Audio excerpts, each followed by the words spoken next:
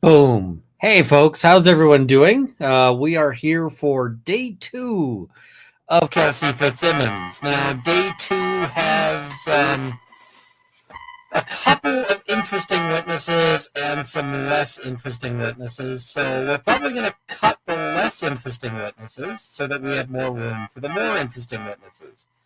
Now, the the main one, the one we're going to crud. 1 second.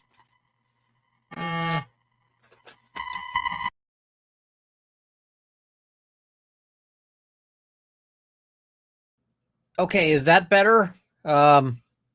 Is that better? Can you guys hear me now? All right. I don't know what happened there. Yay. I guess we'll re-boom. Thanks for letting me know that that was that. Yeah, that's a problem. So, as I was saying, today we have a couple of witnesses, and so there were several witnesses today, but then there were two that are really important, or at least one that's really important, and then one that you guys had a lot of questions about. So we're going to cover the one that's really important and the one you have a whole lot of questions about. And we're going to skip the rest because the rest really weren't all that interesting. So we're going to, the main important one is Noonan. And the reason why I say Noonan is the main important one is that ultimately, if the judge is convinced by Noonan beyond a reasonable doubt, and if he doesn't believe Kelsey Fitzsimmons, then he's got to convict. But if he doesn't believe Noonan, then he's not going to convict, and that's the end of it. And this is a good question. Wait, isn't it date night? It is, but Mrs. Runkle has agreed that she's allowing for some moving of the date night. So we're gonna do date night another night this week because yeah. Now, so a lot of what the firearm expert, and that's the next witness, a lot of what he has to say isn't all that important, but, or at least it isn't all that controversial, but I'll still go through it just so that we know like what's going on. And I see the ones we're going to skip. Can we get like a 1-sentence recap? Yeah, we can do that. So yeah, the Noonan is kind of the critical witness here because Noonan is the officer who shot Kelsey Fitzsimmons, and he says, I shot Kelsey Fitzsimmons because she was committing the crime of pointing a gun at me with the plan to shoot and kill me, which, you know, is a bad thing. You're not allowed to do that. But this is in dispute. And quite frankly, I find that I find his version of events to be dubious. And I'll explain why. But I have some concerns with his testimony, and I don't believe him.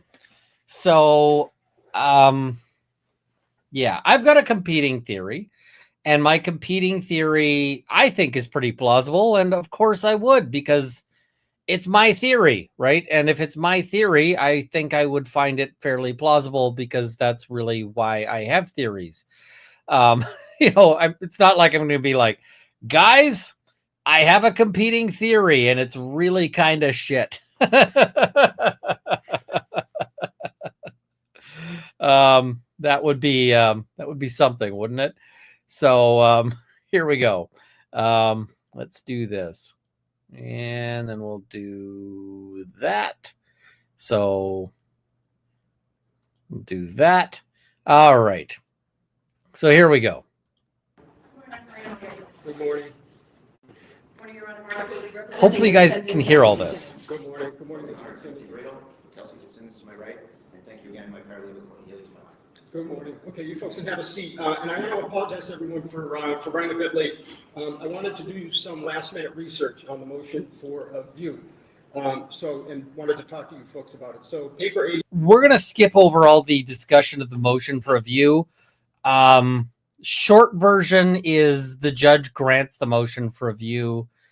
Initially in court, he has some concerns. His concerns are basically his main concern. Oh, yeah, I got to turn myself down a little bit. Here we go. His main concern is that Kelsey Fitzsimmons doesn't own the house anymore. She doesn't. So so at the end of the day, the view is going to be up to the new owners because the new owners, like, they own the place. This is a good question. What is a view in this context? A view here means literally going to the site and having a look-see. You know, having the judge go to, because this is a bench trial, so there's no jury. But if you remember in the Karen Reed trial, they brought the jurors out for a view, and what that was is to see the surroundings, to see the vehicle, and just have a little look-see, and get a better phrase or better understanding of all of this. So in this case, what they want to do is bring the judge to the place and have the judge look around and have the judge, see distances and all of these things. But the problem they were mainly running into is new people own the house. So Bradel ends up doing some phone calls. Bradel makes, he does a little checking. And apparently the new owners are okay with a view. And I think that the main reason for the view is to show the judge just like this is a real confined space. And this is a really difficult, thing for Noonan's version to make sense, right? It just, you hear Noonan's version, you're just like, I don't think so. So the judge is going to get to go see it, and yeah. Yes, sir. Good morning, sir. Good morning. All set, Mr. Kubatosi? Thank you. Sir, I just had a couple more questions for you. The firearm that you used on the 30th, what happened to it after you left the residence? So I secured the scene, and then once more officers showed up, they relieved me, and the chief had me walk with him to his car. And I don't know why, but the audio is not in stereo. It is in mono. I'm wondering if I can get this to somehow equalize. he took my firearm and he gave me his. You talked about Kelsey Fitzsimmons. Do you see her in the courtroom today? I do. Can you point to her and describe an article of clothing that she's wearing? She's wearing a sweater. May the record reflect she has identified the defendant. Yes, ma'am. Thank you. I have nothing else. Okay. Cross-examination. Now it's weird because previously they said, hey, we're done with this witness, and then the Commonwealth got to ask more questions. So, yeah. Lawyer, thinks the judge, if decided today, would vote guilty. Maybe. I wouldn't.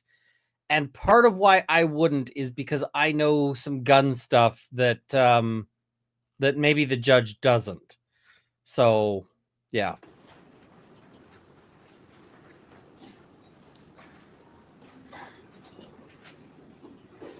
They were doing a gun trade-off so that basically so that his gun went into evidence and then they handed him a gun so that he could still have a gun.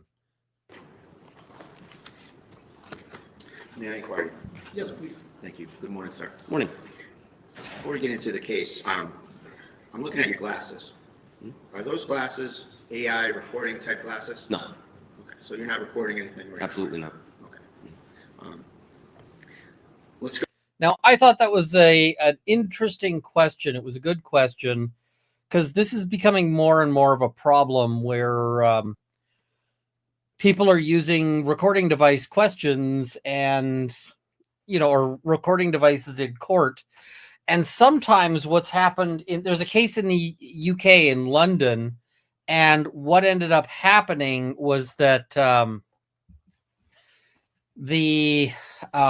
somebody was using like meta glasses in order to get coached in court.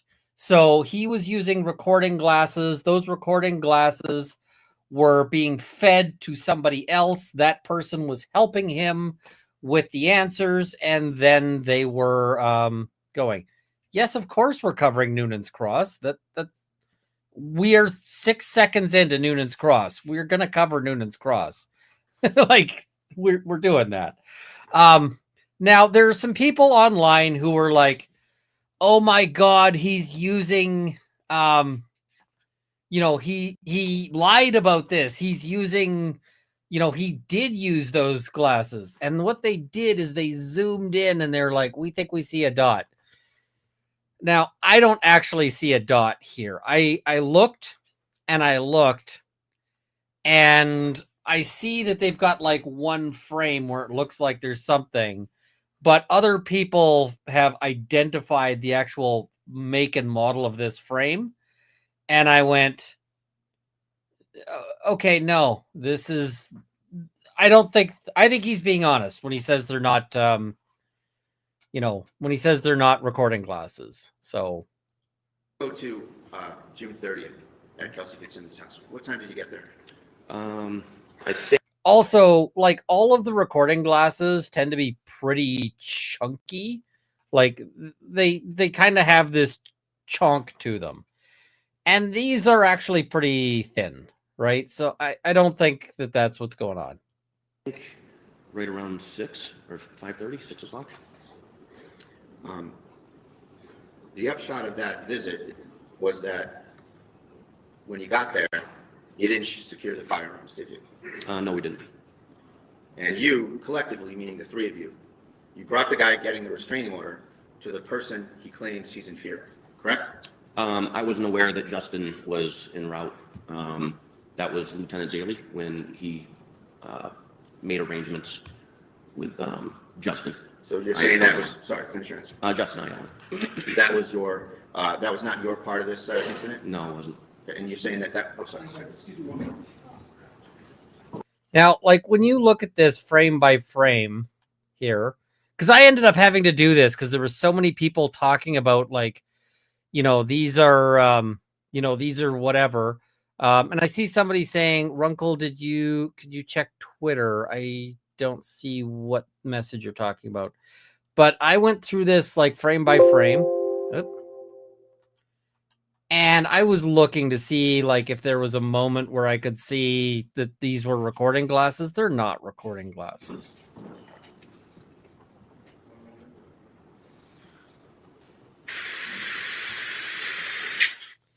So one thing people were commenting on is these things.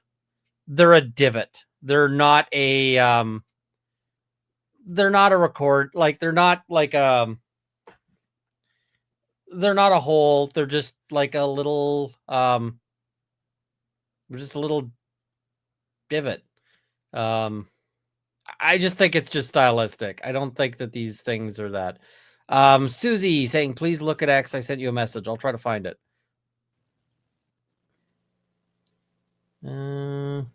I am not seeing it.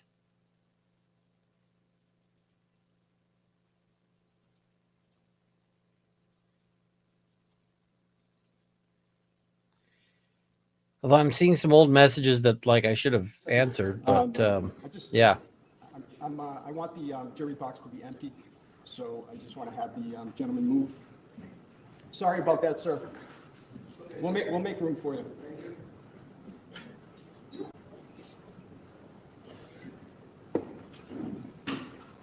And just 1 second, Mr. Brady. All set, Mr. Brady. I'm sorry to interrupt you. Thank you. So, when did you become aware that Justin Elaine was coming to the house? I wasn't aware. Now, this is something that I just have a real question about, which is like, why did they bring Justin at all? Right? This, to me, this is just bizarre. Like, why would they not actually bring him out there? And like, normally, like here in, and this is Canada, fair enough. But normally in Canada, what they would do is they'd bring child and family services here. Like, they'd bring them to pick up the kid, and then the kid would do the drop off, right? Because the last thing you want is where there's a restraining order, you don't want to put the two people together. It's crazy. So, yeah. Did you see him at all when you were there? No. You were aware that he came in and was walking around the house? No. You were not? No. You go upstairs with Kelsey and with Officer Houston, correct? Yep. Officer Houston leaves to see who's coming in downstairs? There was an older woman that was causing a scene with Lieutenant Daly, and The question was, did Houston go downstairs? he did, to mitigate what was going on downstairs, is what my belief was. Okay.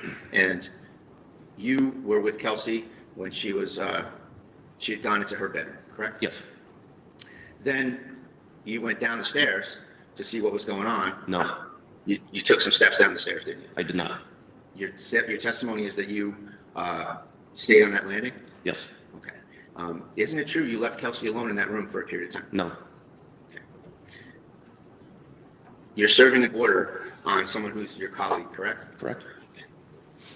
It's fair to say that this restraining order service isn't exactly going by the book, is it? And from my past experience, it is. Well, the guns are. I mean, if this is going by the book, then that book is like hop on pop, because like, how is this going by the book?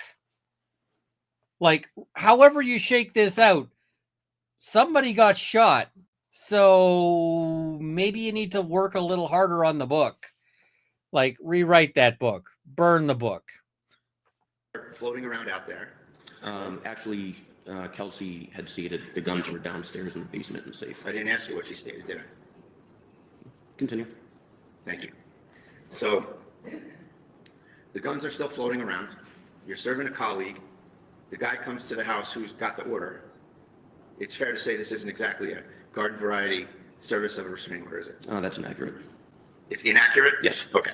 And this is just another day for you? No, it's not. So, in fact, you were working, right? Mm-hmm. Yes. You get a call from Houston. Yes. He tells you what the plan is, correct? Yes, he said that. I didn't ask you what he said. Okay. He told you what the plan. I mean, if this is the book, then the author of the book is Corey Richards. Okay. Is correct? No. He asked me to meet up with him. He told you that Kelsey's ex-fiance got a restraining order and that you had to serve it, get her firearms, and get the baby, didn't you? Not on the phone, no. And you said to Houston on the phone, whatever he said to you, your answer was, sounds good, right? No. That's not what you said. I don't remember what I said to him. Okay. Well, that's what you told the grand jury, isn't it? Objection. Misstating what he told the grand jury. Well, you can restate during redirect. We'll get to it. We'll circle. So the judge is like, listen, this is not a jury trial. I don't care that much about if he gets it wrong, because if he gets it wrong, then you can just tell me what he actually said. Like, come on. And I prefer that both sides show a witness what they're referring to when they're trying to impeach. Thank you. Also, it looks like we hit the goal, so I have got this. Now, I thought I was saving the plum wine because Mrs. Runkle would drink it, and then I turned it around, and it mostly vanished somehow. So, I was like, well, Mrs. Runkle will drink, I should make sure Mrs. Runkle gets some, and then it mostly vanished. So I'm making sure I get some. We both like the plum wine. It's good stuff, but I just thought that was kind of funny. That's been in our cupboard for a long time, so it's not a bad thing. It's getting squirreled away, but yeah. I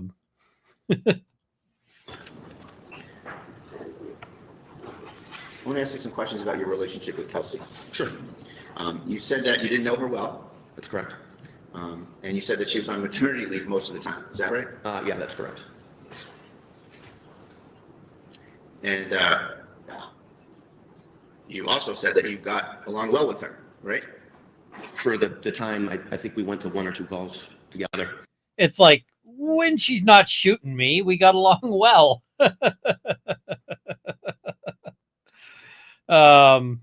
Yeah. Other than that, I worked a completely different shift, so we got along when we went to calls. Yes. Did you get along well with her or not? Yeah. Okay. And did you think well of her?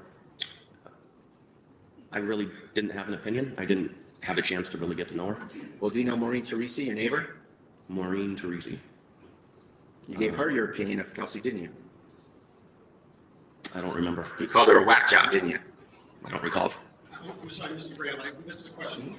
Can you state Sure. it again? So I asked him if he knew Miss Maureen Teresi, his neighbor, Okay. and I said that he gave his opinion of Kelsey to his neighbor, and that he called her a whack job. And then you can answer again, sir. What was your answer? I don't recall. You don't recall? I don't. Is it possible you call her a whack job to your neighbor? It's possible.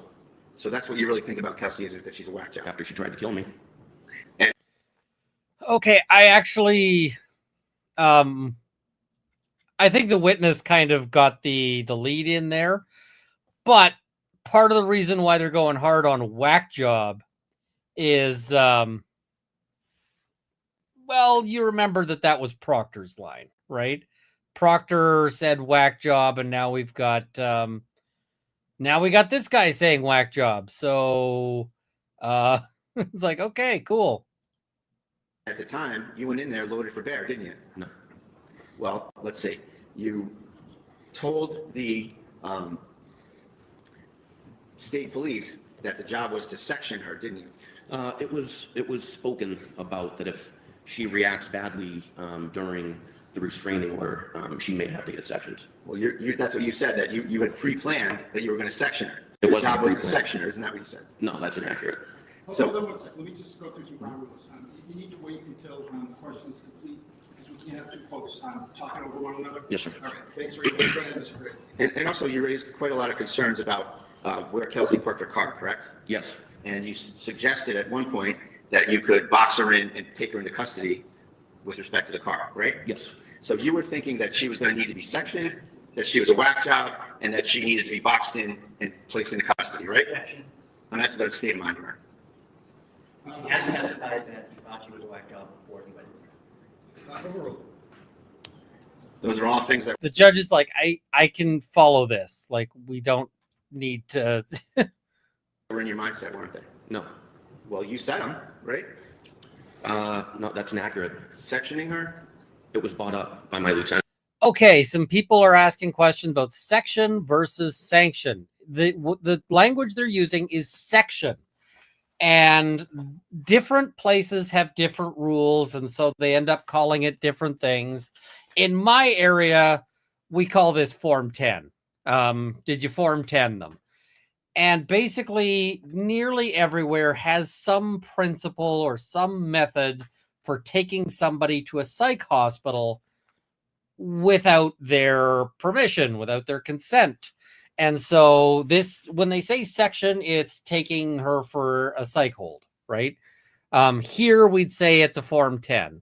Different places, they'd say different things. And so section means going off to a psych hold. That's what that's about. That she may have to be sectioned And you told the state police that part of the job was to section her. if she were to be sectioned. You didn't say that part. So you see here, he's like, if she, we might section her or whatever else, it's going to become clear that there wasn't any might in the discussion. He's not quite being fully candid here. The state police did you? I don't recall. Okay, we'll go over all this, don't worry. Okay. And so, with respect to the car, you testified in such a manner that you're suggesting that there was some suspicion attached to that, right? Can you rephrase? Yeah, you're suspicious of the fact that she parked the car 150 yards away, you said. Yes. So, your mindset is that she's evading something or she's up to something? Well, in my training and experience, the distance of where she parked her car from her house and having a baby, and also her behavior in the past where her car was always parked in the driveway, was. So you didn't know her very well. I know where she lives, and I patrol the town, so I have to drive by her house. Wait.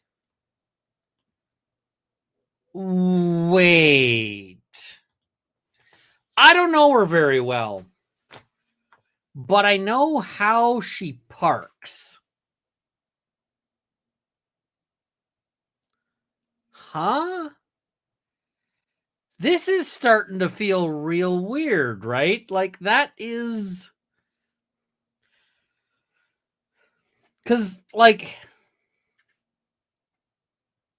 I have various friends. I know this might surprise you guys, but I have various friends.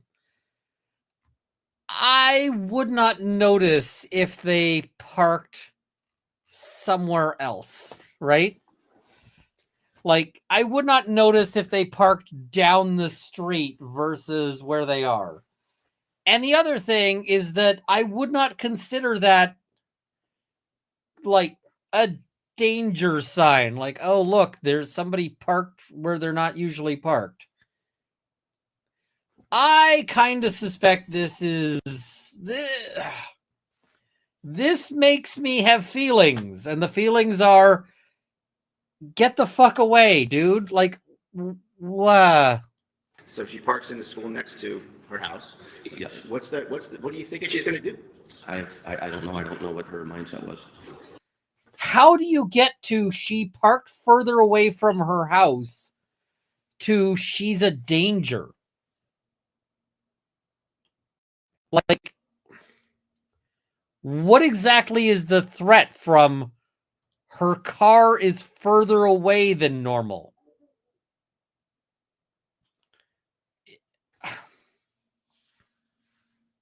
I'm just trying to do the math here. I'm trying to figure out some scenario where her car being further away makes her dangerous. Like, how? Like, it's the one thing that I initially thought is, well, a car could be used as a weapon.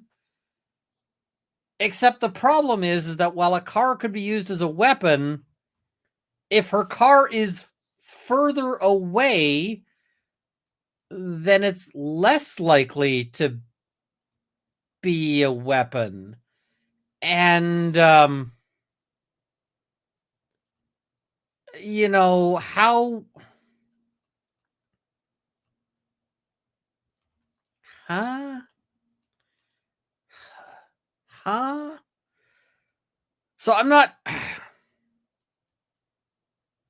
seeing it. I just, like, I'm trying to do the math here, but I can't math this one out, like, at all. So you're speculating about any suspicion that's attached to that parking job, right? I was just suspicious about that. So she's in the house. You know she's in the house. No. The thing is that this order was obtained ex parte. She wouldn't have known the order was coming. So, like, if she was doing this as some sort of getaway vehicle thing, you'd have to you'd have to assume that somebody tipped her off about the order. I don't see it. I don't. You go to the house, you knock on the door, Daly knocks on the door. She comes out like a regular mom, holding the baby, wearing sweats, hair's probably in a ponytail, opens the door. Yes. Right? So at that point, do you let go of your suspicions about where she parked the car? I was still curious as to why she parked her car over 150 yards away. Well, you're looking at it through your own lens as an investigator. Isn't it possible that there's 100 other possibilities in her life that maybe she parked there for some other reason? Could be. I don't know. Again, I don't know what her mindset was. I mean, this is part of the problem with police education, which is police are educated into cowardice. So this is a rant I go on every once in a while, but police get educated into cowardice. And the way that works is that when they train police, they train them that like anything that you don't understand is a danger. And everybody out there is trying to kill you at all times. So you need to make sure you kill them first if they're going to do something. And so you see things like there's a scenario they run police through. And the scenario is this.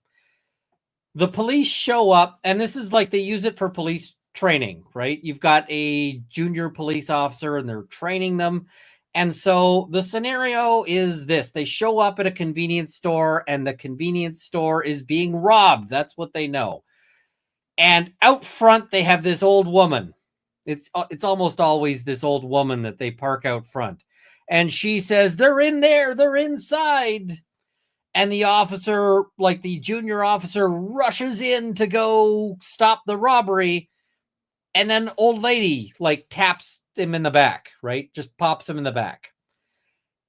And the reason why they have this scenario is that it's based off a actual event that happened once. And because it happened once, they teach it as like you could die because a police officer did die in this scenario. So I went and did some looking into the actual event where the officer got tapped in the back. And the actual event didn't have an old lady. It had a young man around 18, 19. And the young man around 18, 19 was dressed in gang colors. Dressed in gang colors.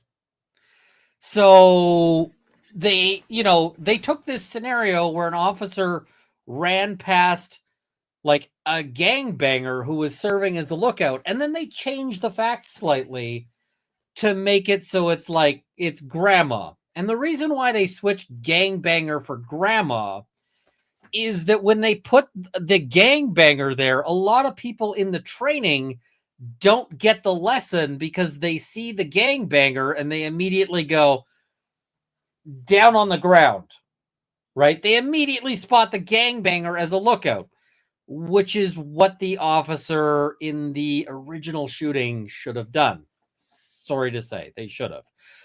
But they swap in this old lady because then people don't think the old lady is going to shoot them in the back, because old ladies rarely shoot people in the back.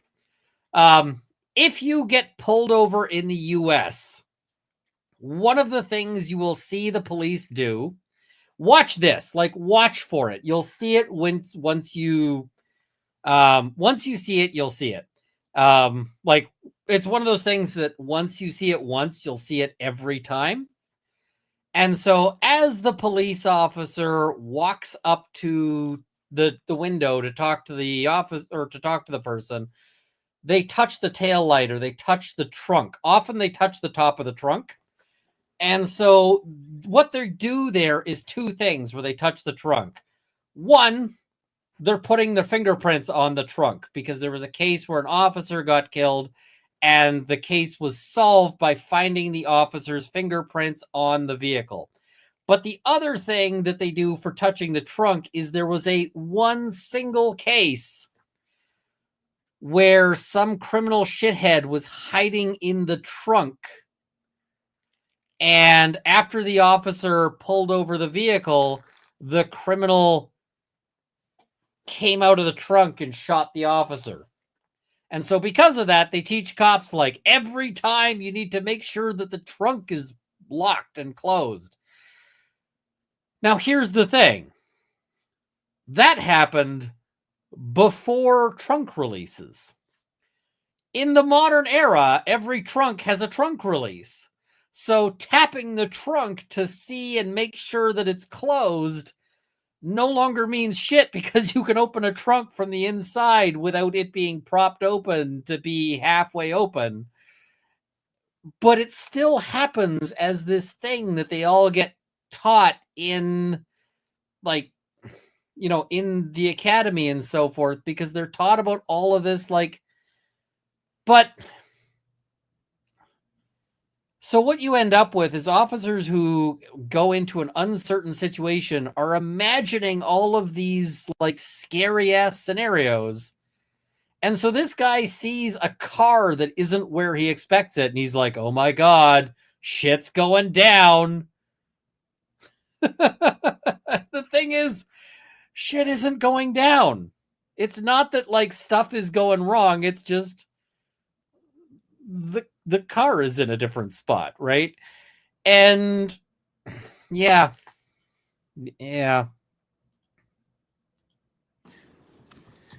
So you go in there. You'll actually and see you are the only officer. You'll actually see officers take off their glove to do the tap. If you watch police video, they will, you'll see them pull it off and do the tap and then keep going, right? So, and then put their glove back on sometimes. Who has tactical gloves on when you go in there, correct? They're neoprene gloves, yes. So you're ready for anything, right? It's past practice with me after working in Lawrence for so long. I tend to glove up for sanitary reasons. I knew we were going to have to handle her firearms, so I didn't want to get any of my prints or anything on them. But you said you took them off fairly quickly when you got in there. Yes. And at what point did you take them off? Right before she handed me the baby. So you hadn't yet touched the firearms, and you took them off. So that plan about not getting the prints on the firearms didn't pan out, did it? I didn't want to hold the baby with those gloves. They're pretty dirty. And to be fair, those are probably the gloves he uses to search, like, people when he pulls them over, and his hand goes all the way up the inside of their leg and all the way down the other leg. And, he's probably handled drugs with those gloves. He's probably handled puke with those gloves. So I get the taking off the gloves, right? I get that one. Runkle, what do you make of wearing gloves and then handling a weapon? Would it impede your abilities? It does, but so long as you're wearing gloves that are, like, designed for that, it's not a big thing. I've run 3-gun matches in gloves, and it's better not to have gloves, but, like, in the winter you wear gloves, right? Aren't they disposable? No, these would be non-disposable gloves, I imagine. So yeah. while we're talking about holding the baby, it's fair to say that Kelsey Fitzsimmons, with 3 cops standing there, had her baby, and she's the one that chose to give it to you. Isn't that right? You didn't ask for it. Daly didn't order her to give it to you. She, with whatever her mindset was, chose you to take her baby. Isn't that right? That's correct. And she chose you to take a bottle and feed her baby, right? That's correct. And then No, they're not nitrile gloves. People are thinking like nitrile for disposable gloves. They're neoprene. They're not disposable. They're like a foam, right? They're like a plastic foam, and they're not disposable. Oh god. All right, let me show you guys what neoprene gloves look like, because I'm seeing a lot of people going, "Oh, they're neoprene. That means disposable." Let me pull that up. So neoprene is selected in part because it's durable. So, like, here we go. This is a set of neoprene gloves. So yeah. That's a set of neoprene. Let me find another good set. Let me go with neoprene.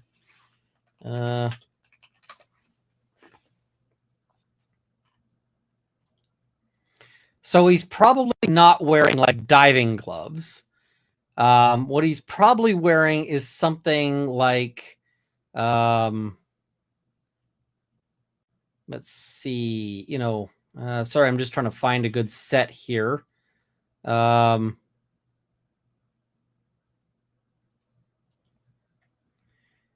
these neoprene? What are they made of? Yeah. No, that's suede. Here we go. Cat, I'm not wrong about this. Sorry. What he's wearing is almost certainly something like this. These are police duty gloves. They are made of neoprene.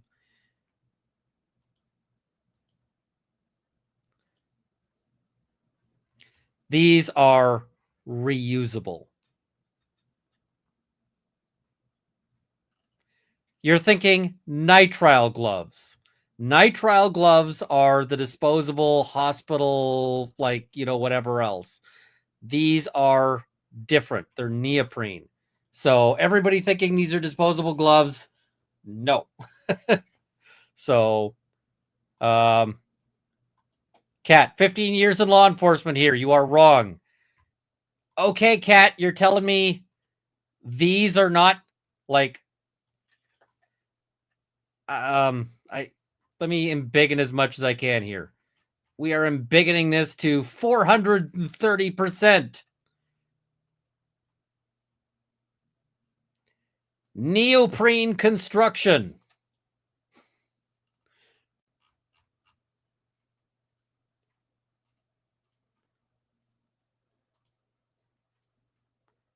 Neoprene. So, yeah. When he says that he's not, handling the baby with them because they are dirty gloves, there's no way they're disposable, right? He's wearing police tactical gloves. That's what he's wearing. Like,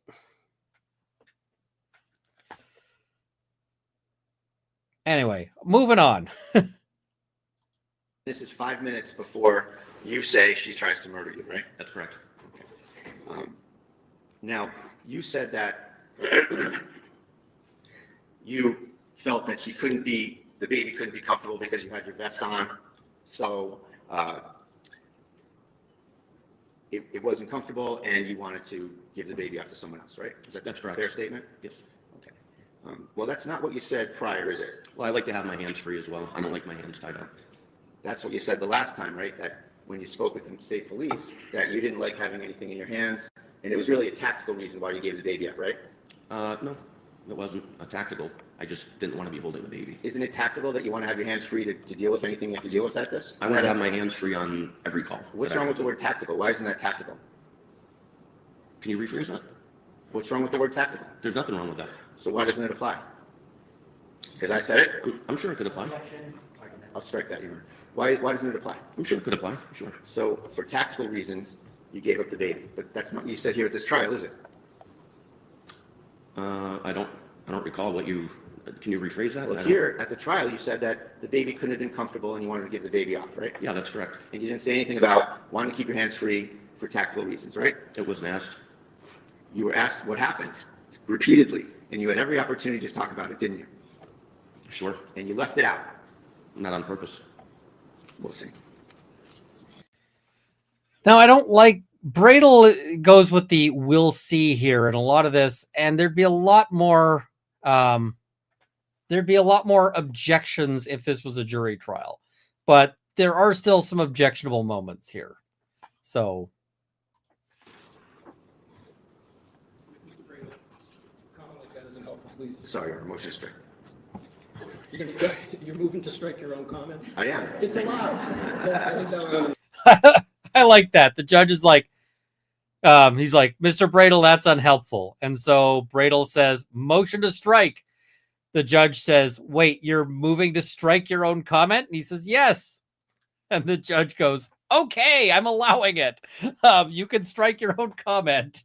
It is a little bit of lightheartedness, and I like that, here.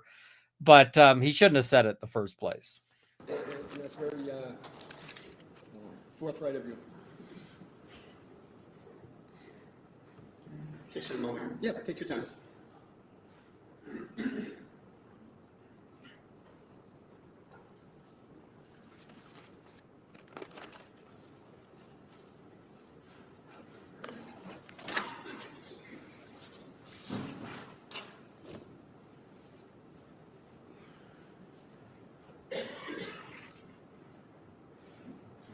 Actually, something about your grand jury testimony that we alluded to.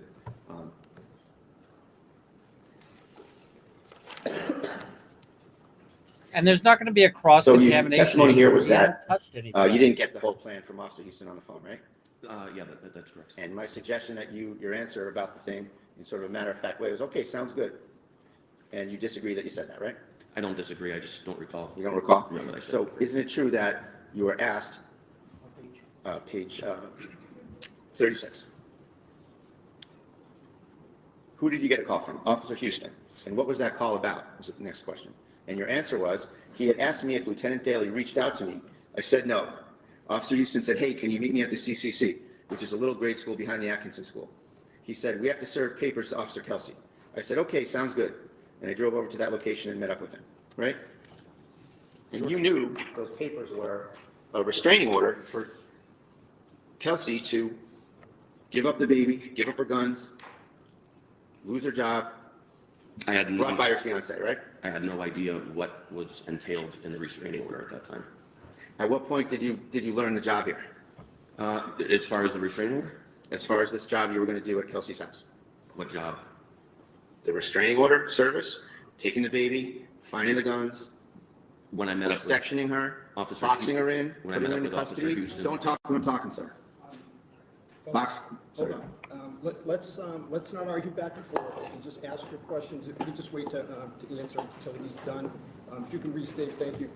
Sure. So you asked me what the job was. So my suggestion is that the job is serving the restraining order, going to get the baby, finding the guns.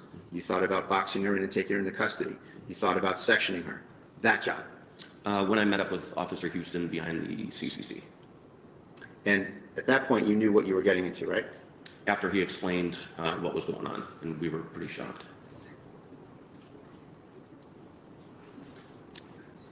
Now the thing is they could have done this so much differently. They chose to do this in kind of the worst possible way. They really ought to have. I mean, amongst other things, they could have just sat her down on a couch and not let her wander around the house. But they did let her wander around the house. So yeah. In all of the statements you've made prior to being here yesterday and today, you've never said that you were pretty shocked about anything, have you? I don't recall. You weren't shocked. You were treating this like a video game, weren't you? No. Well, your first answer is, sounds good, like it's any other day, right? As to meeting up with him behind the CCC. Yep, sounds good. See you then. Sounds good to meet up, okay. Somebody's saying I should set another goal, but I don't know what to set for another goal. Let's talk about the bedroom and the shots that you fired. Here in court, you said that those shots were in rapid fire. Rapid succession, yes.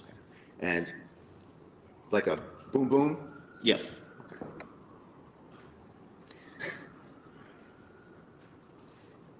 No, that's not what you said to the state police, though, is it? That was 8 months ago, right around there. I don't recall. I said I shot twice, possibly. You told the state police that you pulled the trigger. This is 1232 in audio. You told the police that you pulled the trigger once. You said the word once. And then you said, I kept giving commands. And then you said, I pulled the trigger again. That's a completely different scenario than 2 shots in rapid succession, isn't it? As far as the time, So here we're running into some serious problems, right? where it's like, okay, so you told the story about you fired twice in rapid succession, and then you also told the story of you fired, you paused, you shouted more, you fired. Which is it? Frame. I was trying to recall. And now he's like, The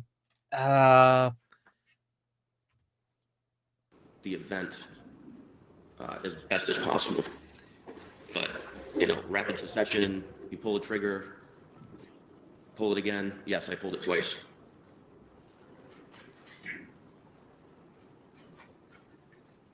So that was July 3rd, right after this incident, wasn't it? Yes, sir. So it's fair to say that talking then it's right after the incident, and now you're here in court. your story's Both changing. of those propositions can't be true, can they? The proposition, I'll rephrase it. The proposition that you said here in court, that you made 2 shots in rapid succession, Yes. and what you said on July 3rd, 1 shot, giving some commands, another shot, both of those things can't be true, can they? They can be true. They can be true. Yes. So rapid succession, and then what? You talk really fast before the second shot? Oh, I was given commands. Don't do it. Don't do it. I'm asking you about this particular passage, this particular thing. Here you said you made 2 shots in rapid succession. Yes. You painted a different picture on July 3rd, didn't you? No. Now, to my mind, it is a very different picture to be bang, bang, like rapid succession versus bang, don't do it, bang. Those are different, right? So You shot, you gave commands, and then you shot again. That's How can that be rapid succession? Because that's how it went in rapid succession. You disagreed with me that it was a boom boom. Yes. So where's the time for the commands between the shots? As I'm yelling them. oh, audio's getting crap. Okay.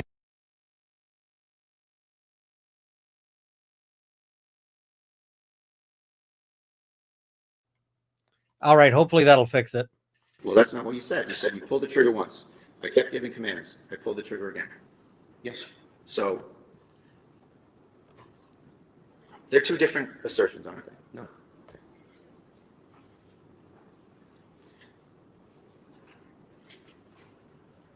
We're probably going to have to keep fixing this. This is a persistent driver problem.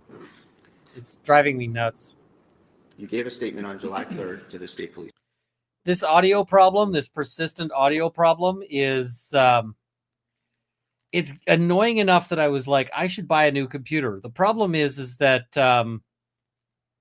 new computer prices have skyrocketed right now, so I can't afford a new computer. Let's write a recorded statement. Yes. You testified yesterday and today. What was your preparation like for this case? To come in here and testify. I met up with Mr. Gubitosi, Attorney Gubitosi. How many times? I believe twice. And when when were those meetings? One was recently, I think last Thursday, and the one before, I can't remember. And when did you start prepping your testimony? On this past Thursday. Well, you probably started prepping your testimony about 5 minutes after the shooting, didn't you? No. When was the first time you were questioned about what happened? I think July 3rd. So everyone left you alone until July 3rd? Yes.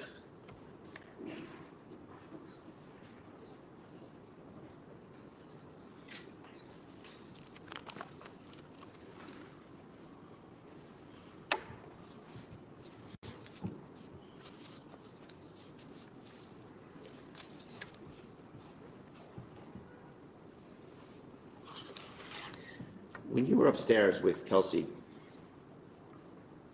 she kept giving you things and asking you to take them downstairs, didn't she? That's correct. And she did that with Houston as well, right? Yes. So it's fair to say that she was trying to get you away from her, right? I don't know what her mindset was. I wasn't going to leave her alone.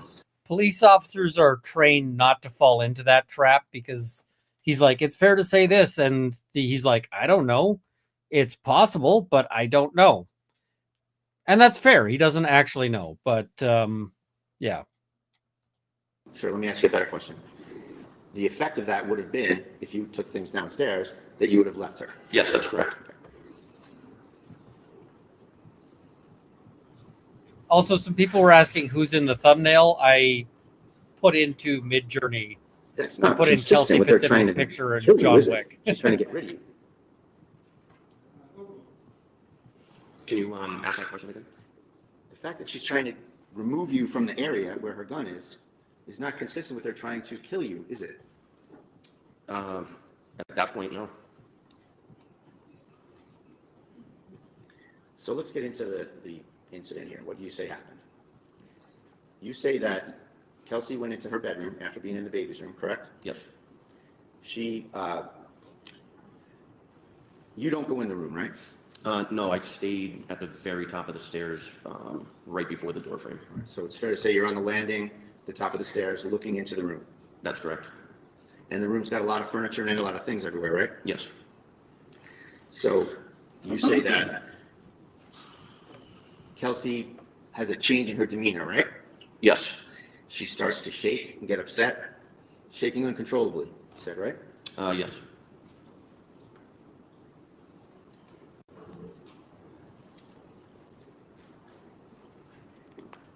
Then she lunges. Yes. She's on her knees. She was, I believe, on her right knee. You said that she pushed off her left leg and lunged, right? Yes.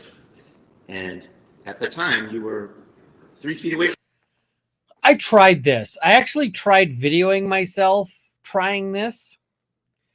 And the reason why I'm not showing you the video of me trying this is that it looked really embarrassing. So if I tried showing you the pushing up off the knee, it looks really, it looks really bad. I actually fell one of the times, like just straight up fell when I tried it. Like this lunging from off your knee, if you're on one knee, is actually really challenging. To be fair, you're also over 40 and not cleared for patrol duty. True, but I think it's mostly just that the mechanics of it are awkward. Now everybody wants to see it. No, we're not doing that. Yes. Maybe less. Maybe. So can we agree that's arm's length? She was a little further away than arm's length, I would say. So arm's length if you reach over maybe. How about Yes. that? Okay. And your testimony is that she lunges over and obtains a gun. Yes. Right. And she assumes a certain stance. Can you elaborate? Well, you were there. What stance did she assume? She pointed a gun at my face and pulled the trigger. And yesterday, when you were being questioned, you assumed a two-handed stance to show that, didn't you? That's correct. And what do you call that kind of stance? I don't know. Like a modified Weaver stance? Yes. So she's When he's like, I don't know, and then it's like a Weaver stance. For a second there, I was like, wait a minute, this guy is going all about, how much of a badass he is. He doesn't know stances, but now, okay, he's saying he knows what a Weaver stance is. Fair enough. assumes a modified Weaver stance. Can you stand up and show a modified Weaver stance from her? That's just what it's called. Okay.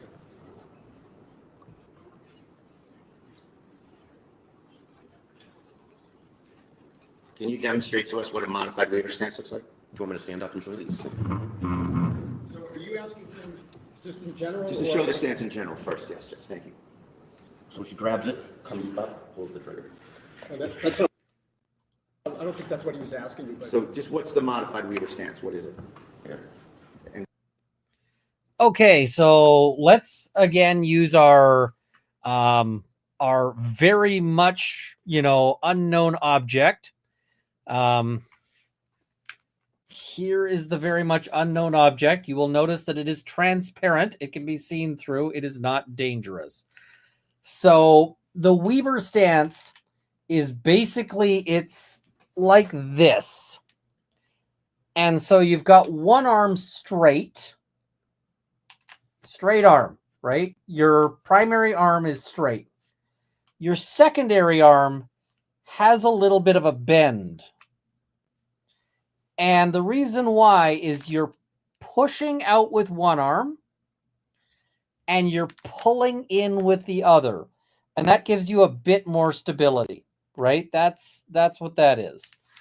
Now, when the Weaver stance is kind of, I won't say deprecated. There's a lot of people who use a Weaver stance and like a Weaver stance and, you know, whatever, and think it's great, you know, the Weaver stance. But now more people use an isosceles stance, and the isosceles, you've got both arms straight, and, you know, you're just with both arms, and it's a little bit more stable.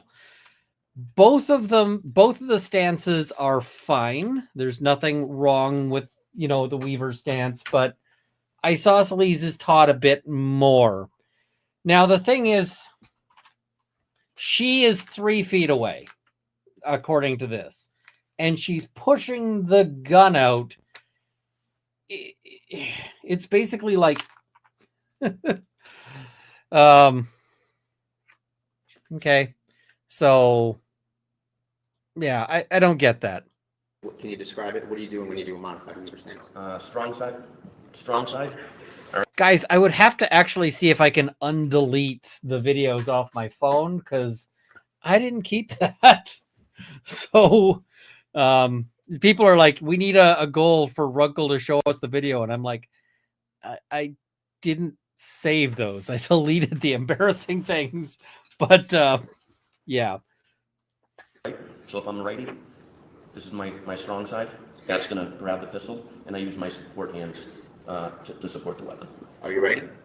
I'm sorry? Are you ready? I am. You can have some things. Thanks. Okay, now I know there's people who showed him like writing left-handed. Sometimes people shoot right-handed versus left-handed. So, yeah. And you're saying that Ms. Fitzsimmons had the gun in that kind of a stance? Yes. And how far was the gun away from your face? It was right outside of arm's length. So she's 3 feet away. She assumes the modified Weaver stance, so she's probably another foot or two towards you, right? She stepped to the left. I don't know if she stepped towards me. Well, your testimony was that she immediately lifted the gun to you and Yes. pulled the trigger, tried to shoot you right in the face. Yes. So the gun didn't go off, No. and there she is with the gun there. The guns didn't go off, and you're within feet of her and the gun that didn't go off, right? That's correct. And you didn't just grab her, did you? No, I was in complete shock. And then she started backpedaling immediately and trying to tap her out that weapon. Right, so your testimony is that Kelsey goes from a wounded bird shaking uncontrollably to a female movie action hero, doesn't she? She goes to John Wick, basically, is the notion here. Like, you know, she's on one knee, she leaps into action, she points the gun at him, she clicks, she immediately starts backpedaling, and she's doing the tap rat. This actually requires a fair bit of training. This is actually fairly difficult to do because most people, like you see people at a 3-gun match, and when you see somebody at a 3-gun match, most people have trouble clearing the malfunction and also moving, right? Because you have to be really practiced with the malfunction clearing drills to have it sufficiently automatic that you can be like doing that as you are also moving your legs and right? Like you think about it where you're, oh,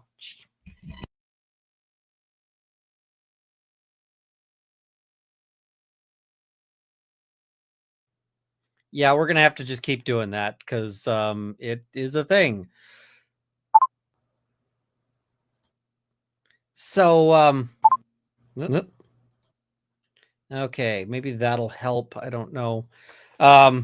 Hopefully the audio is better now, but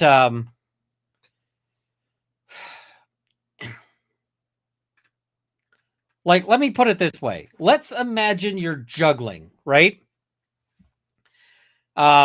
You want to juggle, and a lot of people can juggle three balls, right? A lot of people can do a 3-ball juggle. It's not super challenging, but you can do a 3-ball juggle, right?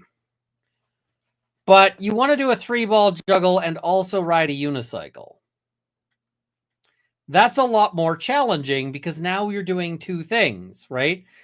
So you have to be sufficiently good at juggling and unicycling such that both of those things can be, fairly automatic. And I don't think that was Kelsey, right? Like, she was on the job for like 8 minutes, and most of that was mat leave. And a lot of these skills are super perishable. If you don't practice your reloads, if you don't practice your tap rack, if you don't practice these things, they go away. You lose those skills. And so, when you have those things go away, so I'm just sitting here thinking, okay, she is, she's been dealing with a baby. There's no way she was putting in all of this, like, 3-gun practice, that she was able to do all of this shit, right? No way that she was that good. Because what he's describing is somebody who's actually quite good at, at running a gun. It's too action movie for me. Now, the thing is somebody said, hey, lawyer, says he might get, or she might get convicted. The judge has never run a 3-gun match, right? The judge has never run a, any of this. So the judge doesn't know any of this. This is my feelings, right? But, yeah. Those aren't my words. That's your description of what happened, isn't it? I didn't describe that either. So she gets the gun. She tries to murder you in the face. Yes. 5 minutes after she has a feeder baby. Yes. She pulls the trigger, nothing happens. Yes. It went click. She stands up, right? She was already standing. So as she's standing, she shoots you. She tries to shoot you in the face. Yes. And then she started to backpedal.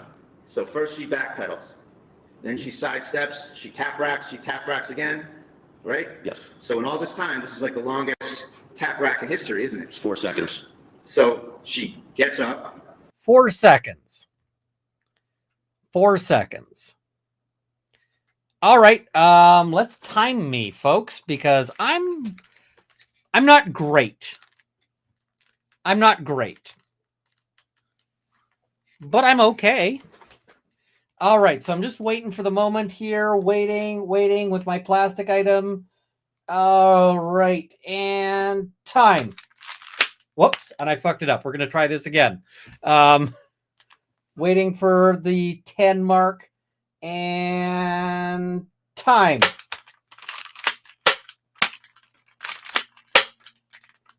I didn't pull off 4 seconds there. I didn't. Let's try it again. Waiting for a good time. Go.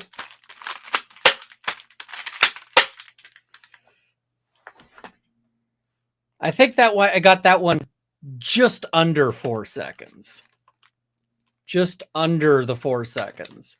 And that is, I know it's coming. I have video of myself doing 3-gun matches. You know how long it takes typically to react to an unknown stimulus? An unexpected stimulus? Unexpected stimulus typically takes 1 to 2 seconds to react. 1 to 2 seconds. And so this is like if you are on the road and suddenly a child runs out.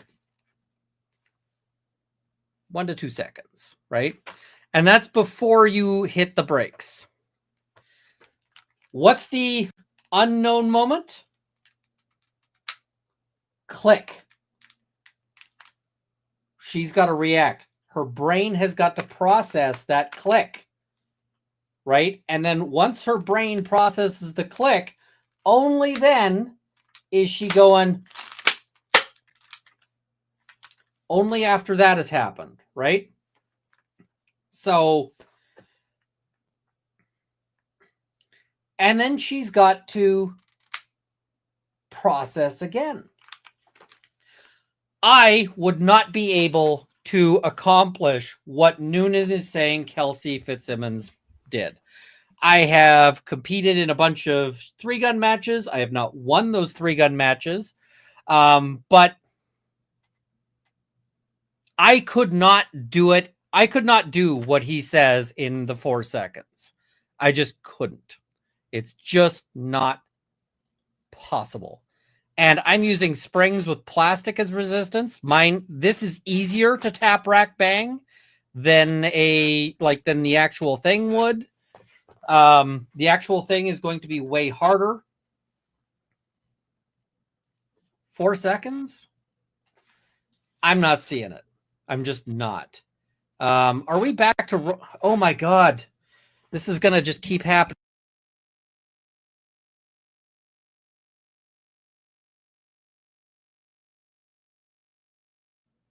All right, let me know when the robot thing happens, and every time it does, we will we'll address it. But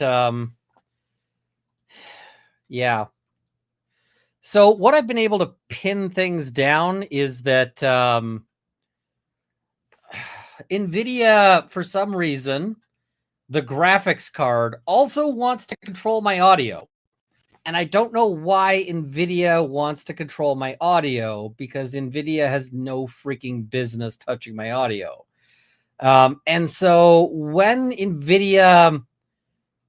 and it actually acts in a really obnoxious way where it keeps persistently reinstalling itself after I expressly uninstall it. And then it just F's everything up. So, yeah, I hate it. I hate it a lot. And, yeah. Turn off Windows updates. It's not a Windows updates thing. It's something else. It's just that it does it on its own. So I'm trying to get it nailed down. It was working great for a while, and then, so we'll see. We'll just deal with it as best we can here. So, yeah. All right. So I find his story very, very unbelievable, right? I find it just completely implausible when he says in 4 seconds, all of this is happening. I'm just not seeing it. And I mean, maybe this is a time dilation thing, but yeah. She sidestep first or backpedal first? Backpedals. So she backpedals first. And then How many sidestep. steps? I would say maybe 4 or 5, and then maybe another 3, 4, or 5 to her left, which is my right. So she goes into action. She tapping the magazine and then racking the gun while she's moving around? Yes, This actually takes a lot of skill. It takes a lot of skill to do. Tapping the magazine and then racking the gun while she's moving around? Yes, she's a well-trained police officer. I am sorry. You know what?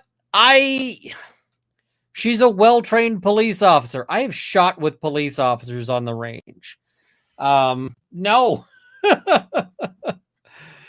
Like, she went to basic She like she went to the police academy.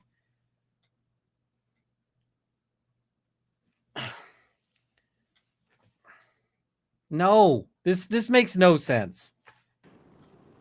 Who's a whack job? Who tried to kill me? So let's get the order straight. You said that she backpedals first, Yes, after she pulled the trigger. and nothing happens. Yes. And then she taps the magazine, Yes. and then racks the slide. I believe her hand slipped off. That's when she went in, and I was giving her commands, don't do it. And she re-racked and started to burn her right arm up.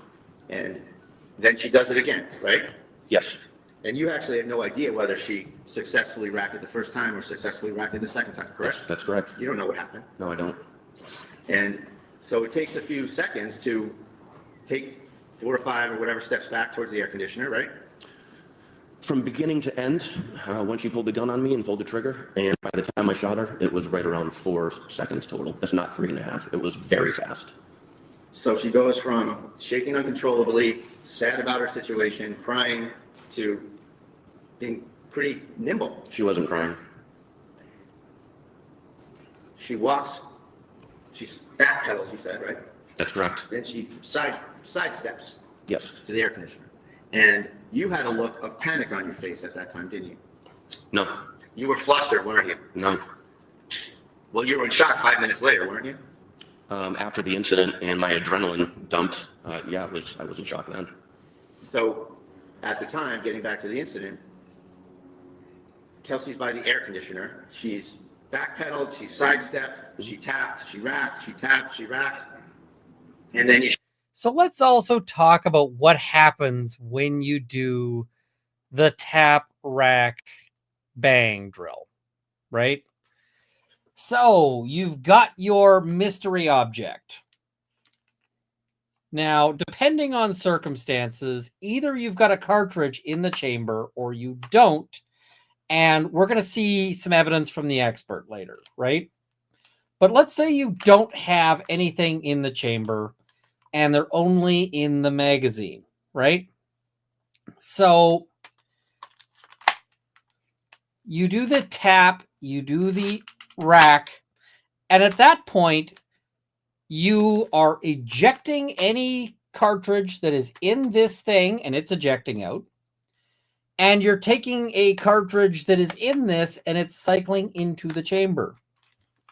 So if there's one chambered, it's on the floor now, after you've done your tap, rack, bang. And so, you know, maybe you left an empty case in there. Maybe maybe the first round was a dud and you pulled the trigger and it didn't fire. Maybe you've got a firing pin problem and it does a light strike, so it doesn't fire for that.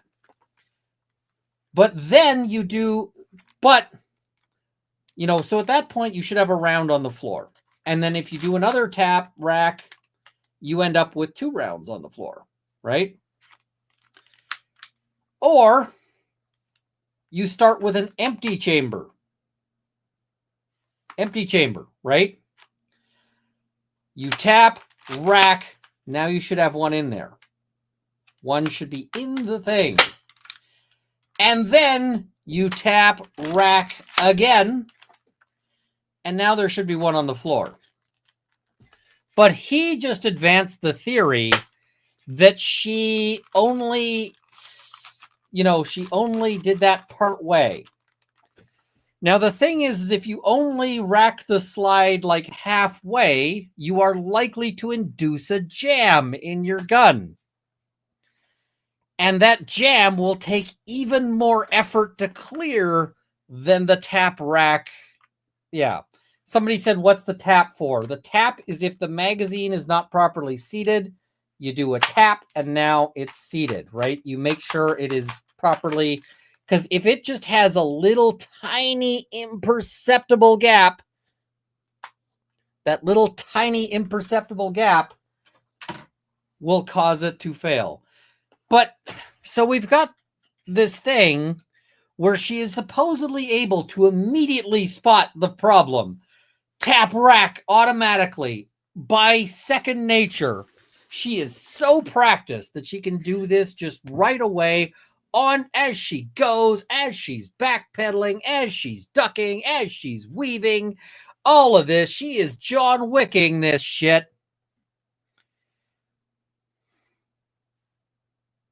But she half-asses the slide?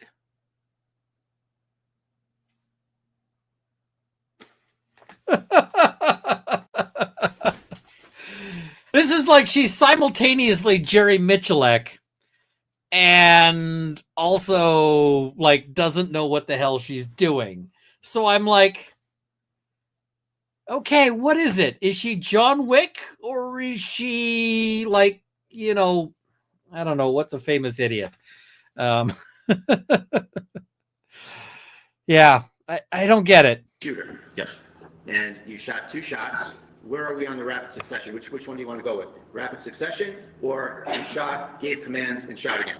Which is it? I was given commands and shooting at the same time. Okay. Well, your prior testimony was that you shot and pulled the trigger, So now we've got a third version of things. Okay, cool. gave commands, and you pulled the trigger again. Yes. So was it that, or was it boom, boom, rapid succession? It all happened in 4 seconds or less. So you're a very well-trained SWAT officer, yes? Yes. You're a firearms instructor. No. You're a patrol instructor, where you instruct What's other up, patrol? officers on the job, right? Field training officer. Field training officer. Yes. Thank you. And you've been See, the thing is I'm actually thinking this plastic object might just make it into my trial supplies. Because he says that this was 4 seconds.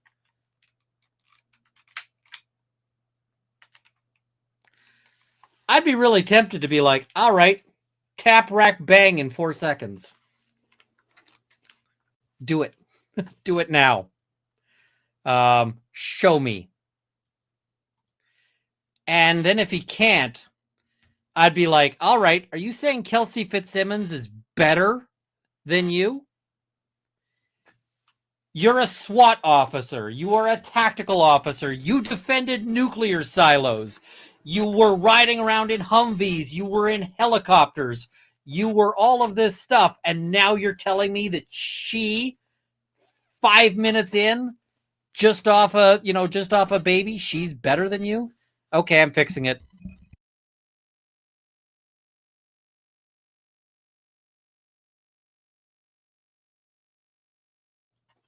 Like, that's what you're telling me?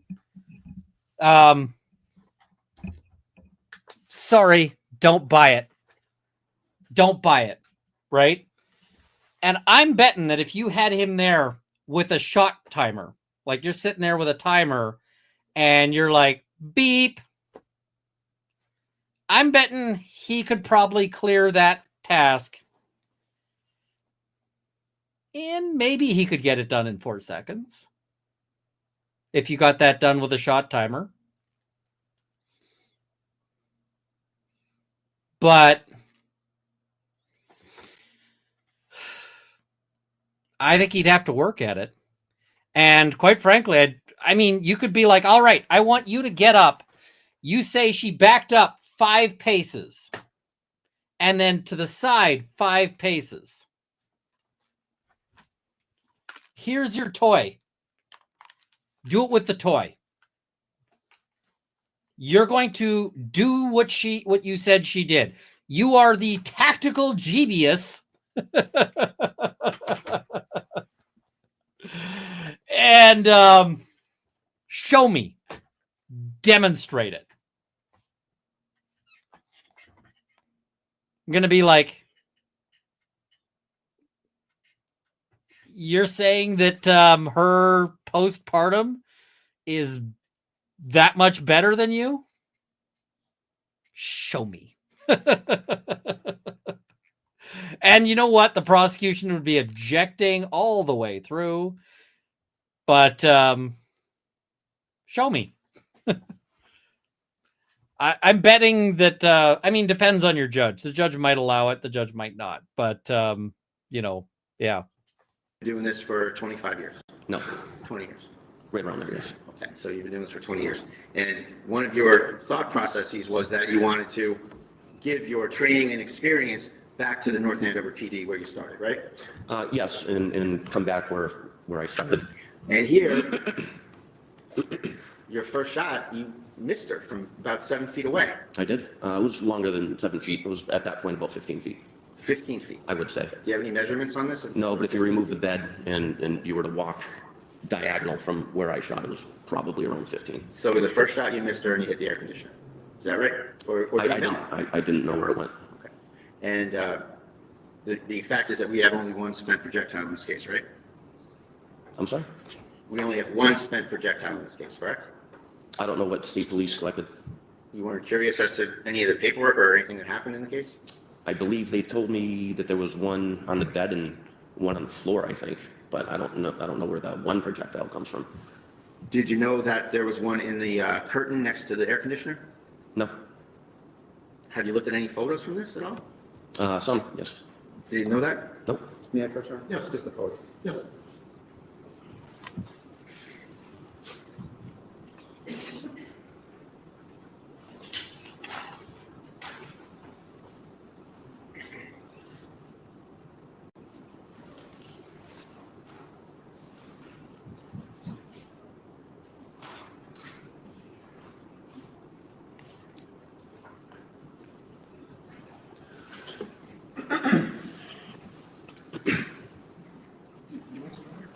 Do you have some? You're getting them some water. Thank you, sir. I appreciate it.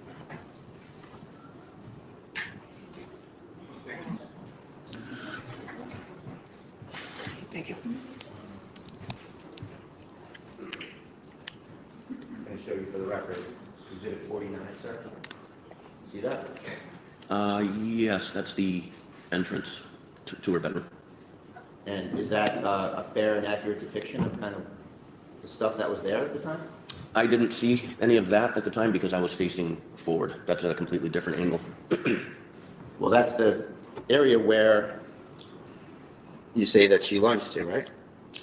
There, yes, that would have been my left.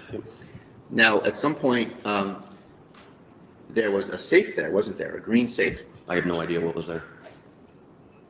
Didn't you speak with Officer Core at the scene?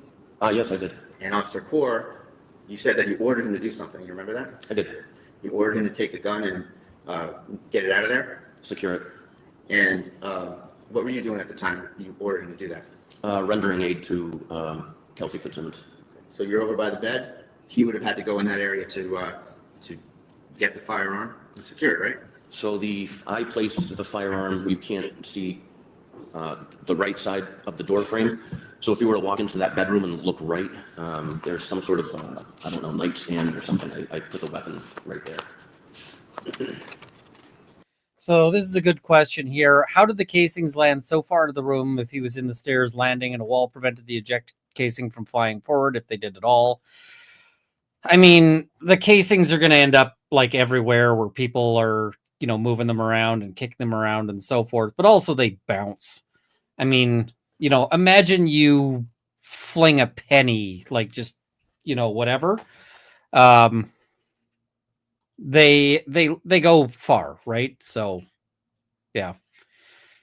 I should take the courses. I should start taking like those armor courses and all of that stuff. So yeah. Casings from a Glock go backwards and to the right, but if he's got it forward of the wall, then it's going to hit the wall and it's going to bounce.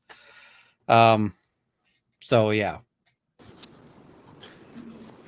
I'll show you exhibit 75. Is this the? It's the white. Yes. It's Is that where you put the firearm? on top of that. Now let's just go What's exhibit what? 75. Your Honor. Thank you. So Yeah, this is actually really common. If you go shooting with a jacket, you'll find casings in your pocket if there's walls and so forth. let's talk about who touched the firearm. So Daly picks up the firearm, right? Yes. And the firearm was under Kelsey's leg, correct? I don't know where it was. I was covering down. I didn't. I know he flipped her over and found the weapon. I don't recall where it was. Okay. You heard, strike that. So your testimony is that Kelsey's racking the gun, sidestepping, backpedaling, tap rack, and at some point she points the gun at you, right? Her arm started to come up towards me. Okay. So it's fair to say that she's back again, like we said earlier. She's starting to do this, right? No weaver stance. Okay. So one hand. It was. Is that the FBI crouch? What do you call that? Is it, A one-handed. okay. It's not called the FBI crouch? I've never heard that term. Okay. So she starts to point the gun at you. So we agree then that the gun is out in front of her, right? It was in the upward position. It was coming up towards me. When I fired my second round, I saw her kind of buckle, and she lowered her weapon, and I stopped shooting, and then she went to the ground. You hit her in the chest. She goes flying back and lands on her back, right? She didn't go flying back. She landed on her back, correct? She went down to the ground. I don't know which way she went. I think she crouched over. Well, you knew she was on her back, didn't you? I don't remember. As far as that goes, that's kind of a blur. So the idea that she's got the gun out in front of her, she falls on her back. If the gun's underneath her, is this some sort of a magic gun? I don't know where you're getting at. Doesn't it make sense that if the gun is out here and she receives a force of a 9mm bullet pushing her back this way, how does the gun get all the way behind her? Okay, let's talk about that. The force of a 9mm bullet pushing her backwards.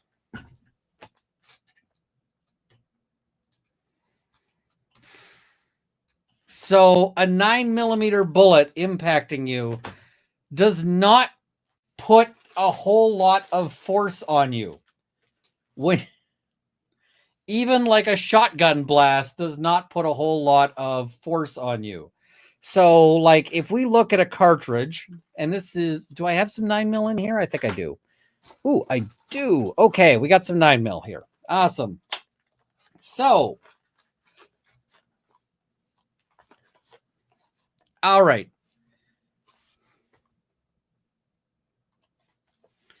So this little bit at the end is the actual projectile, right? So only that much basically flies at a person. And it doesn't actually move things that much because there just isn't that much material. Now, the other thing is that most of the force isn't actually staying in you, right? Because a lot of the time you're talking about it goes right through. There was an exit wound in this case. So any force that is still there is exiting. When you see people get shot, and they see people get lit up, right? I watched a video, a homeless guy was there, and there were like 10, 15 police around this guy, and then the homeless guy jumped, and they just they lit this guy up. And after he got shot to heck, he kind of sits back down again. Because he's dead, like he's got his organs are shot to hell, but he doesn't get thrown. There's no thrown. There's no launch. There's no any of that. It's just. So Bradle's got that wrong. So, yeah. And under her leg. I have no idea. It's the way she fell. So back to the notion of who touches the gun. Daly picks up the gun, right? Yes. Daly puts it on the bed, correct? Yes. And you don't like that? I don't. It's too close to her. Okay. Well, she's sitting there with a gunshot wound to her chest with you there and Daly there. Isn't that fair to say? Yes. So then you touch the gun, right? I do. And then you move it to the white shelf, bookshelf. Yes. And then Core arrives, and Yes. then you tell Core to grab the gun and secure it, right? I did. And then Core has it. Does he take it into the hallway? Maybe. I remember just focusing my attention on Kelsey. Sure, understandable. So you're focusing on Kelsey, and you're giving her first aid. Yes. Well, Lieutenant Daly was starting to work on her. Well, is it fair to say that at first you still had your gun on her, but then you helped with the first aid? Yes. Okay. Afterwards. So that was your primary focus, was that once you felt that she was not a threat to you on your testimony, you started to assist with the first aid, right? Yes. And you and Daly are rendering first aid, and then Core comes, right? Yes. Yes. And you say, get that out of here, secure the gun. Yep. Make it safe. Okay, so it's fair to say that Core does that, but your attention is not on what he's doing, it's on rendering first aid, right? That's correct. So you don't have any knowledge or observation of what Core did with the firearm, right? No.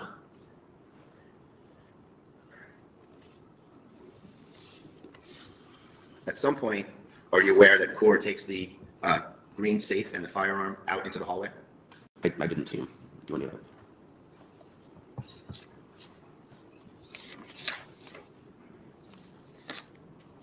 I show you Exhibit 51. Do you recognize that? Yes, I do. So Exhibit 51 is the left side of the door frame where you say that Kelsey lunged, right? That's correct. Is that how it looked when she lunged over there? I didn't see that when I was in the hallway. Do you know anything about that shoebox with the orange lining? I have no idea. Do you remember seeing that chest with the brown leather trim on it? I thought it was an end table when I walked out of the room. Do you think that the gun came from any of those areas there? With how quick she grabbed it, I think it came from that box, but I don't know.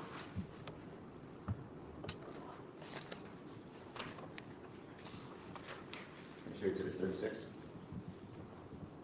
That's a picture of the stairway, right? Yes. It's pretty narrow. Yes. And you went up to the top, and you were at that landing, right? That's correct. You never entered Kelsey's room? No.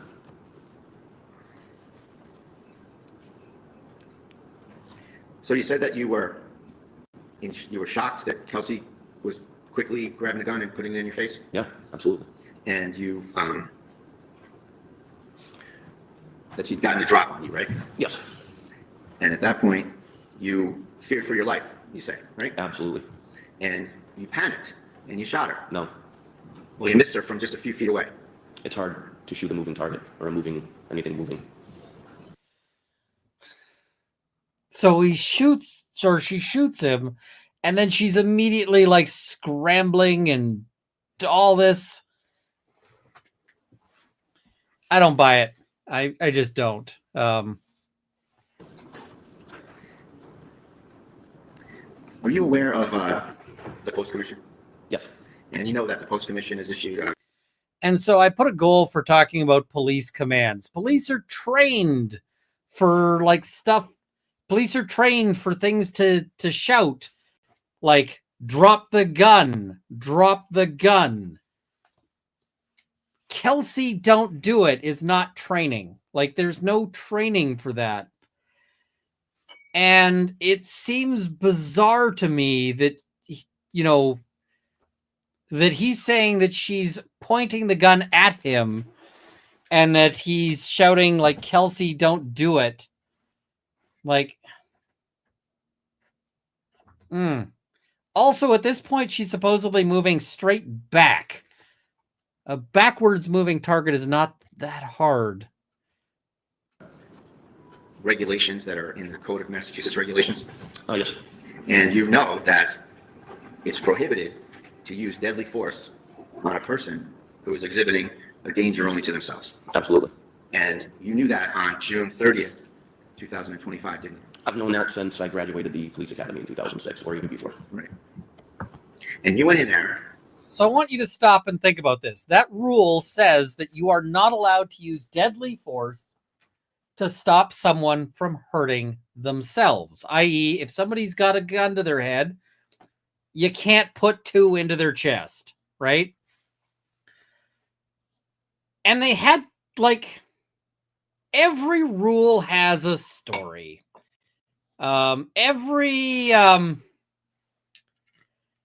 And so the story of this one is that they didn't just pass that law for funsies. They would have passed this law because police officers shot people who were threatening themselves. So,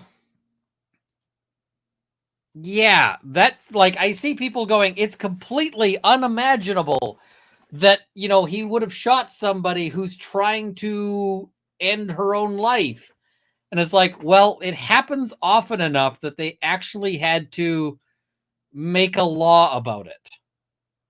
Right? Like, they actually had to make rules saying you can't do it, which means officers have done it.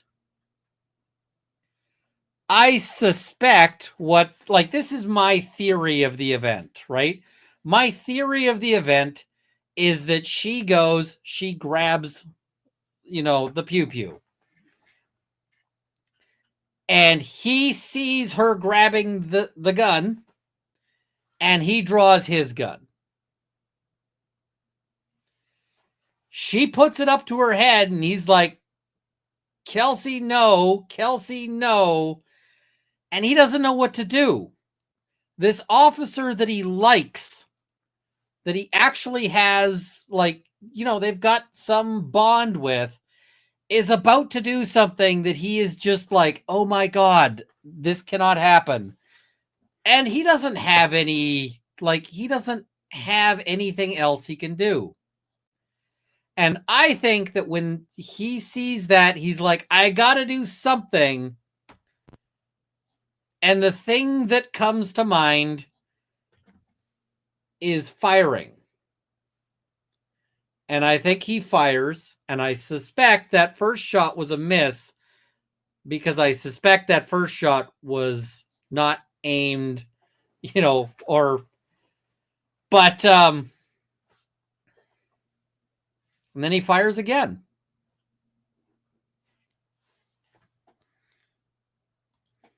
Thinking that Kelsey was dangerous. And then afterwards he realizes, oh shit, I just fucked up because I'm not allowed to do that. And then he needs a story. That's my theory on this one, is that after he plugged her, he's like, I need a story. And had guns, and you might get into it, right? That's inaccurate. And that's why you had your gloves on, isn't it? No. You were ready to get wet. No.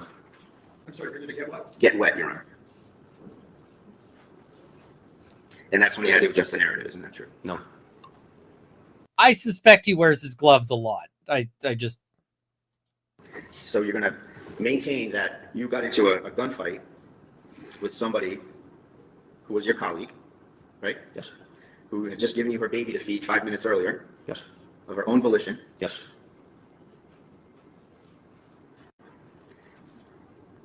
She developed some sort of a homicidal animus towards you for what Justin Elaine just did to her, right? I don't think it was unbeknownst to me. I didn't know Justin was in the house. I think I was standing in her way for her to get downstairs and kill Justin. Are you fucking kidding me? So his theory now is that Kelsey was going to get the gun, shoot him, shoot her way through like another 2 officers, and then track Justin down to shoot him. So he just comes up with this theory out of nothing that she's gonna, basically she's just gonna John Wick her way through the house, kill every last person, and that's like... I'm like, I think I'm better with a gun than Kelsey is. There is no way I would think I could do that. Like, if you put me in that room with an airsoft gun and said, okay, you need to take this guy out, the SWAT team, defends nuclear missiles guy, and then, take out 2 other officers, what?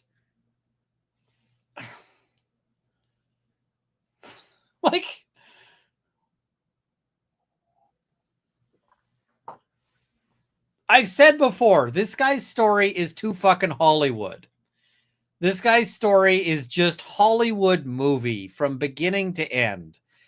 And like, you know, this is suddenly she's going Kill Bill, right? She's waking up at the hospital and she's just gonna, you know, take her way, like, she's gonna fight her way through like a crowd of people to get to her ex. Like, no, no.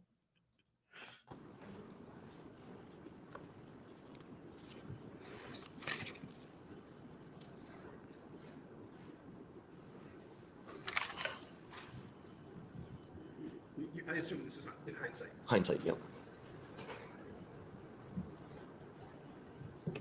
Sorry, sir, one more, please. Mark. Take your time.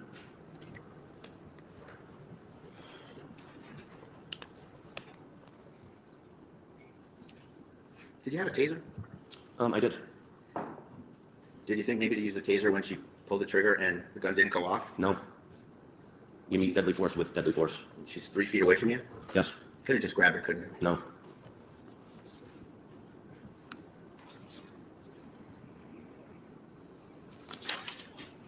And if there was deadly force, you wouldn't have stopped at 2 shots, would you? You would empty that magazine right into her.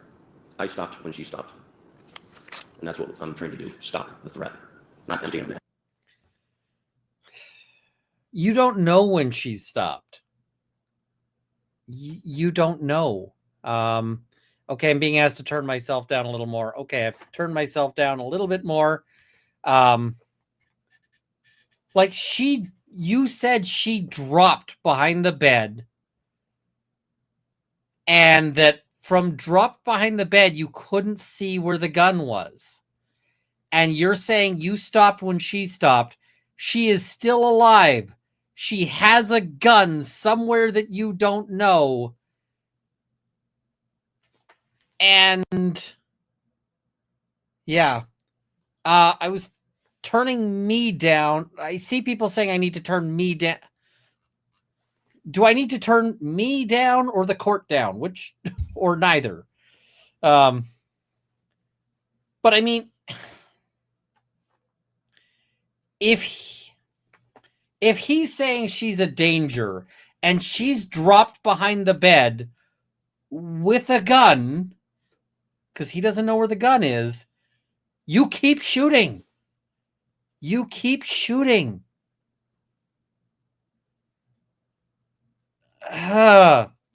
He stopped shooting because he realized he fucked up. That's why he stopped shooting. What were some of the things that she asked you to bring downstairs? I think there was a basket of books, and I believe some clothes. I think she put them in a car seat.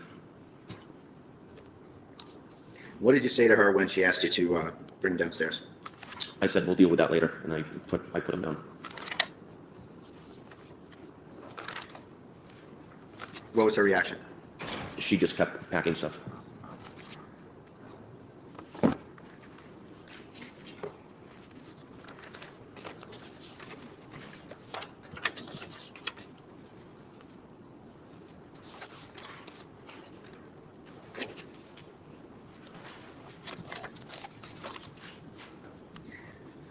So you said that you were, you started your career in the North Andover Police Department, correct? That's correct. And you left for the Lawrence Police Department in what year? 2011. And then you were on the SWAT team from 2019 to 2024, correct? That's correct. And that you left North Andover to get a faster pace, right? What do you mean by a faster pace? Busier. Are you talking about when I left North Andover to go to Lawrence, or? Yes. A busier atmosphere. More action. More calls for service. More what, I'm sorry? Calls for service. Calls for service. I wanted more experience. And you were there for how long? In Lawrence? Yeah. From 2011 to 2024. 2024, you go back to North Andover, correct? Yes. And you said that you wanted to bring your training and experience back to where it all started, right? Yes. Meaning you wanted to offer officers at North Andover the benefit of your training and experience, correct? Correct. You said that you only have 10 years left, getting older, the slower pace is what's needed, right? Yes. So is it fair to say that the stress of a busy urban department was getting to you? No, Well, you did tell Kelsey that you had PTSD, didn't you? absolutely not. So slower pace, and you just wanted to grace the department with your training and experience, correct? Yes. Is that right? Yes. Man, with his training and experience, the body count can go way up.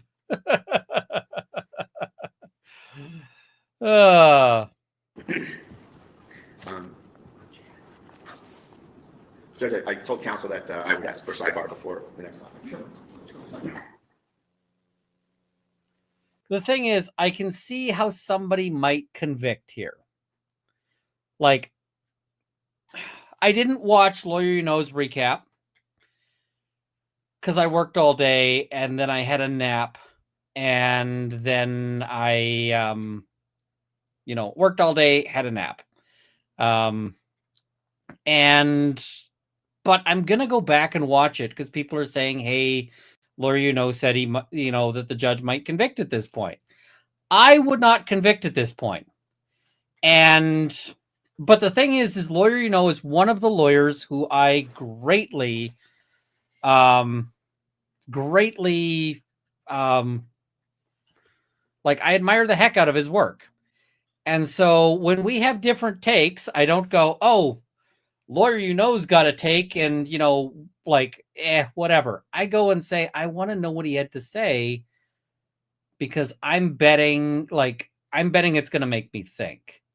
And so I want to go back and watch that and see what he had to say, because I am, I'm very curious, right? The thing is I am not at a point where I would say it would be ridiculous to convict, especially because the judge doesn't know guns, right? The judge does not, you can't assume. I come in this, and if I was me, I'd have a hard time with this trial as a judge, because I come in with all this knowledge and I would be, I'd have to forget all of this knowledge if I was the judge, right? I'd have to just, I'd have to pretend I don't know any of this. So I'm hoping that some of this stuff gets back in as, I'm hoping that the defense calls a witness and so forth. But I would acquit here. I don't find Noonan credible. And that's the big thing. I do not find Noonan credible. And part of why I don't find Noonan credible is based on what I know about things. But the judge isn't going to be back in chambers going, let's play with the toy, right? The judge can't do the play with the toy in chambers. So, yeah, I want to see more stuff.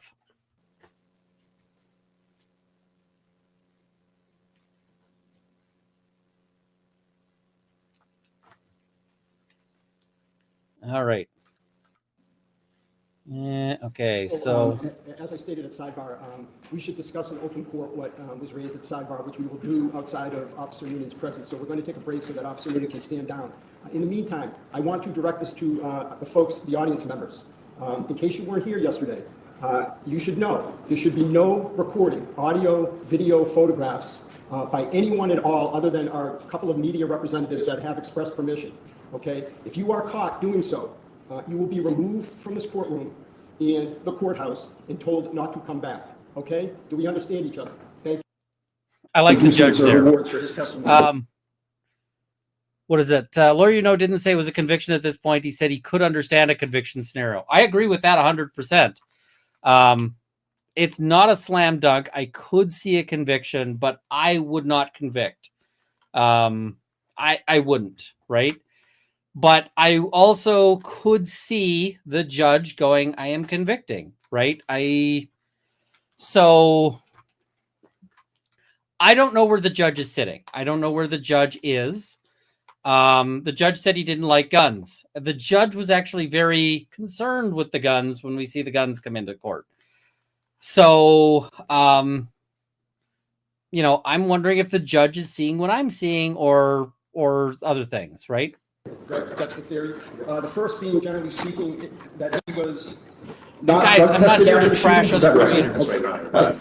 And you're, Be a thing. I'm sorry? It was a town policy, it's a town policy, that if there's a serious incident, that the town would drug test the officers involved. Okay, so number two, and I may not have these in the order that you raised them. Number two was that essentially you allege Officer Noonan missed a shift sometime after the shooting. Perhaps it was, let's say, medication related, generally speaking. And number three, that Mr. Noonan, that Officer Noonan. So the first issue that was raised at the sidebar was that Officer Noonan, after a shooting, is supposed to get drug tested. Right? And apparently wasn't after this one. The second thing is that he apparently missed a shift based on like medication issues, and there's policy implications of that. Was placed on administrative leave, but allowed to work details, and that you believe that to be in violation of some policy or CBA. Yes, Ron, you're either a policeman who can work, or you're a policeman who can't work. You can't be performing details in uniform as a policeman. Okay. You're on a critical incident because you can't work. All right. So generally speaking, we did address some of this pre-trial in the sense that there was a Rule 17 motions, right, by the defense to get Officer Noonan's IAD files from Lawrence and North Andover PDs, which I believe Officer Noonan agreed, which is really unprecedented in my view, agreed to provide a waiver for him to get those. So, Mr. Bradle, so did you get the files that you were seeking, the IAD files? Yes. Okay. And so let's just go through each point.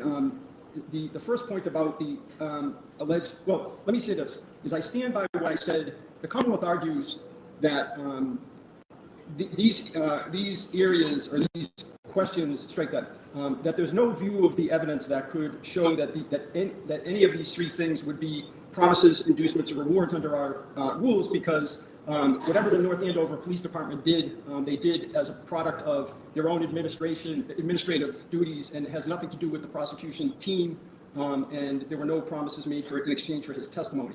So I'm sure that Ms. Moriarty could articulate that much better than I did, but let me try to cut to the chase. I agree with the Commonwealth, as I said before at the Rule 17 hearing, but I think arguably, and I want to hear you folks, that they could be asked, again, I need to drill down more, but they could be asked to show some kind of bias in the sense that North Andover Police, let's say, allegedly,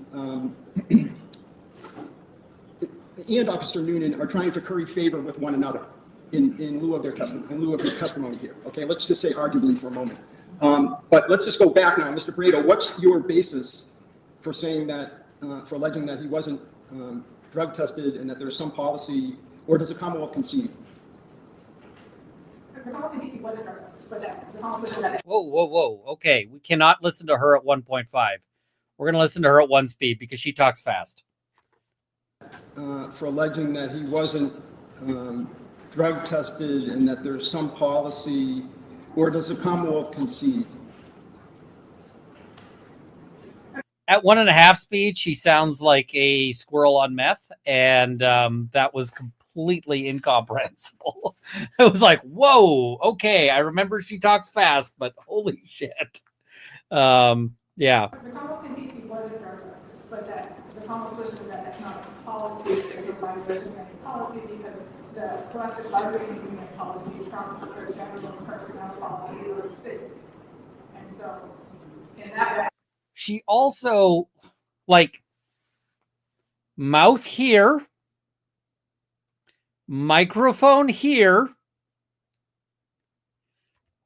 time zone here, time zone here. Like, she is 3 fucking time zones away from this mic. Figure this out. Oh. there's no potential promise Yeah, please. Sure. I don't even do math, Ashy. Come on. I think, again, it's both a conference or what we're doing. Officer Noonan provided grand jury testimony and a report interview to the Commonwealth days and then in August. And all of these incidents happened well subsequent to that. I understand. And there's no claim that Officer Noonan has substantially changed his testimony from what he stated in grand jury or what he told the police on July 3rd. So again, there's no plausible showing or consideration in exchange for his testimony that has been remarkably consistent since July 3rd. What do you say Did to you say that? remarkably consistent? Yes. Okay. So I don't think that's really the issue right here. No, it is because the Commonwealth raises a good point. So even Should I take it back at the other side of it? No, even on my theory, and just give me a moment. Sure. Even on my theory that arguably, let's say that each side, again, not the Essex DA's office or the prosecution team under Rule 14, but let's say the police department and Officer Noonan are trying to curry favor with one another. Ms. Moriarty does make a valid point that there still needs to be some showing that he's changed his story. Sure. I know that's a familiar topic that we all use in this area. Oh, they didn't change their testimony. That's not this, and here's why. This is a reward. It's after the fact. They're giving him rewards for his cooperation, to keep him happy, so he does well, so he's economically enriched, so he's treated nicely, and it's a reward. That's why that doesn't apply here, Judge. He is being rewarded for his continued cooperation. It's not the typical one that we often deal with. No, but let me just push back on that. So he's cooperative, but does his testimony? But he gave I think this is what I heard, is he gave a recorded statement to the state police a few days after the shooting, right? So he's being rewarded for cooperation. What, for doing his legal duty? That is, show up when he's summoned to testify in open court. I think the fact that there's a legal duty attached to someone testifying doesn't eliminate the fact that you can be rewarded for what you're doing. You can get special treatment outside the rules. And I think that goes to the heart of cross-examination, where if someone has a rule made up just for them, that they can be a cop on a detail, but they don't have to be on the schedule because they're out on leave because they can't perform their job. That's a remarkable, unprecedented, in my research and investigation, an unprecedented accommodation. Well, is it? I actually think this is a really interesting argument because basically he's saying because he was able to, because he was able to go to work and he wasn't suspended, that's like, that's a benefit. That's a reward. I'm like, my first thought when I watched this through the first time was Bradle's argument is stupid. That was my first thought. And then I thought about it. And I thought about it while we see the next witness. And I thought about it while, all of these other things were happening. And I went, I don't actually think it's that. It's one of those arguments where I'm initially like, this is stupid. And then I'm like, no, it's not. It's actually a difficult argument. I can't really reject it. Is it unprecedented, or is it legally binding part of the CBA? No, it's in violation of that. Okay, so I don't. Go ahead, Ms. Moriarty. Judge, and I'm frankly less concerned about this issue where you're the backhander. I think it's the right thing to do is to keep this as we would treat any other witness, where it doesn't matter what employment decisions of North Andover Police and Officer Noonan have, that the employment decisions, just like IA files, are not part of the prosecution team, are not part of the report team. North Andover couldn't promise Officer Noonan something without the approval of the district attorney's office. So I think that, again, that interplay, if there is any interplay there, has So I think that one of the things that needs to happen is that the lawyers need to be like physically chained to the microphone. Like the lawyers wear a collar, and the collar has like 2 feet of cable, and the cable connects to the end of the mic so that they cannot actually move that far away. And I mean, I know it'll look like a leash, but oh well. If they can't be off leash, then they got to be on leash. So, yeah. Nothing to do with operating testimony. Okay, but Mr. Bradle says that this absence of drug testing was in contravention of the CBA. I don't think he hasn't brought forward the CBA. He has no perspective to ask you questions. All right, so Mr. Bradle, let's move on to the second point. Your second point is that Mr. Noonan, Officer Noonan, allegedly missed the shift related to some medication. Let's leave. I don't need to know more. I mean, I know more because you've articulated that sidebar, but we don't need to rehash that. And you're saying, I think somewhere in your paperwork, that as a result of that missing the shift, I think you referred to it as AWOL, he received a written reprimand as opposed to some more significant action, adverse action. Correct? Is that generally what your theory is? Generally, yes, Your Honor, with a little more elaboration if I could. Please. So we've had a number of whistleblowers from the department approach us with information. Record scratch?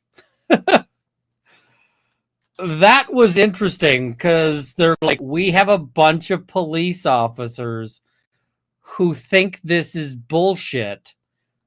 Because what he's saying basically is that there are police officers who think that Kelsey is getting a raw deal and are stepping forward to help out the defense.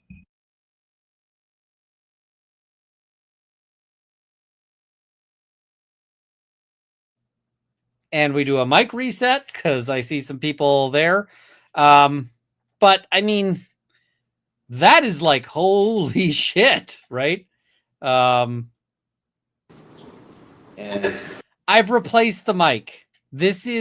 I replaced the mic twice. This is the third mic. It's not a mic problem.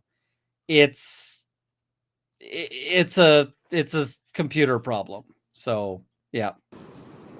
As a result of that, I will proffer to the court that I have a good faith basis to assert that To assert generally what I won't say your sources. Yeah. What I'm trying to do here is I'm trying to make sure that no witness's reputation is attacked and destroyed on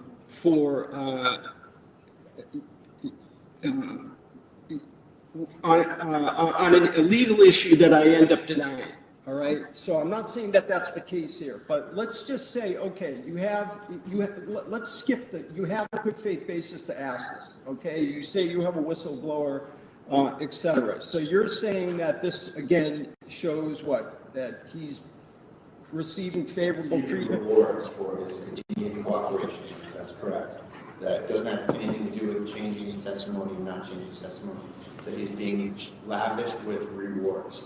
He is, that this, and I won't say anything relative to any of his conduct, but that this reprimand letter was not going to be issued. And that at some point it was sort of after the fact thing that it was in fact issued for appearance's sake. There are police departments where if you shoot somebody, they buy you beers. They do all of those things. And yeah. So he's saying that Noonan got all these perks and that originally there was going to be no sanction whatsoever and no exploration into and I won't say it, but the reasons why he missed his shift. Okay, so let's say there that the proposed question is, Officer Noonan, isn't it true that on such and such a date, you know, you overslept because of some medication, you missed a shift, you were deemed AWOL, and you only received a public a written reprimand when policy called for you to be subject to the death penalty. And so that's the question. And he says yes, no, okay. Then what? Let's say he says no, that's not true. Well, we have the letter, or we have that. All right. So, all right. And then the last item is that he was put on administrative leave and allowed to work details in violation of policy. Right. And you're saying that that's ongoing? That's my information, Judge, is that he was working details, and What's the source of your information? another whistleblower. And, you know, they come to me in good faith, and, you know. And have you vetted these whistleblowers? Yes. Okay. Listen, frankly,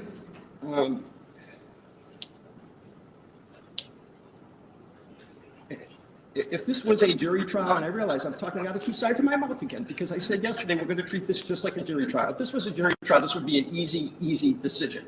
The decision would be not even close on your proffer, denied. The objection to this would be sustained. I'm going to allow one question each as to each of these areas. Mr. Brado, you'll accept whatever the testimony is under oath to that answer to that question. I'll just remind you, because I don't like that. Like, that is some serious baby splitting. This baby has been split down to subatomic particles where the judge is like, I would absolutely reject this if this was a jury trial, but I'm going to allow you to ask one question. I'm like,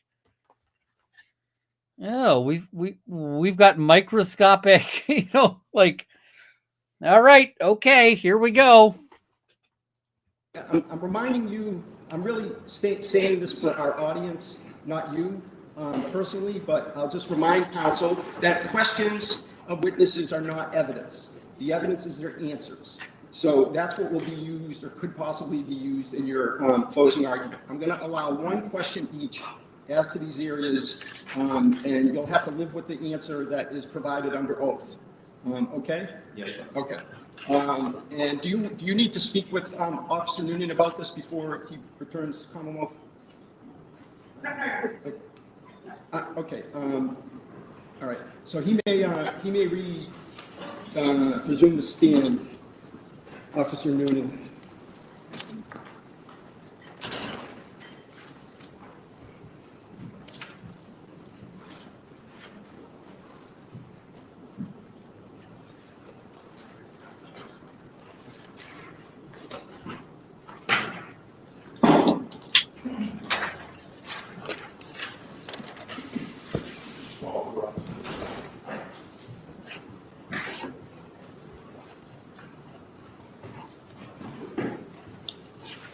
Thank you, Officer Noonan. Mr. Brado, you may continue your cross-examination. Thank you. And so he gets one question each on these things, which means it's got to be surgical. This is like the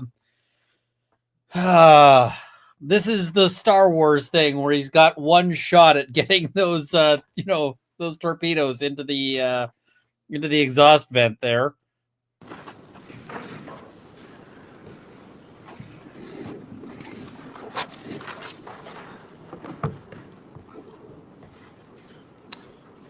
Sir, I want to ask you some questions about some of the treatment you've gotten by the North Andover Police Department since this incident. Sure. Okay. Now, after this incident, immediately after this incident, you were not drug tested by the town or the police department, correct? No. And you're aware that's a policy of the town? That I don't know. You don't know the town policy? As far as the drug testing, no. That was two questions. Now, you also are on critical incident leave right now, or words to that effect, right? Yes. And that means that you're not able to perform the duties of a police officer for the time being, so you get put on leave, right? Yes. And yet, at the same time, you're being permitted to work as a police officer on paid details, isn't that true? Yes, that was our union. So it's just a yes or no question. Yes. All right, let's talk about paid details, because paid details often pay really, really well. And the other thing here is he's on paid leave, isn't he? Like, I thought they said paid leave. So he's not working while on the paid leave, but now he's getting paid details, which means that in the time he's not working, he's got a second job doing these details. Holy shit, this guy's making bank. I mean, who would have thought shooting a coworker could be that profitable?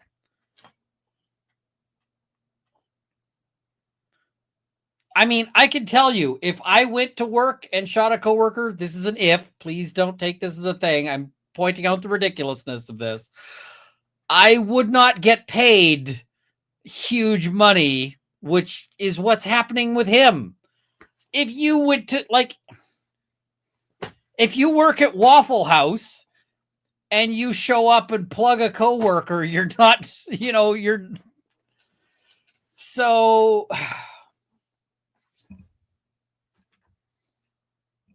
Yeah, that is insane.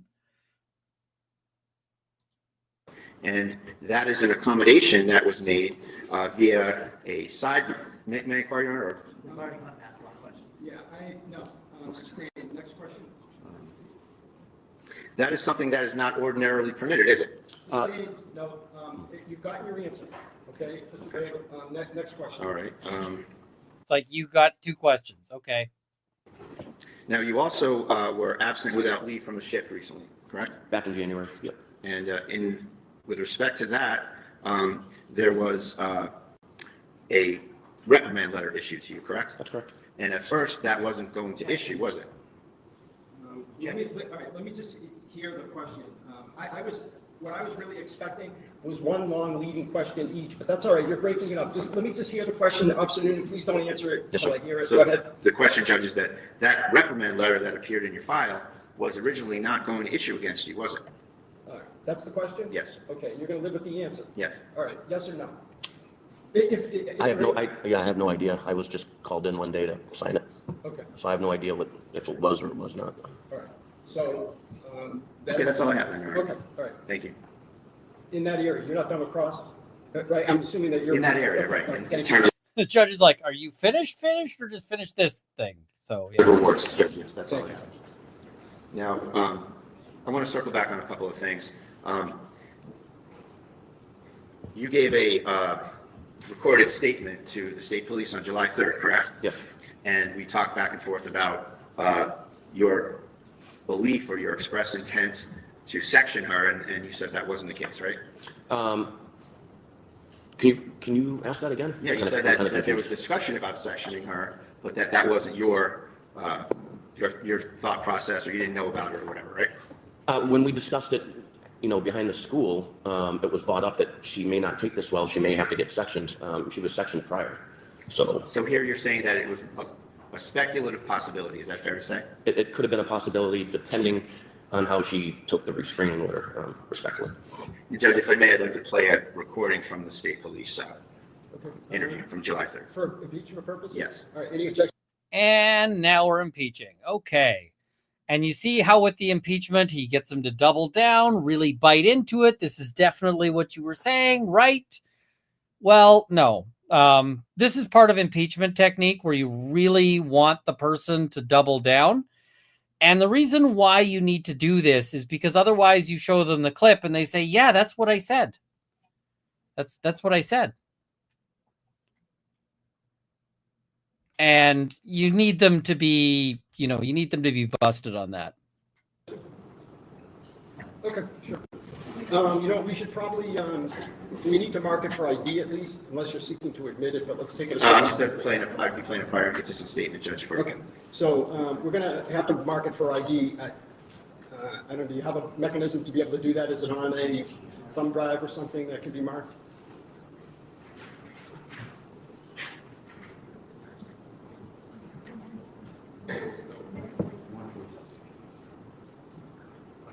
If you're not able to do so today, tomorrow morning, just please bring in the recording that's being played and we'll mark it. Certainly. Okay, all right. Say had just taken out a restraining order, and we were there to serve it, confiscate her firearms, and then we were going to section her. So that's what you said on July 3rd, that we were going to section her, right? Yes, So at the time, you had it in your head that she was someone who needed to be sectioned, right?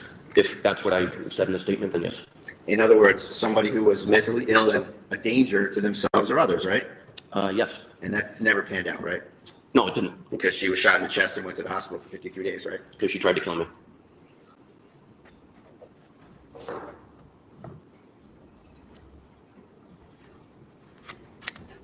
Now, I asked you earlier about whether or not you talked to Ms. Fitzsimmons about PTSD type symptoms. You recall that? No, I don't. You recall me asking Oh, you asked me, today? yes. And isn't it true that you went on a call with her in August of 2024? That was a extremely difficult call involving a murder-suicide where the murder was of a baby. Yes, that was horrific. And you and Kelsey went to that call, right? With other officers, yes. And you had shared some texting after that, right? Yes, I was being a senior officer trying to help out a rookie go through a traumatic event. And your phone number, I don't want to give out the phone number, but it's fair to say that you had, Kelsey had your phone number. Yes, I think we were all in a group text. And it's a 978, just leave it there. That's correct. Okay. And so in that text, you said to Kelsey, relating to your past career, I spiraled down a rabbit hole, a very dark place. This happened years later in my career. We can speak in person about that. I have a guy I've been going to for years, like 10. And when I feel like I'm off, I call him, and all I have to say is, I need a tune-up, and he does me in. Right? I don't recall that, but if that came from my number, then I had that conversation with her. I don't remember that at all. Okay. So he's talking about his psychiatrist or psychologist with her. Okay, that's interesting. But they barely know each other. They've never met. May I approach you? Yeah. I apologize, I have to do this on my cell phone. This just came up this morning. I'm joking. Okay.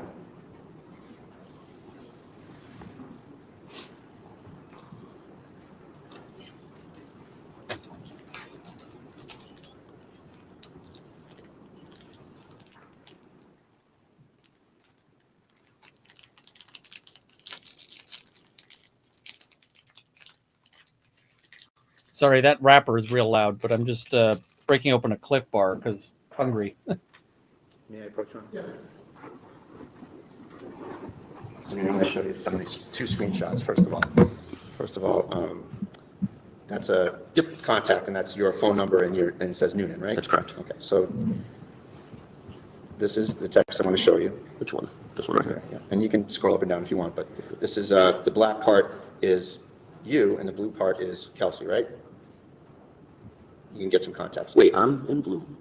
Kelsey's Oh, blue, Kelsey's and in you blue. in black, yeah.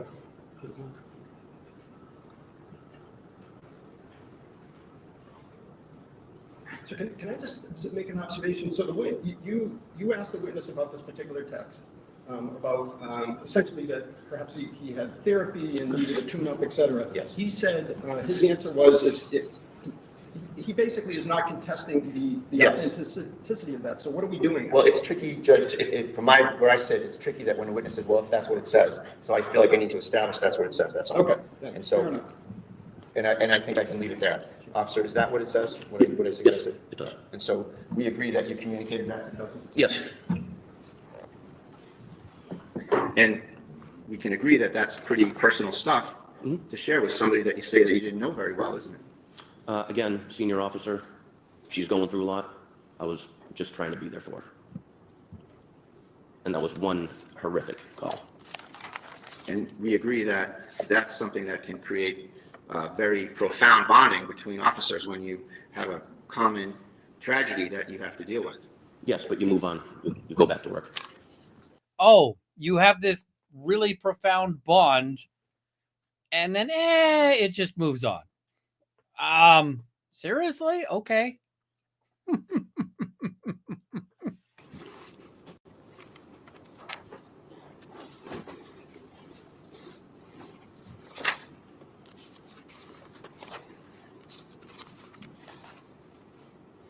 He's like, we bonded over a shared trauma for 20 minutes and then, back to work. Okay. I want to go back to the bedroom where Kelsey's on the floor and you stop holding the gun on her. You assist Lieutenant Daly with first aid. Yes. Okay.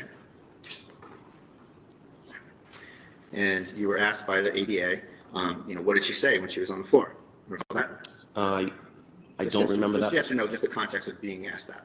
Maybe. Okay. And see if this refreshes your memory. You said that she said, it hurts. She said it hurts. I, meaning you, said, keep breathing, you have a baby to live for. Yes. Right? And that was your testimony about what she said and what you said, right? Yes. And that was the truth? Yes. And that was the whole truth? Yes. Now, when you were interviewed by Attorney Bennett of the CIC investigation, Yes. you painted quite a different picture, didn't you? No. You had something to add that made you look good, didn't you? No. You said to Attorney Bennett, if I can have one moment, Judge, I just want to get this exactly right.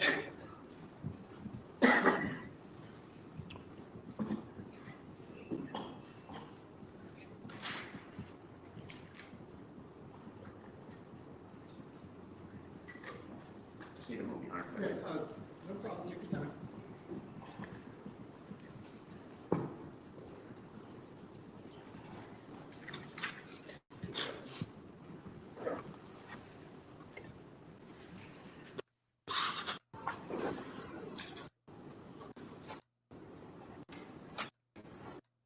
The 80-something page report, 90-page report.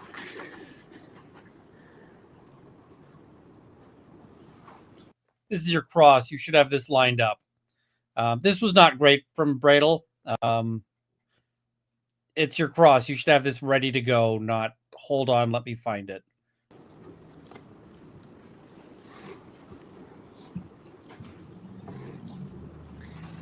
With respect to the CIC report, you did say the part that she was saying it hurt.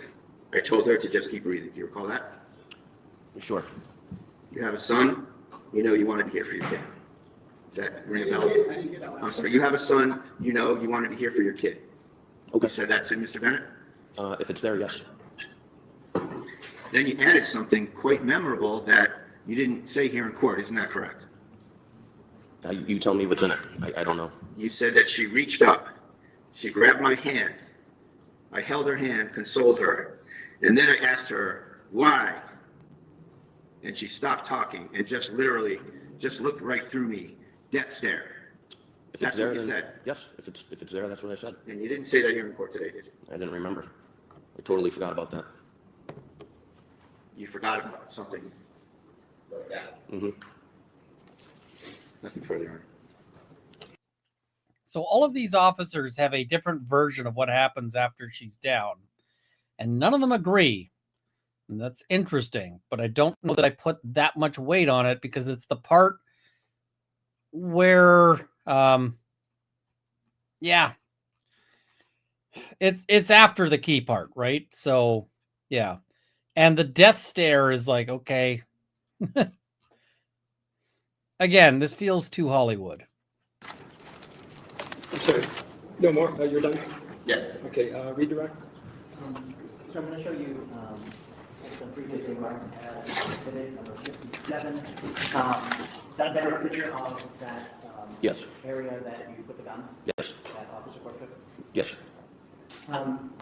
You also stated just during cross-examination that you knew Ms. Fitzsimmons had been sectioned before. That's correct. And did you know that before the call? I did. Okay. And did that factor into how you were assessing the situation in the house? Yes. Did that factor into the team, you, Houston, and Daly, about the fact that you were never going to take your eyes off her? That's correct. Okay. Counsel had asked you about first time you making a statement about what happened was July 3rd, correct? Yes. Did you tell anybody what happened before that? Before I didn't July? hear that. Oh, sure, I'll say it again. Counsel had asked you whether you had, the first time you made a statement about what happened in the room was July 3rd, correct? Yes, Okay. Did you tell Officer Corr what happened? I did. Did you tell Lieutenant Daly what happened? I did. Did you tell Officer Houston what happened? I did. What did you say? I said she tried to shoot me. Thank you. Nothing else. Objection, Judge, as you're saying, it's, I have a motion to strike. Okay, it's, overruled. It's kind of a late objection. If this was in front of a jury, he'd have screwed that up. But it kind of comes right out, and then he's asking the judge to strike it. It's not too late for it to be like a valid objection. It's not like he waited half an hour. But the judge is overruling it, and we'll see. Do you have recross? No. I'm not, just to be clear, I'm not, Mr. Bradle, I'm not, I did not allow that. Just for a state of mind. Thank you. All right, and to rehabilitate as well. All right, no further questions for Officer Noonan from either side? Hopefully the mic is fixed. I just did a mic reset. I take the silence as a no. Thank you very much. You may step down, and Commonwealth, you can call your next witness. Thank you, sir. Thank you. I'm sorry, Before the witness departs, oh, you were almost out of here. You didn't move quick. You didn't move fast enough. All right, yeah, we can go to sidebar.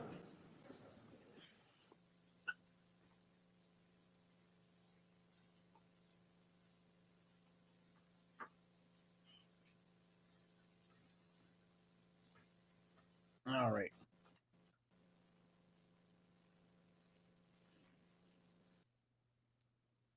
Okay. Now, you said the woman screaming. Was that the woman downstairs was screaming? Okay, so we get this guy. He's another cop. He wasn't upstairs. So we're gonna mostly skip him because that's what he's there for. All right. Now we're gonna jump to this next guy.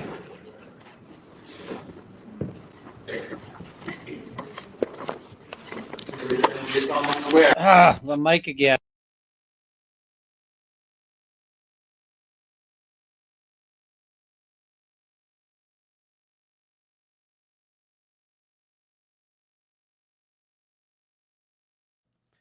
The mic thing is maddening. Okay, here we go. That the testimony you're about to give in this cause now and hearing shall be the truth, the whole truth, and nothing but the truth to help you God. I do. Thank you. You may have a seat. Just pull yourself up to that mic. Thank you. Matt? Yes, please. Okay, so what's he brought for show and tell? He's brought a gun. He's brought a gun, and the judge is going to have some thoughts about that.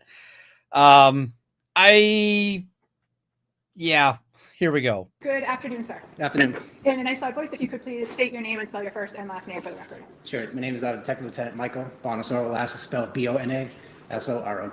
How are you employed? Now, I described this guy on Twitter. I basically said, hey, I looked away for a bit. I wasn't, I'm behind. And then I saw this guy who looks like a weasel fucked a peanut. And I stand by that description. I work for the Mass State Police. And what is your current assignment? I work for the Firearms Identification Section. How long have you worked for the Massachusetts State Police generally? Almost 20 years. If you could give us a brief recitation of your assignments within the state police? All assignments are what I'm doing now. Start from when you graduated from the academy. Okay, firearm expert. We're going to skip past that part. Looking at the components of ammunition, yes. And one of the components of the ammunition is? Too far.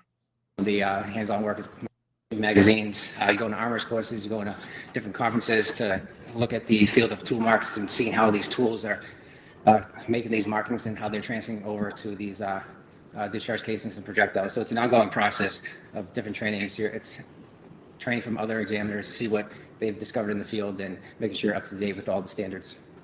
And the armors courses that you've gone to, have you gone to numerous with respect to the common gun manufacturers in the United States? Yes, I've gone to several rifle, shotgun, firearm armors courses. Can you estimate how many weapons you've examined over the course of your career? Hundreds, And how many weapons have you test fired? over hundreds of them as well. And do you also have the opportunity to examine ammunition as part of your work in the firearms identification unit? Yes, looking at the components of ammunition, yes.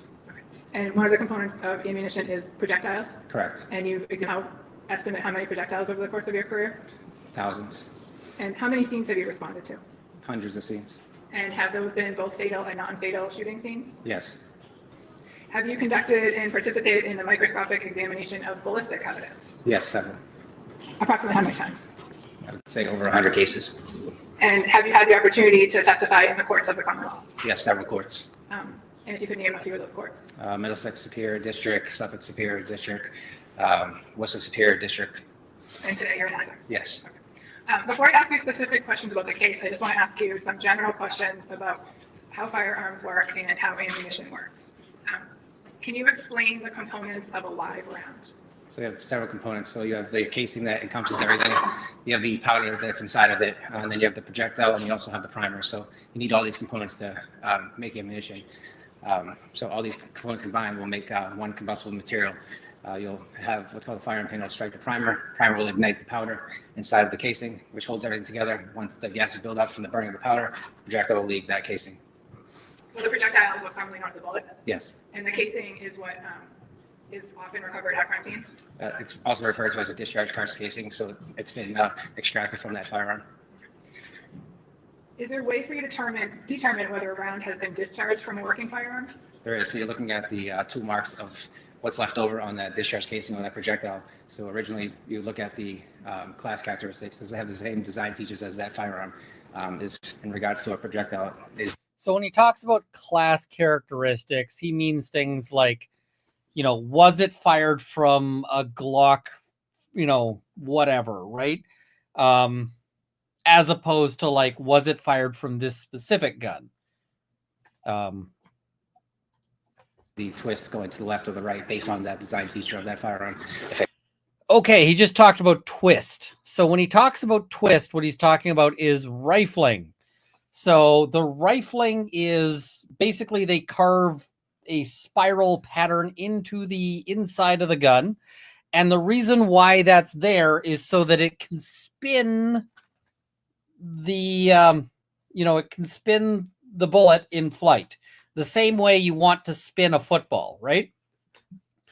Now, they have different twists in order to actually, in order to basically spin it at different rates.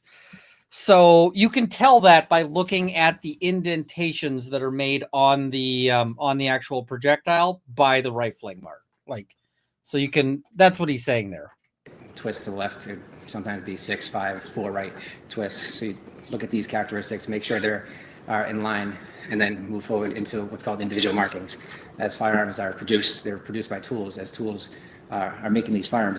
When he says tools, he's not referring to Officer Noonan, but he could have been. Tools are wearing away. You also have little pieces of metal that get in front of the tools, which will create unique marks. There isn't one firearm that is the same due to the fact that you'll have material that's in front of these cutting edges. And he's just repeating that from rote memory. So, yay. Fair to say that when a cartridge is new or from the box, it does not have these particular tool marks you're looking for? You shouldn't have any of the tool marks. It may have some type of markings, what's called bunter marks on a discharge casing. This is from stamping that live cartridge to indicate what caliber and manufacturer of that live cartridge. Did you say what marks? A bunter mark? A bunter mark? Can you spell that for the court? It's Bunter. And that's the stamp that reflects the caliber of ammunition? The caliber as well as the manufacturer. Usually called the head stamp, but yeah. Okay. When a casing comes apart from a projectile, does it come out with velocity? It does.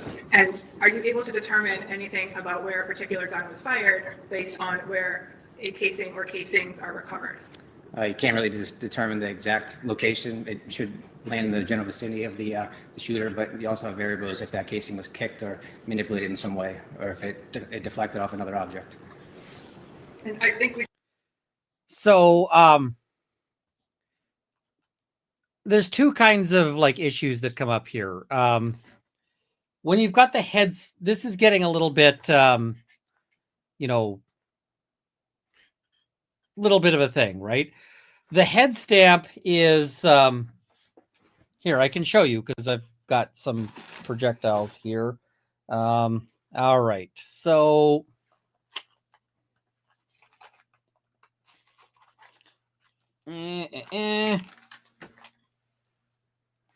so this is the head stamp, and if I can get it to focus on the head stamp, not really, but you can see there's writing on it, right? You can see that there's writing on the back of it. The back of this one says FHM and 9mm Luger. So that's that's the head stamp, right? Now the head stamp is actually stamped into the brass with a tool called the bunter. The bunter is the tool that impresses the head stamp into the brass. And so the bunter itself is a tool that can leave tool marks. And so in theory, you can do analysis of that to see, like, is it the same bunter or a different bunter?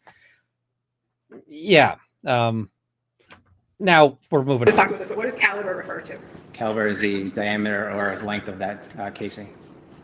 I'd like to talk about a semi-automatic firearm. Are you familiar with those? Yes. And how does a semi-automatic firearm work? So it requires a trigger pull per firing of that weapon. So you pull the trigger, it will cause either a hammer or a firing pin to move forward. It will strike the primer. After it strikes the primer, it will...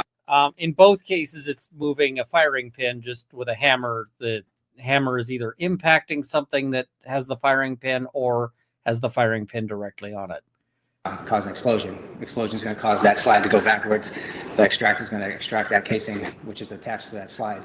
It's going to hit what's called an ejector. The ejector is going to extract that discharge casing out of the ejection port, and it's going to continue the cycle. This slide is going to move forward now because it's under spring tension. And it's going to pick up that other live cartridge that's in. So to distinguish between the extractor and the extractor pulls it out of the chamber.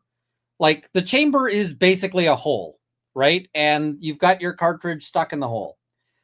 And then so you've got the extractor pulls it out of the chamber, and then the ejector kicks it away, right? Goodbye. So each of those things can leave a mark. The magazine well and load the next live cartridge. But does the user have to do something first before they are able to pull the trigger and have a projectile fire? So they would have to load either manually or with a magazine. So a live cartridge has to be inserted into the chamber. And does the slide, or does the slide have to be pulled back? The slide has to be racked to the rear, yes. Okay. And so the slide has to be racked. Not necessarily. Not necessarily. There are many pew-pews where if you pull the trigger, it will move the hammer back. So that's not necessarily true. Just one time before the shots are fired? Yeah, so you have to essentially cock the firearm. So you have to put some external force on that firing pin or that striker to hold it in place. When you pull the trigger, you're going to have that transfer. And Bainbridge, I have. It actually re-enables itself. It's really fucked.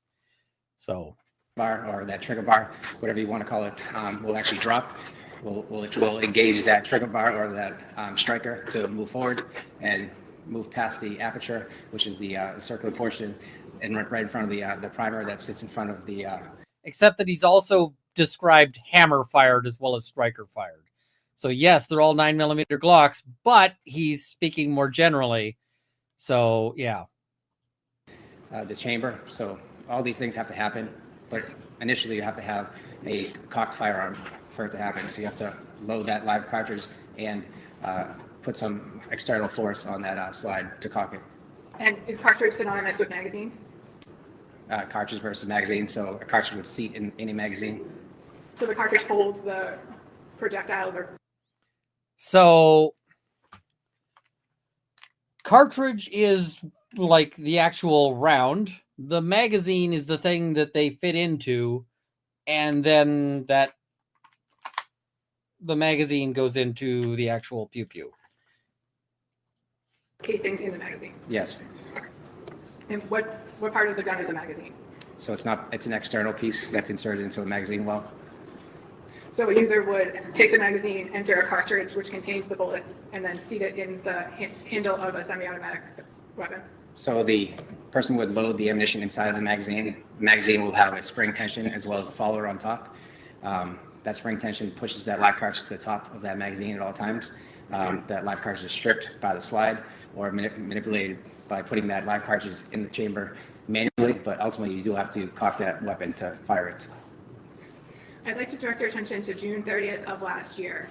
On that date, in the evening hours, did you get called to go somewhere? I did. Where did you get called to go? To a residence in North Andover. What information did you have when you arrived? Information I had was there was a police-involved shooting, which required a supervisor to attend the scene. And that's why you went? Yes. Okay. What time did you arrive? I don't recall exactly what time. It was in the evening hours. Did anyone else from your unit respond? Yes, I had a trooper, Chris Pierce, as well as trooper Andrew Valeri. And the three of you responded from the firearms identification unit? Yes. And what was your purpose on scene? We wanted to document the scene. We wanted to inventory all personnel that were involved in the shooting, whether they fired or not, to inventory their weapons to account for all live cartridges.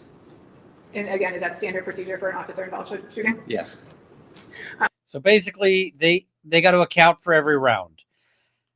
By the way, I've told this story before, but police are generally required to account for every round. And I had a trial where the officer was up on the stand, and they were actually trying to ask they're trying to ask this guy, they're trying to get the officer to say that the cartridge was a live cartridge. And so what the Crown prosecutor eventually ended up doing was he asked him to remove one of his spare mags from his belt, pull a round off it, and compare it to the other thing. And then I kind of ruined that officer's day, because I stood up and I said, that needs to be made an exhibit. And the prosecutor's like, what? And the officer's like, what? The judge is like, it does though. Like, if you're using it as an illustration, it needs to be an exhibit. So then that officer has to go back to his station and explain why he's down a round. Because when the officer goes back and he's down a round, they're like, who'd you shoot? And he's like, I didn't shoot anybody. It became evidence at trial.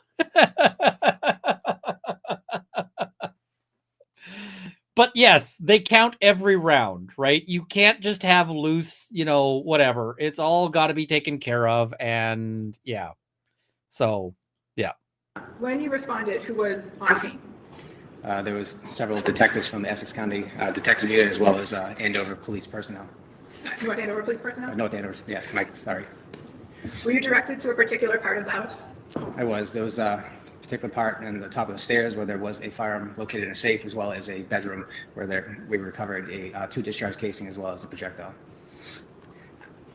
And did you or someone from your unit or someone from the state police take photographs that evening? Yes, we had Crimes and Services photograph the scene.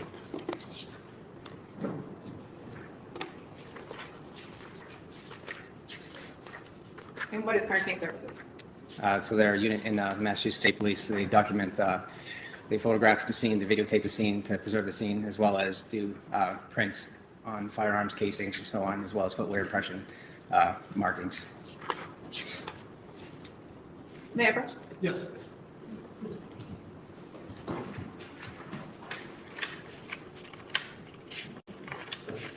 Sir, I'm showing you my photographs. I just asked that you take a look at those and let me know what you think.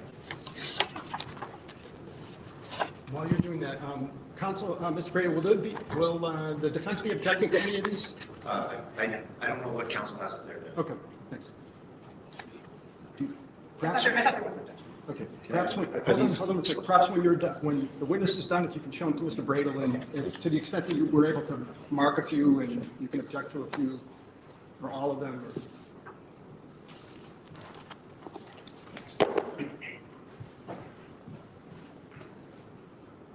Take your time, Mr. Bradel.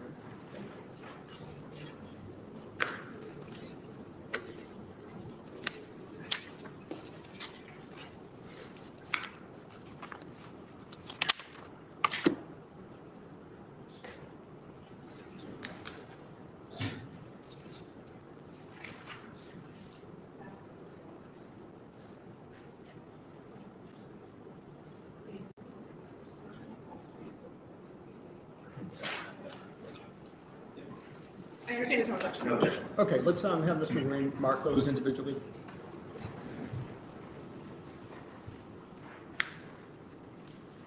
You said there were 9? Exhibit 81 so marked. Exhibit 82 so marked. Exhibit 83 so marked. Exhibit 84 so marked.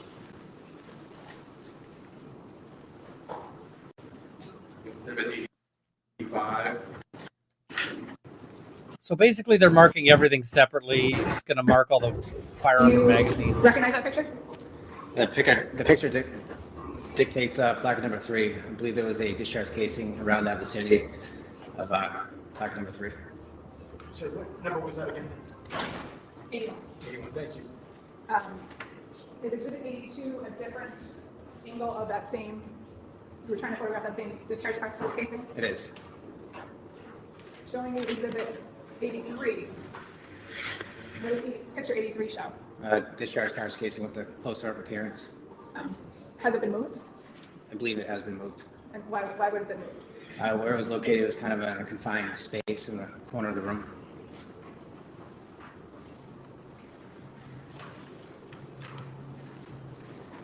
Showing you exhibit 84. Do you recognize exhibit 84? Yes, it's where a spent projectile was recovered right above the air conditioning unit inside the curtains.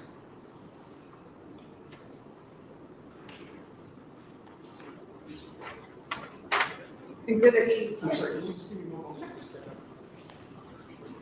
Do you need the picture? Yeah, do you mind putting that back on? Thank you.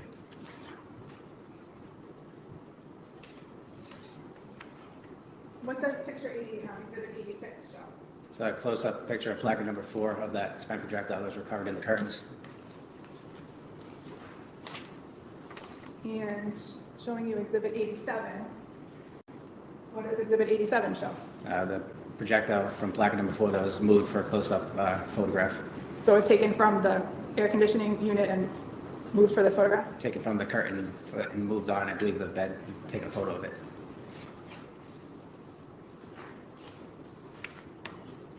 Showing you exhibit 89.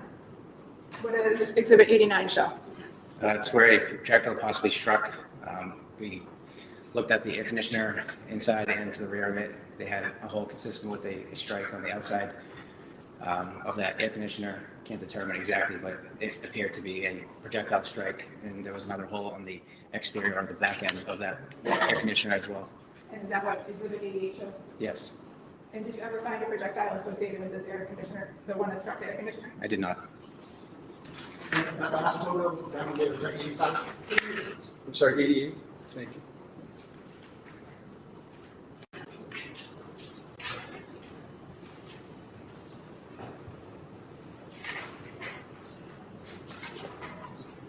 Where is the blood? Probably mostly like on Kelsey.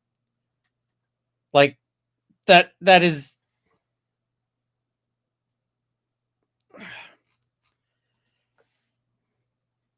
people who get shot don't spray as much as you'd think.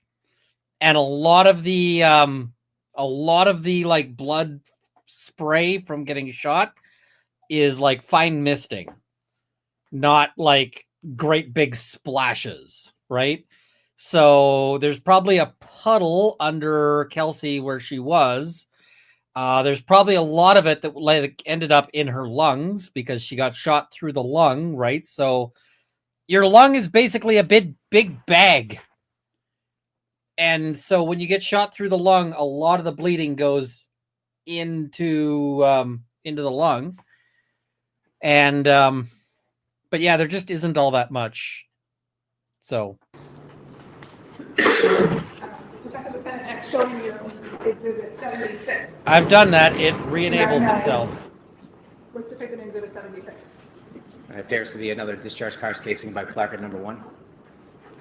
And is Exhibit 77 a close-up of that discharge card location? It is.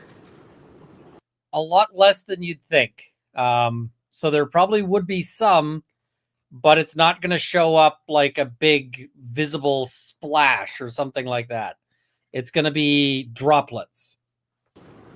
And what did you do with the discharge cartridge casings and the spent projectile that you recovered from the scene that night?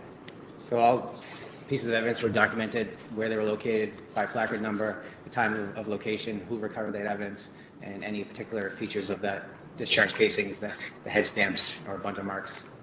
So you collected the evidence and documented it, fair to Yes. say? And is it, in summary, fair to say that you recovered 2 discharge cartridges? If they wanted to show you the blood, they'd really need to either have a picture of like exactly where she was leaking out, or they'd need to use luminol. It's not going to be super visible. Cartridge casing and 1 spent projectile. Correct.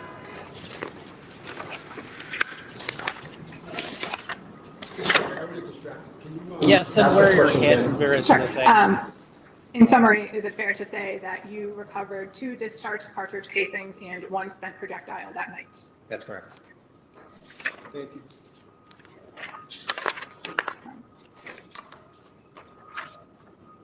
Did you continue your search of that bedroom? I did. And what else did you recover from that bedroom? I don't believe there was anything else from the bedroom other than the 2 discharge casings and the projectile. Um,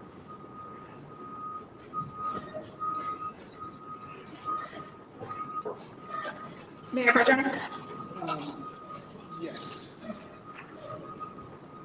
Oh.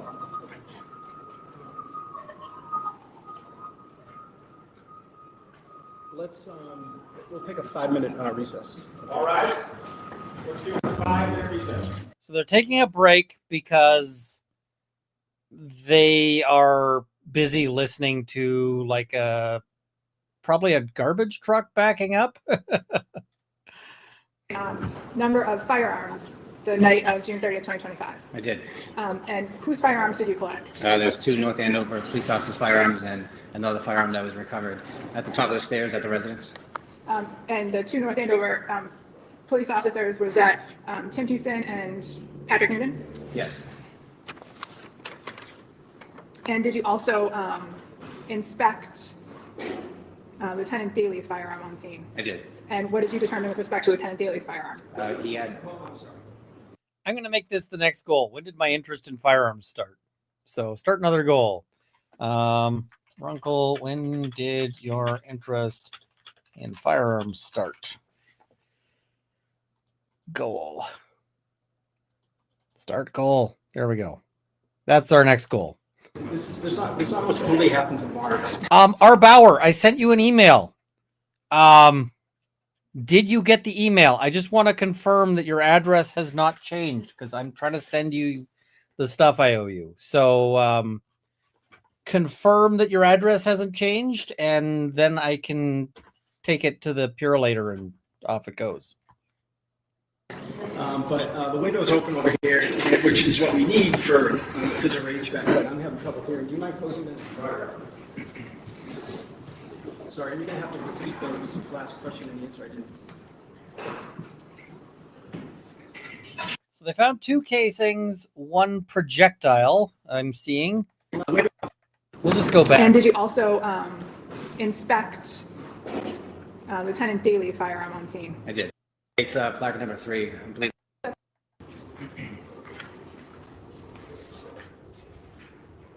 I'm showing you first what's been marked as being 1. Do you recognize that Sorry, picture? I'm just going back here. The picture Okay, dictates I'll get that plaque sent number out really 3. I soon. believe there was a discharge casing around that vicinity of I hadn't heard back from you, so I didn't want to send it out when I didn't want to send it out before then. plaque number 3. Sir, what number was that again? 5 your PayPal. Okay, let me check the PayPal. Is Exhibit 82 a different angle of that same, we're trying to photograph that same discharge card I need a way for the PayPal to like notify me. casing? It is. Showing you Exhibit 83. What does the picture 83 show? Discharge cartridge casing with the close-up appearance. Has it been moved?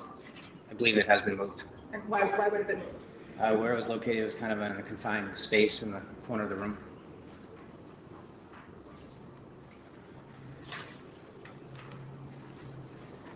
Showing you Exhibit 84. Do you recognize Exhibit 84? Yes, it's where a sprint projectile was recovered right above the air conditioning unit inside the curtains. So they've got the spent projectiles and one spent projectile, 2 casings, right? What I didn't hear, and maybe I zoned out because, this guy is kind of super boring, but maybe I zoned out. Did anybody see any cartridges, like entire cartridges found? That were recovered from the bedroom of Phillipsbrook Road. I did. So I test fired all 3 weapons and conducted a microscopic examination of the class characters as well as the individual markings that were left behind from the firing process. I was able to conclude that the weapon that was fired by Officer Noonan created the discharge casings that were recovered in the bedroom, as well as the spent projectile that was recovered above the air conditioner. And were you able to exclude any weapons? I was able to exclude the other firearms. So Noonan fired the only shots. So nobody else got a shot off. I'd like to change gears a little and talk about the weapon that was recovered from the black safe at the top of the stairs. Did you do anything with respect to that gun? I test fired that weapon with 2 live cartridges from submitted ammunition. And what was your conclusion? That weapon did not fire the discharge casings as well as the projectile that was recovered. So the gun from the black safe was also excluded from the discharge casings in the projectile that were recovered from the bedroom? Correct. But did the gun operate? It did operate, yes. Was there any problems with its operation? There was no malfunctions. Did you bring with you today a box? Which is weird. Her firearm is perfectly functional because the story might have made a little more sense if her gun was broken, right? Because she supposedly tap, rack, bang, trying to drill this guy and just not managing to get a shot off, right? Now, if her gun was actually fucked, that would make some sense. But if it's not fucked, then why? I did. And what is contained within that box? I believe it was that Glock firearm that was in question that was recovered at the top of the stairs. Is that box packaged in the standard way that the ballistic unit packages firearms? It is. If you could open the box and explain what is in the what's contained within.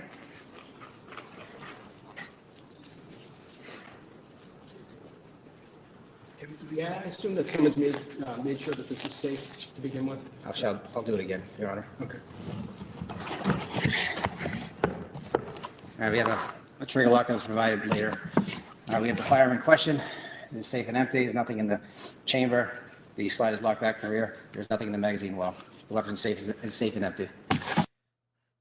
So the judge was like, can you clear that? Let's watch that again. Judge is like, you've got to clear this because I don't know if it's clear. And that's reasonable.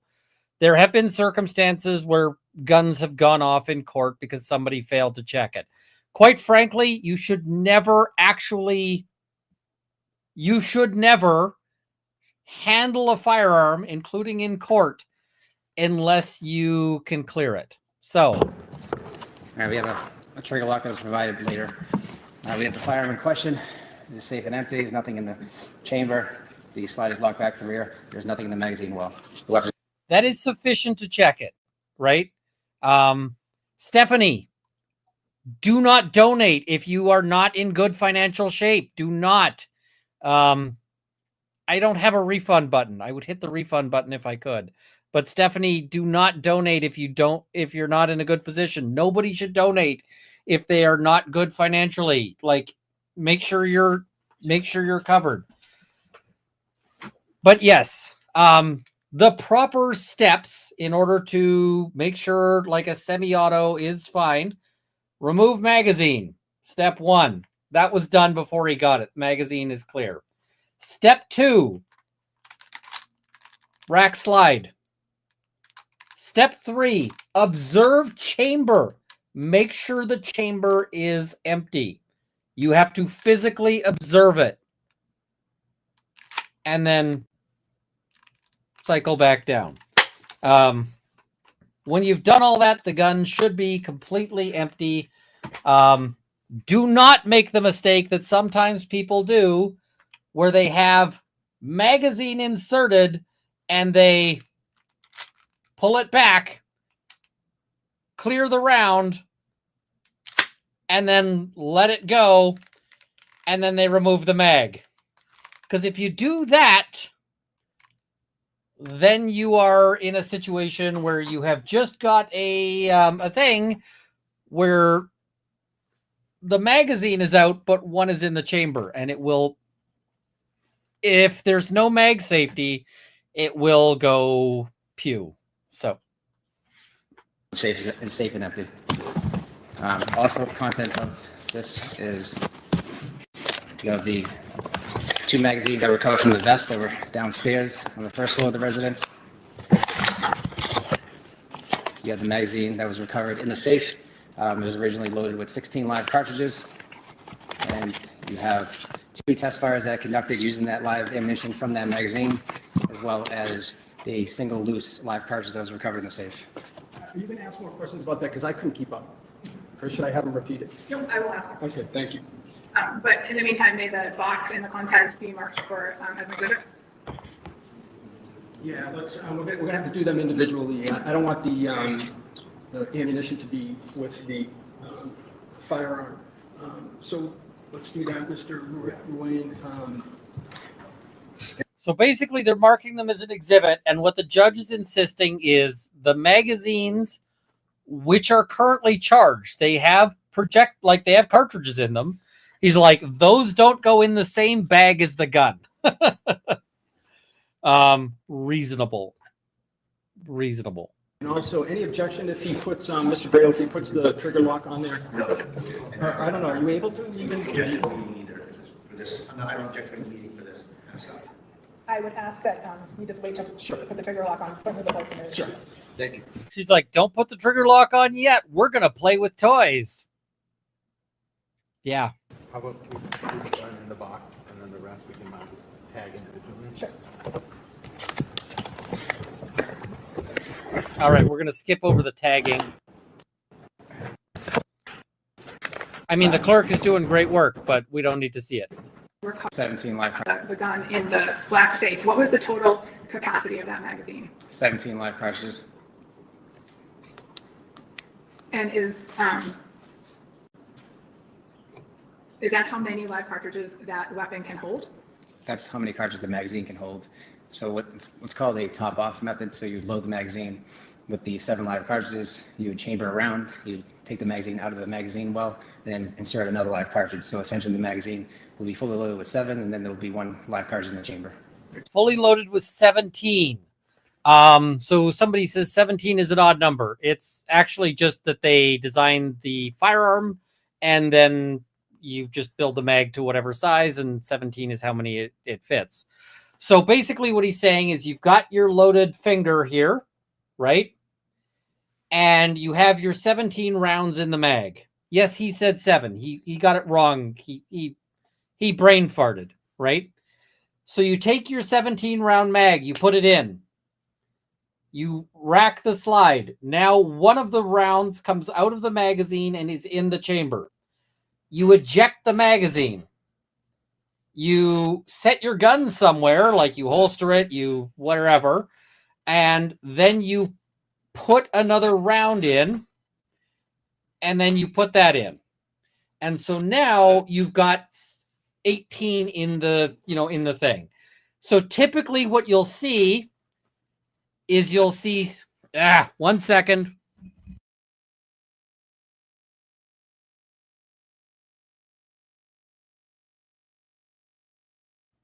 Okay, we did a reset. Hopefully it's fixed. It's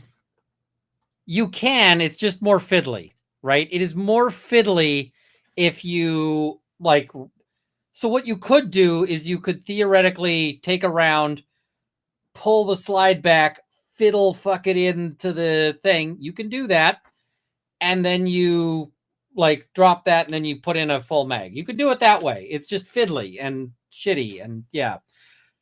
So what you'll typically see is if you go looking at places that sell firearms, you will see they'll say this one takes 17 plus 1. And what they mean is 17 in the mag plus 1 in the chamber. Not all firearms allow you to do this. Some firearms don't. The other thing you can get is that some firearms allow you to do a little bit more. So I've got a Stoeger M3K. Because it's Canada, the magazine, the mag tube is limited to 5 rounds. If I was in the States, I could have more. But in Canada, limited to 5 rounds because it's a semi-auto shotgun. So you get 5 in the mag. But you can also put 1 in the chamber. And if you're doing this for competition, you can put 1 in under the loader. And that's called ghost loading.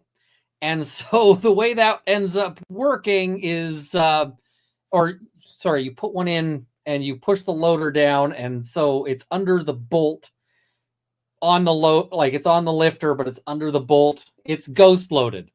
So at that point, it's 5 plus 2 because there's 1 in the chamber, 1 on the lifter, and then 5 in the mag. Eve 388 Computer Improvement Fund. I thought I had this problem solved. It hasn't done it for a while, and yeah. 5 rounds. You can't reliably use that for self-defense with only 5 rounds. That's what the government wants. The government wants you to die rather than defend yourself. So that is exactly how they want that. Yeah. So you said 7, not 17. My apologies. No, I'm asking, that's a question. You mean 7, right? Not 17? 7. The magazine is 17 live cartridges capacity. 17. 17. Is the capacity. Okay. 17 is So the judge is like, you meant 7? He's like, no, I meant 17. Okay. the capacity for the magazine that was recovered from the black box. Correct. And so when you add an extra round, what's the capacity for the weapon itself? So we'd call it 17 plus 1, so essentially 18 live cartridges.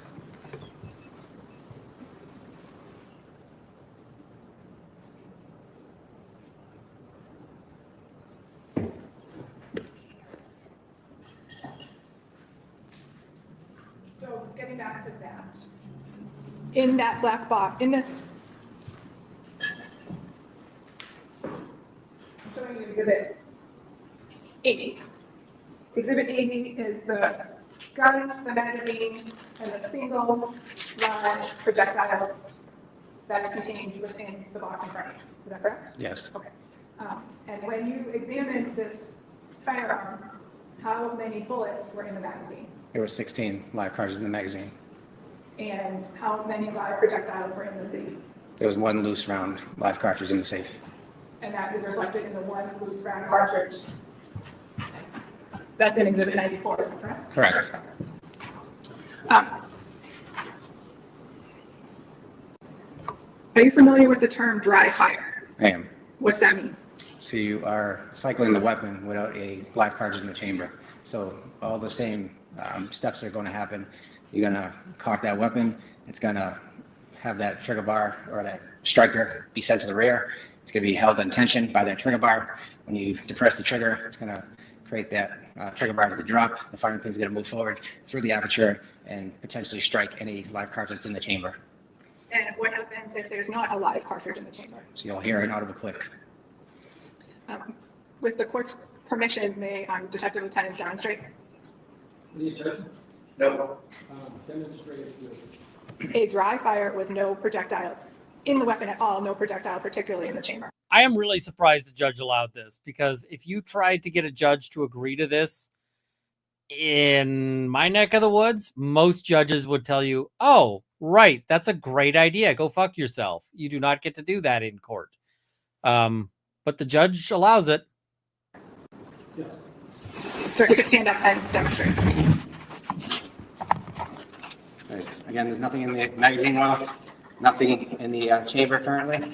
So the weapon currently is cocked. You move the slide forward, it's still in the cocked position. You still have that trigger bar, it's moved backwards. And then when you pull it. By the way, I yelled when I saw this because he's playing with a firearm, and you see where the firearm is pointed right now? Right into his hands. And I'm like, I know you just cleared this, but get your hand out of the path of fire. Trigger, you'll hear an audible click because it's releasing that striker. That striker is going to move forward and hit where the aperture where the firing pin would protrude. So you'll hear it click. And then in order to reset it, so right now you have a dead trigger, it's not going to do anything. Again, pull the trigger, audible click. Now, note, not all firearms work that way. Because there are many firearms where if you pull the trigger repeatedly, it will make clicky noises. You know, this is just an airsoft, but it's made to, so it's just a toy. But many firearms will make clicky noises repeatedly as you continue to press the button. So absolutely, that is a thing. Yeah. And Eve, I also owe you a, what is it? I owe you this.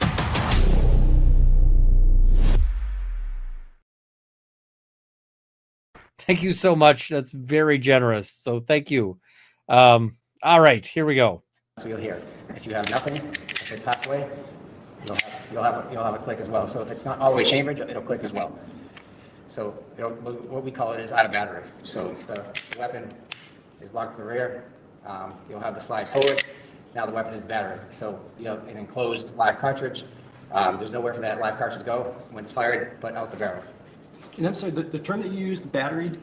It's out of, so once the live cartridge is loaded, that weapon is now in battery. So you have the breech that is right behind that live cartridge. So when No. Once it is loaded, once a round is chambered, it is not necessarily in battery. Oh my God. Okay, so in battery is that the slide is all the way forward, right? All the way forward. Oh yeah, I should have run the pink one. I think, yeah, whatever, we'll do.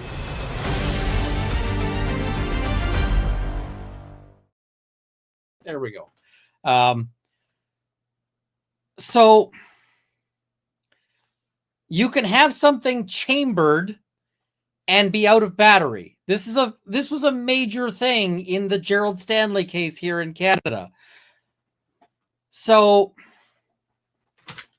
if you have your toy and your slide is like, just a wee bit back, like a quarter of an inch back, right? Then it's out of battery, but there can still be a round chambered. So I saw somebody say, battery is just the firearm is all closed up. Every part is, it's closed up tight so that it's ready to go. If it's out of battery, in theory, it shouldn't fire. If it's firing out of battery, that's an extremely bad scenario. So the peanut is not being accurate here. you fire that weapon, an explosion is going to happen. So you're going to have the firing pin's going to hit that primer. The primer's going to ignite the powder. Powder's going to build up gases. Projectiles are going to go down simultaneously. You're going to have an explosion, which is going to cause that slide to go backwards. The extractor is in contact with that live cartridge. It's going to rip that discharge casing out. It's going to hit the ejector, which is pretty much a metal rod, and it's going to eject out this ejection port, which is right here. There's an ejector right in there. An extractor is like a little claw that's attached to that rim of that live cartridge or that discharge cartridge you have to fire in and pulling it right out. All in one function, and then that slide is going to go forward and load the next live cartridge. Thank you. So based on your training experience, would you hear that click if there was a loaded magazine in the weapon, but no bullet in the chamber? Yes. And based on your training experience, what would happen if the gun was cocked and there was bullets in the magazine and you pull the trigger? If there wasn't any live cartridges in the chamber, nothing would go off. So the prosecutor here who's asking questions doesn't know the right questions to ask because she doesn't know guns. She's trying to ask questions based on having spoken with the expert, but she doesn't know what she's supposed to ask. So he's correcting her question here. You'd hear a click, but nothing would go off. And then how would you get a bullet to go into the chamber? You'd have to physically manually load that bullet or push that slide forward to load that live cartridge from the magazine. No, you pull the slide back and then you let it go forward. Pull the slide. Slide goes back, slide goes forward. That's how that works. May I have one, Caroline? Thank you. No further questions. This guy is a better expert than some of the experts we've seen. I'm not thrilled with him, but I also don't hate him. Like, I haven't been sitting here going, this guy is a sack of shit. I have a USB mic. It's not helping. So the problem isn't that it's going through the audio card. The problem is that NVIDIA audio throws a bunch of interference and for some reason blocks out the audio channel such that it's like, I don't know how to explain it properly, but yeah, it's sucking is the problem. So yeah, no, stupid PayPal signing me out and then causing. All right, here we go.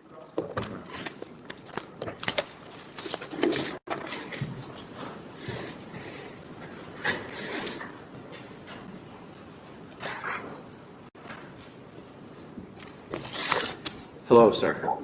Afternoon. Lieutenant Detective Bonasoro, do I have that right? Detective Lieutenant Bonasoro. Bonasoro, nice to meet you. We've never... At some point, what I'd like to do is just buy a computer that is just the streaming computer, but I don't. Yeah, that's for future. Spoken before, correct? Correct. So, what's a head stamp on a cartridge? It's the indicator that tells you the caliber and the manufacturer. Not to be confused with.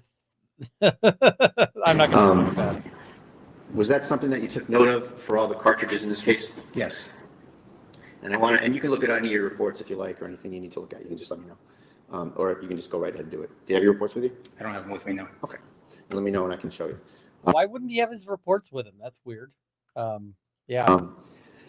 In this case, relative to the spent projectiles that you recovered and the loose round you recovered, did you check the head stamps of those? All head stamps were recorded on all evidence, yes. And they're on your ballistics worksheets, right? Yes. And if you need to look, just let me know. Yeah, I need to. All the head stamps for all these cartridges were the same, right? I believe so. It was Hornady 9mm. Yes. Okay. And so, just out of an abundance of caution, I don't want you to believe so. I want you to look and just tell me. Is that all right?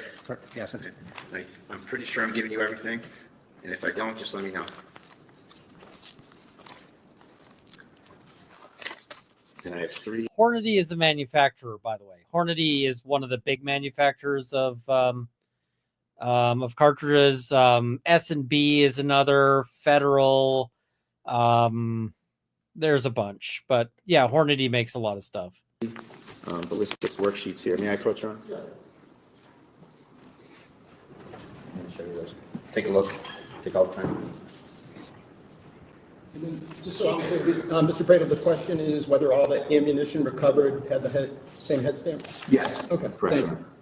So, And of course it all had the same head stamp. Why? They're all cops. It's probably they've got the same stuff. I'm just trying to figure out what my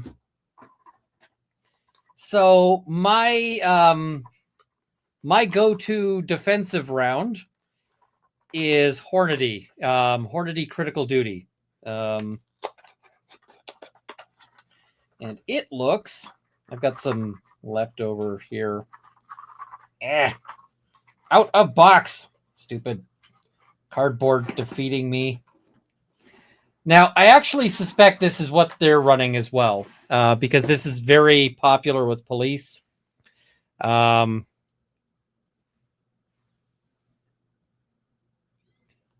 Hornady Critical Duty, you can see it's got the same, same metal case there, with the with that.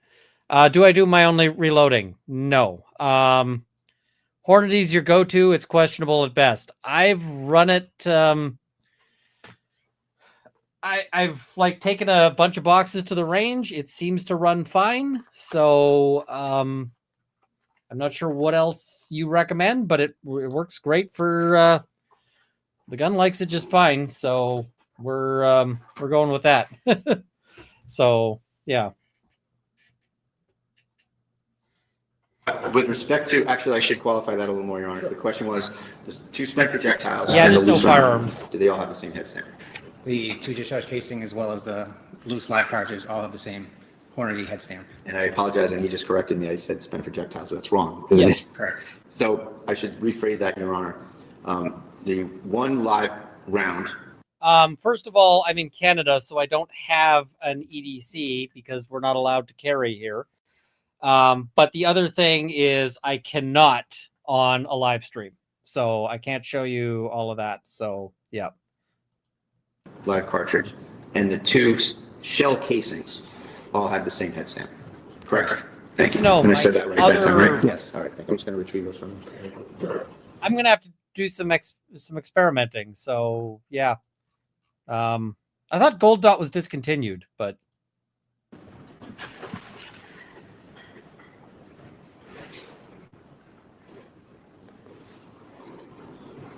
as a state police detective, you go to various towns and you investigate ballistics evidence, ballistics issues at various calls, right?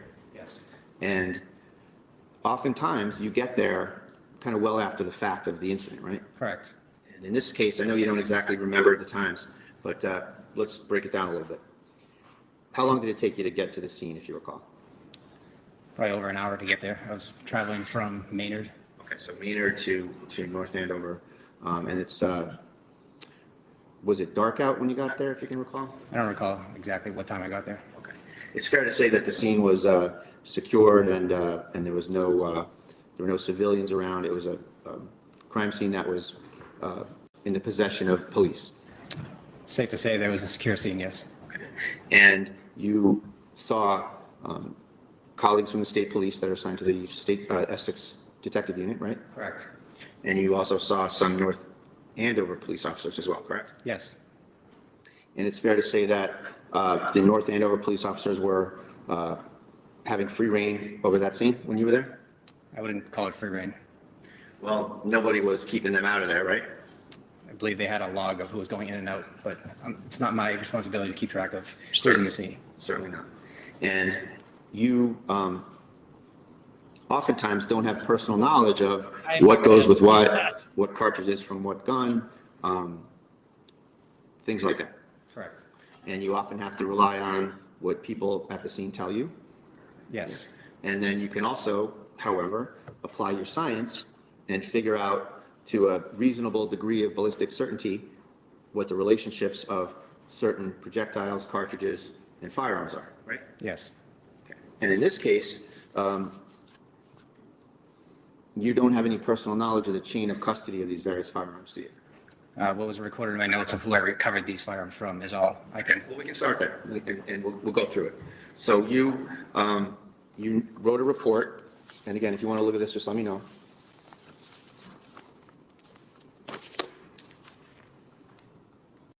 You wrote a report that involved 3 Glock firearms, right? Yes. Okay. And actually, it might be quicker, Judge, if I give him one of these, so I don't have to keep going back and forth with everything.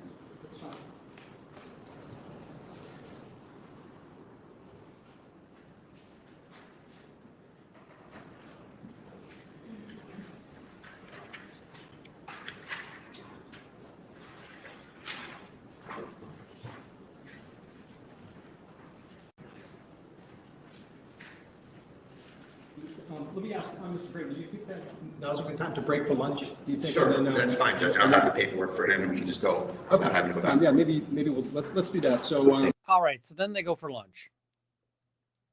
And now we get more peanut at this point. Custody of that particular piece of evidence. It's moved from one location to another or one person to another. So as a piece of evidence kind of goes through the investigative process, sometimes it can be important to make sure you know who had it, where did it go, as it goes through, right? Correct. And in this case, it's fair to say that you don't have personal knowledge of a lot of the chain of custody here. I have personal knowledge of who I received the firearms from. Right, okay. And we'll go through that. And I'm not questioning, in terms of chain of custody, you and the state police going forward from when you left the crime scene. I want to ask you some questions about chain of custody at the scene, okay? Who did you get, and again, you can refer to your report here. Item 1-1 is a Glock 47, and I'll just use the last 3 numbers of the serial number, 269. Who did you get that from? what was the item number again? 1-1, Your Honor. Thank you. Yep.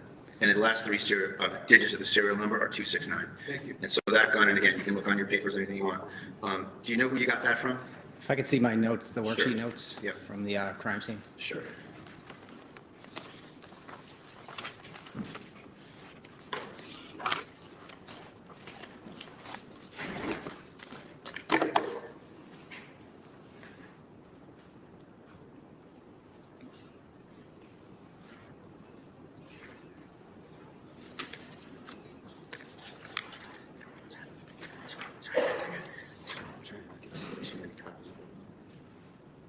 Yeah. Let me see if I got this right. These would be the notes, right? And this is just another copy of that report. Yes. Okay, so they're giving him a copy of his own report. So 1-1, take all the time you need. Who did you get that from? It was received from Detective Lieutenant Michael Davis. Okay, and who's he? He works for North Andover. All right. And do you know whose gun that is identified to from the incident? Based on the serial number, I was told it was Officer Noonan's weapon. Okay. And are there some notes in that packet you have there from you that indicate that Chief Gray had that gun for a while? Yes. And what are the indications that, how did Chief Gray come to get Noonan's gun? I was told that he had custody of the weapon and he unloaded the weapon at some point and he put the live cartridge that was in the chamber back into the magazine. Okay, so Chief Gray is manipulating Noonan's firearm. And I mean the word manipulating in the physical sense. Yes, this is what I was told. And then it goes to who? Lieutenant Reardon, was it? Detective Lieutenant Michael Davis. Davis, sorry. And then Davis gives it to you? Yes. And that's just what you have documented, right? You don't have any knowledge of any other people having it, right? Correct. Presumably Noonan had it since it was his firearm at some point. Presumably. And, all right, so that's 1-1. And item 1-2 is a box magazine from item 1-1, correct?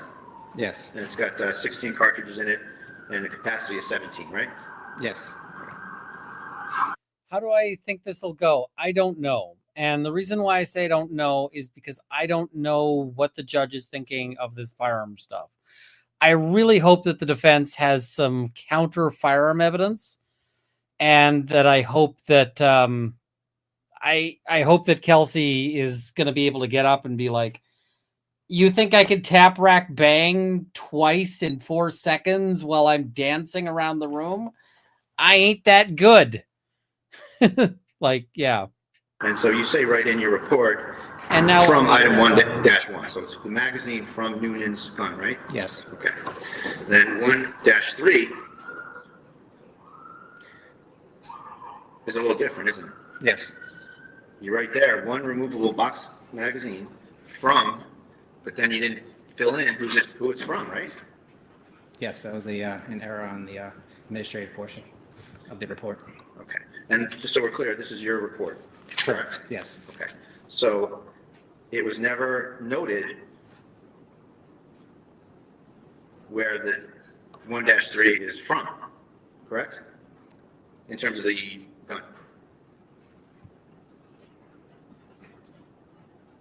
It was noted that it was received from Officer Michael Logan, Right. 1-3. So he's the chain of custody guy, but unlike 1-1 and 1-2, where you match them up, that the magazine is from 1-1, here, it doesn't say where that magazine is from, right? Well, these were recovered at a later time. I was initially given the firearm with the magazine, and then later on, these additional magazines that were recovered from, I believe, the either the duty belt or vest carry, whatever the officer had. Okay. And you know, I'm just asking about what it says. I'm not trying to suggest there's fault. And I just want to go through it with you in terms of what's identified and what's known to be from somewhere and what's not. Okay? So I'm not trying to find fault. I just want to factually have us go through the report. So we don't know where 1-3, the box magazine, is from, what device it's from, right? I was told it was from either the vest carrier or the duty belt of Officer Noonan. Okay. But that's not in the report, is it? It is not. And then same with 1-4, one removable box style magazine from, and then from is not identified, right? Correct. Okay. And that's the same thing. You got a magazine, and that's from Officer Logan as well. The chain of custody references from Logan, right? Yes. Okay. And again, it's not identified in the document where it comes from. Yes? Correct. So he's really running down a lot of chain of custody stuff, and the chain of custody stuff is kind of important, but also kind of boring. And it's not my interest, but it is relevant to be like, we don't know any of this chain of custody. I don't know if it actually lands a whole lot. Correct.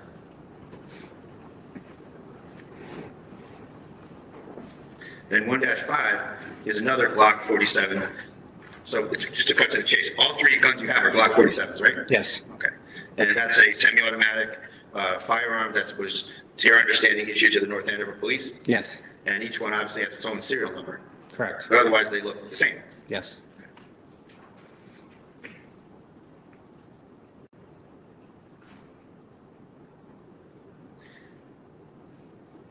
Going to 1-7, you have two removable box-style magazines that you received, and the chain of custody guy is Michael Logan, but it doesn't say what firearm they were in the vicinity of or near, correct? So as I entered the evidence, it was associated with the firearm. So as I went to the next firearm, whatever is below that firearm is associated with that firearm. So all evidence below it will be associated with the firearm until I mention another firearm. Okay, so that's your procedure, right? Yes. Well, it's fair to say, though, that sometimes you do say what it's from, and sometimes you omit it, right? Yes. And that's by mistake, right? Yes. I mean, I like when an officer can admit that he's made a mistake. That's good. And then you have 1-9, which is another Glock 47.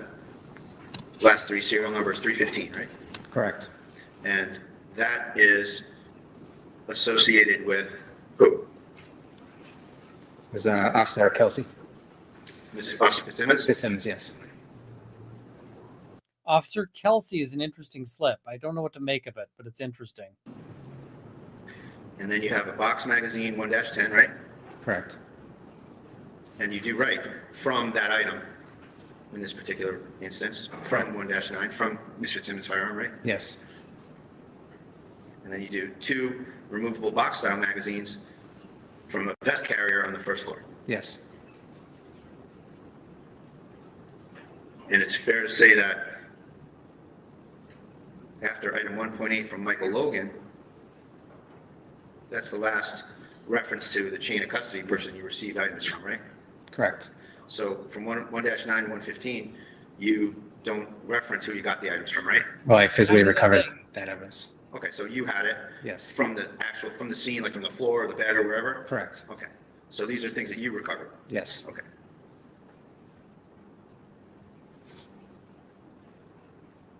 Then we get to some discharge cartridges and a live cartridge, 1-12, 13, and 14, right? Correct. And they're all, as we went over, they're all head stamped the same, right? Yes. And then you have 115, the last item, is a spent projectile. So like a bullet, a spent bullet from above the air conditioner. Correct. And you recovered that yourself. Yes. Okay. Now, with respect to the live cartridge, the discharge cartridge at 113, and the discharge cartridge at 114, it's fair to say that you applied science, I'm going to just keep it vague for a second, that you applied some science to the two discharge cartridge casings, right? I was looking for agreement of individual markings. Yes. I was like, okay, so we're just applying science like we apply salad dressing, like you just take the bottle and you shake a little science out. Okay, we're being very vague here. Right, so you used some science. Yes. Just to start real basic here. And you were able to identify those two discharge casings to item 1-1, right? Correct. And 1-1, you know to be Noonan's Glock, right? Yes. Now, it's fair to say that with respect to the live round recovered from the hallway safe, it's fair to say that you didn't apply any science to that item, correct? Correct. So there's no science, unlike the other two, unlike the discharge casing in 114, the discharge casing in 113, unlike those, the live cartridge, there's no scientific basis for you to say what gun that came from, right? Correct. And it's fair to say that there were... The reason why this is significant is because if there's a live cartridge that was ejected out of Kelsey Fitzsimmons' firearm, then that provides some support for the John Wick theory. And again, I'm not trying to find fault. Nobody asked you to apply any science to that item, right? Correct. So there were some various scientific methods that you could use to determine where that came from, right? There would be some markings if it was actually cycled through that weapon. Right. One step ahead. That's my next question. If that was cycled through a weapon, you would have what? Breech face markings? No, you would have what's called extractor markings, possibly ejector markings, as well as you may have magazine marks. Okay. And just to kind of bottom line it, that means that if someone had, if that cartridge was in the chamber of Ms. Fitzsimmons' weapon, and it was made safe by cycling it out, right? Correct.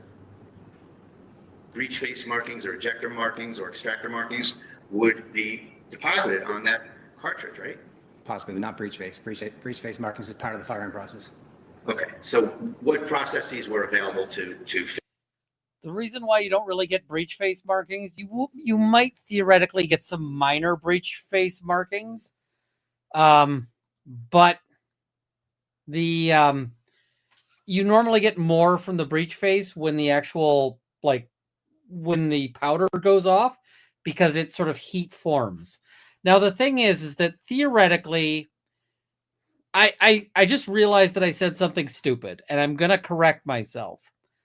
I'm going to correct myself here on the thing here. I said something dumb. So, based on Noonan's theory, you should be seeing either 2 or 3 live cartridges on the floor. 2 or 3. Because if she started with an empty chamber, then the first tap rack should have put one in the chamber, and the second tap rack should have put one on the floor, and then a new one in the chamber. And then when they cleared her gun, it ejects one. That gets you to 2.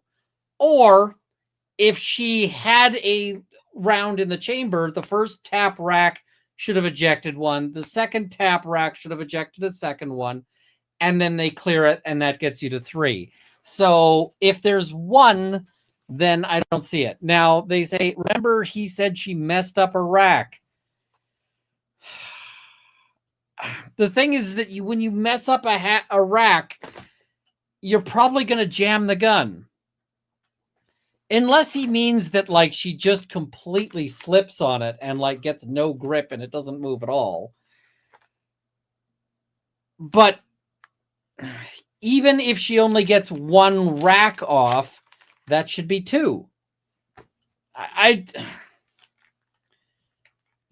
don't buy it. It doesn't make sense to me. Certainly he didn't say that she messed. The other thing is he didn't say she whiffed the rack on his direct. That only came out on cross. Like on cross, he's like, oh, wait, so Figure that out. So you could have the extractor mark. But the thing is, if you pull the slide halfway back, you're probably generating yourself a double feed. And yeah, that's Which is holding that live cartridge in place. His objecting late is not great, but it's not a big deal with a judge alone trial. So if she started empty, then failed to rack, and then racked, there's 0 ejected cartridges. Maybe. It's possible. You'd have a magazine marking. The thing is, if I can get the prosecution's theory to grudgingly it's possible, then that's acquittal town. From the magazine, if it was loaded in the magazine, and you'd have possibly an ejector mark, but a lot of times these cycling marks don't show up due to the fact that there isn't an explosion that happens, so it's not a exact way of looking at these markings. So you're looking at a piece of ammunition that could have been cycled, but there's no definitive amount of mark. It's really weird how he's talking about how you can't get a good comparison between a fired cartridge and just a cycled cartridge, like a manually cycled cartridge. Because if you remember, there was a different trial where the expert was like, yeah, I totally compared the fired cartridge to the cycled cart. And yeah. There to determine that, unless there was some type of defect or whatnot. And to figure that out, you gotta look at it. Correct. And that didn't happen here, right? Correct. Nothing further. Okay. Read that? Okay. All right, you may step down, thank you. And come up and call your next witness. I didn't hate that. I thought there was more he could have gone into, but I don't. It might have been risky if the expert wanted to play Weasel. So I don't hate it. It was a safe cross. Yeah.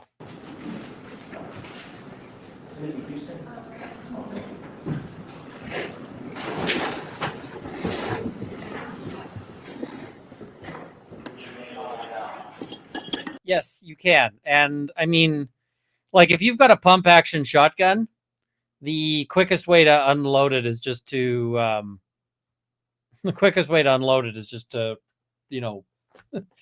to cycle the action repeatedly. So yeah.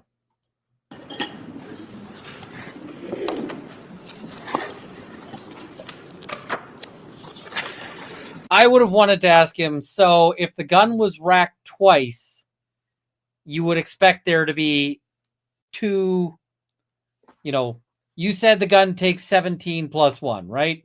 Okay, so if the gun was loaded with a chamber in it and you rack it, or with one in the chamber and you rack it twice, you'd expect 2 cartridges to be on the floor, right? Yes. Plus the one from when they cleared it? Yes. So that would be 3 cartridges, right? Okay, so if there were no round in the chamber initially, and you rack it once, you'd expect there to be, 1 round in the chamber after you rack it once, right? Yes. And then you rack it again. Now that round is on the floor, right? Yes. And then you clear it. So, I mean, that's kind of where I'd go with that. It's kind of, how I'd roll on that one. But it is risky.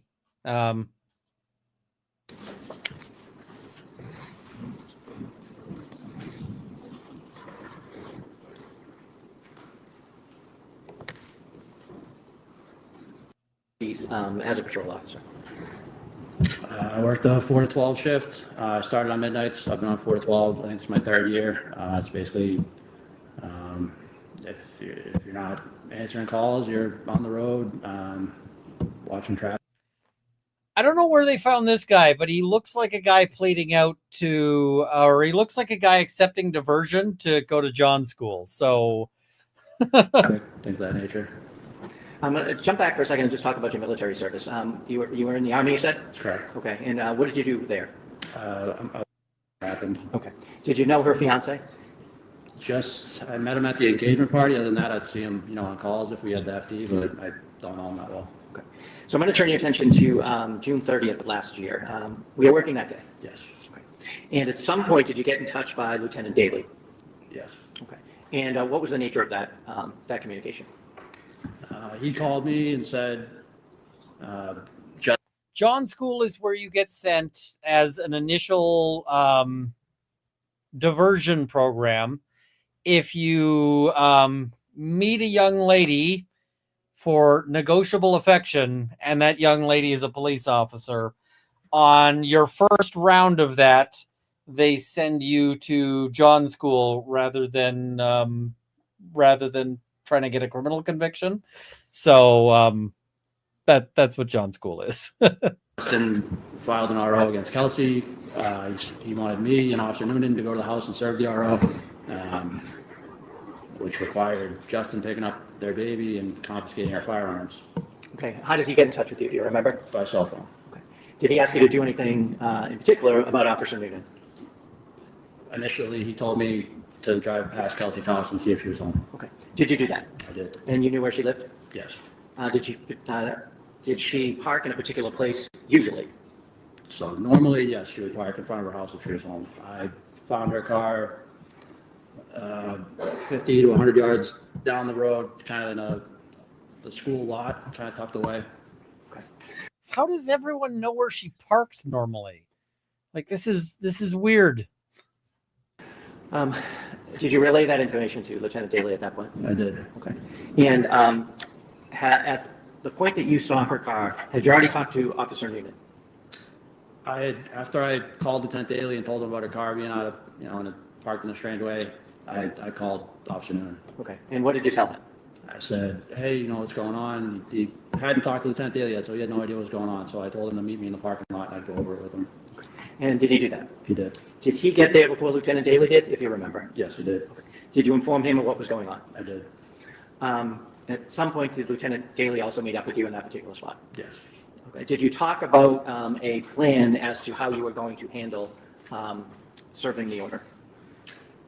My only memory is what I updated Officer Noonan with, just the circumstances why we're going there and concerns that we had, but I don't remember what the exact plan was. I think it was assumed that Lieutenant Daly would do most of the talking. Okay. And you said your concerns. What were your concerns? We were aware that she had been sectioned before, so, obviously it's a tough position for her, finding out, there's an order in place, we're taking her firearms, we got to take the baby, give them to Justin, so we thought with her past being sectioned, she might not take that news very well, and, we weren't sure what was going to happen. Okay. Had you served restraining orders yourself before? Yes. Okay. Now, at some point, So his version of things is a bit different than Noonan's version of events, right? Because he's like, we are expecting to section her.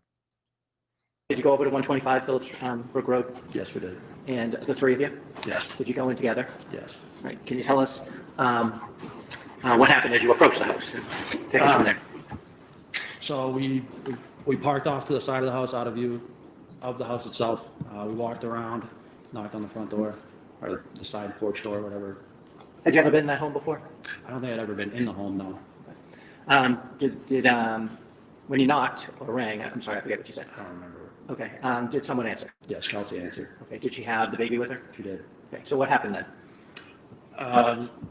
She wasn't sure why we were there. Lieutenant Daly kind of had the paperwork in his hand. All right, let's skip ahead a bit because it's yet another cop here. So we're going to jump a little bit. Lights on, lights didn't turn on. So Could you hear anything downstairs? I couldn't hear anything, and I remember after I flicked the lights on, they didn't go on. I'm looking at a pitch black basement. I thought there was a chance I misheard Lieutenant Daly, And I just kind of stood there. I was like, I really don't want to walk down there if he's not down there, but I don't know how I was just kind of having like a moment where I wasn't sure whether or not to check with Lieutenant Daly. Okay. Did something happen at that point? Yeah, so at that point, I heard Officer Noonan yell, Kelsey, and I heard 2 gunshots. What did you do? I ran back the way I came. At that point, it was only Kelsey's mom. She was still in the living room. Lieutenant Daly was gone. He'd already gone upstairs, and I started making my way upstairs. Okay. When you were making your way upstairs, could you see anybody at the top of the landing? I could see Officer Noonan. And what happened as you went up?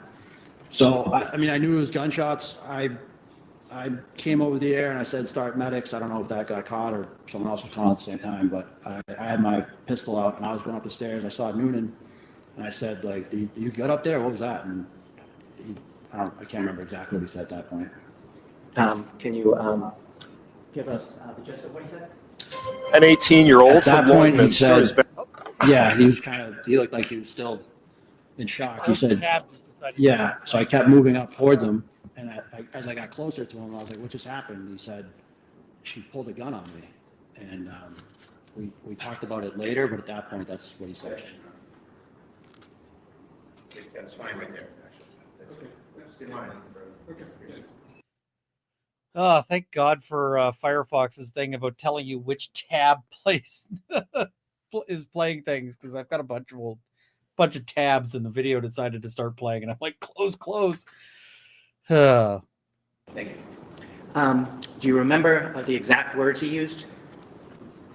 So the exact words he used would be after the FD and we had gone into the other room and spoken. But at that exact moment, I mean, What's the basis?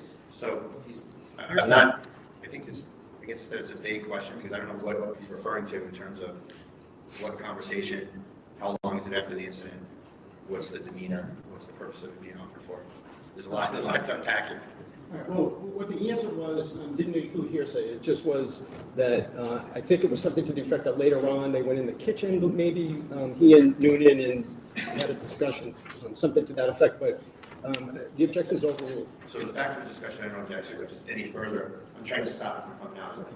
Thank you. Would the exact words that he used when you first ran up the stairs, would it help you to remember if you looked at a report? I know he did say she pointed the gun at me, pulled the trigger, and racked the slide. Whether it was right when I was moving up the stairs or once everything got situated, it was in that time frame, but I can't remember if it was exactly when I got to the top of the stairs or. Okay. Would looking at a report help you remember that? Hold on a second. There's an objection. This is strike one. Non-responsive. It's, I don't know what conversation he's talking about. It's hearsay and frankly news to the defense. Okay, so first things first. On the hearsay issue, Mr. Bertozzi. I'm trying to establish that it happened seconds after the event. So for the truth of the matter or state of mind? Both. Okay. And so he's trying to make an excited utterance argument here. To the extent that you're seeking to offer for the truth of the matter, it's hearsay. And I think, didn't we already litigate the spontaneous utterance? No, that was a different time frame. That was a different, all right. So are you arguing that this should be admitted as a spontaneous utterance? Yes.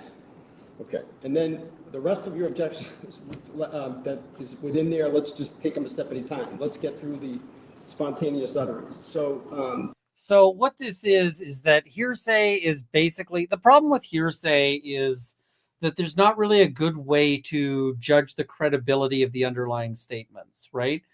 And so the idea behind the spontaneous utterance thing is to say, look, there's just no way this could be a lie because it was just a blurted out statement, right? So, let's imagine you've got a party, right? And then suddenly somebody yells, "Oh my God, he's got a gun," and goes running, right? So the idea is that could be a spontaneous utterance because it's just shouted out as soon as they see the gun, and that there's no possibility for lying. There's no possibility for deception because it's just this shouted out thing, right? The problem here is whether or not this particular thing is a spontaneous utterance or not. Mr. Bradel, what do you say on the spontaneous utterance? So I think there's certainly a lack of foundation, Judge, where there's been two different overlapping statements that are referenced here. I don't know where they're going back to here. It needs to be clarified foundationally what happened before the statement, how long after the shots it was, what were the circumstances of that particular first statement they want to try to use. So that's what I asked for. I agree with Mr. Bradel that it's the foundation right now, and it's not the witnesses, it's not its fault. The foundation right now, to me, is confusing because he's having trouble remembering which conversation. I do understand that. That's why I'm looking to approach with the report. Okay. To refresh his memory, yes. All right, well, why don't you do that, and we'll take it a step at a time. Just ask you to, all right, we're going to jump ahead. Any of this, it's all over the place. He just said something completely different than what he said before. He's now clarified it, so we're beyond that. And so he's now has identified the statement, identified where it was made, when it was made. There was some mention before about the declarant state of mind. So I guess what I'm saying, politely saying is you need to move beyond that. So now the issue for me is, does that statement come in for the truth of the matter? And Judge, I think that I'll reiterate my arguments from the earlier discussion about the other excited utterance statement, Your Honor, that this isn't like a domestic violence situation where someone is, a battered woman or something where the time frame is much more flexible. And in this situation, you have an officer-involved shooting that happens. Another fellow investigating officer comes right up there, and there's a huge motive to fabricate immediately, Your Honor, that something happened that covers the officer, covers the shooting officer. And I think an important part of this argument is the fact that Noonan is a cop, right? If Noonan fucks up, he's going to know that he fucked up legally in seconds, not minutes, not hours, not days. He's going to know right away. That's going to be super obvious to him. And so, in this case, it's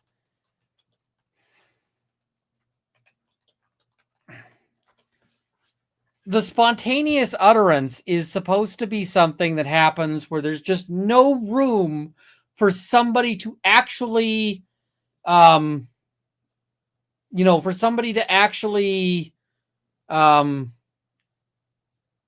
make something up. But the police officer is going to be thinking about that within seconds, right? So, if you're talking about something like, imagine you're dealing with let's consider a really horrific circumstance, right? Kevin McAllister is home alone, and two guys break into the house without warning. And Kevin McAllister, rather than arranging an interesting series of traps, gets his dad's shotgun and pops them in the torso. And the cops roll up 10 minutes later, and Kevin McAllister's sitting on the front step with the shotgun, and he's looking at this and he's just got the 1,000-yard stare, and he's sitting there and the cops show up, and he's like, they were going to kill me. That might be an excited utterance, right? That might be, even though it's 10 minutes, because we got a 10-year-old kid, he's probably not able to think about all of these things. And, he's probably still stunned, right? He's probably still thinking real hard about it, right? Whereas if you've got if you've got this where it's a police officer, 10 minutes, especially because this officer has testified that he's Stone Cold Steve Badass. He's testified that he was not fazed at all. He's testified that he could have shot 3 other people and it wouldn't have bothered him. He's testified that the only,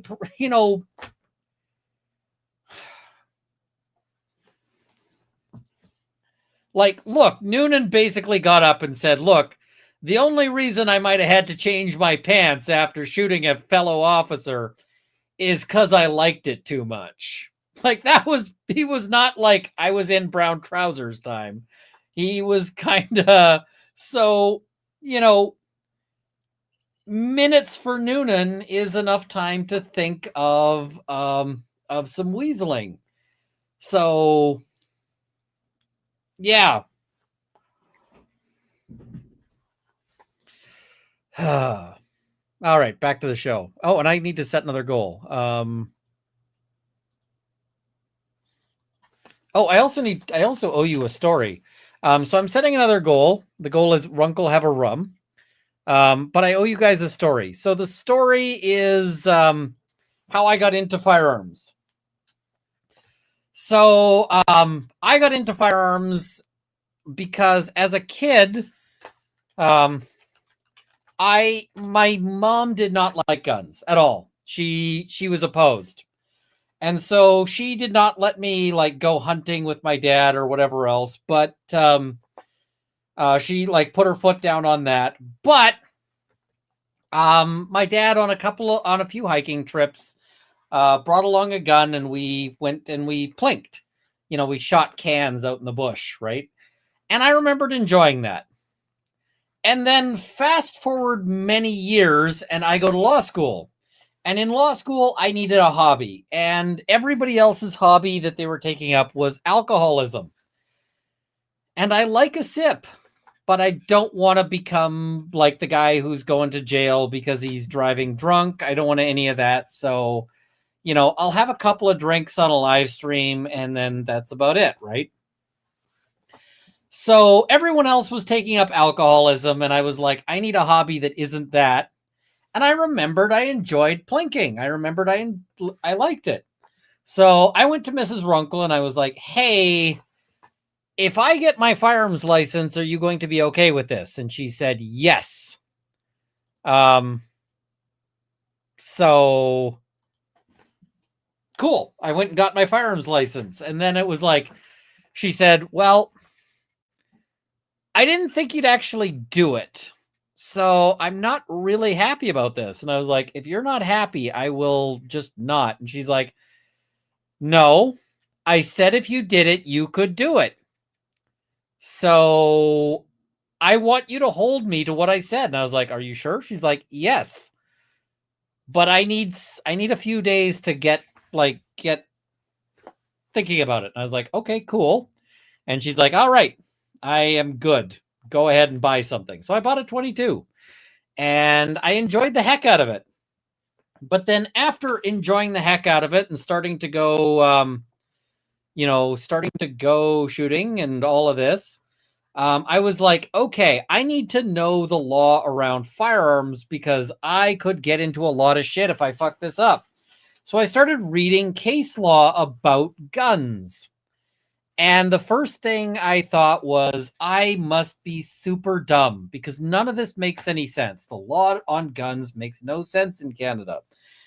And that must mean that I am too stupid to understand it. So I read more in order to be like, I've got to figure this out because it's a big deal. And then I read more and it was like, okay. So I figured out that it wasn't that I was dumb for not getting the gun laws. I figured out that it was the gun laws that were dumb. So, yeah. We actually got married in law school. I was in law school when we got married. I've told this story before, but I'll tell a little bit of it again. I won't tell you the full story. But,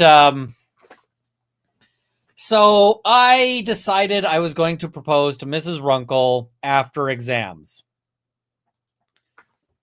And so I was like, okay, I will propose to Mrs. Runkle once my exams are done for this semester. And so I went and I was like, okay, we're going to do this. And so I went and what do you call it? I sort of got the gift trifecta which is I bought jewelry in the form of the engagement ring. I got chocolate, and I got flowers. But I also got crab. And I like crab. Crab is better than lobster, by far. Come at me, bro. Crab is better than lobster. And so I had these crab to do. I'm gonna boil the crab, but I bought them earlier in the day, so they're live crab still. I haven't killed them yet.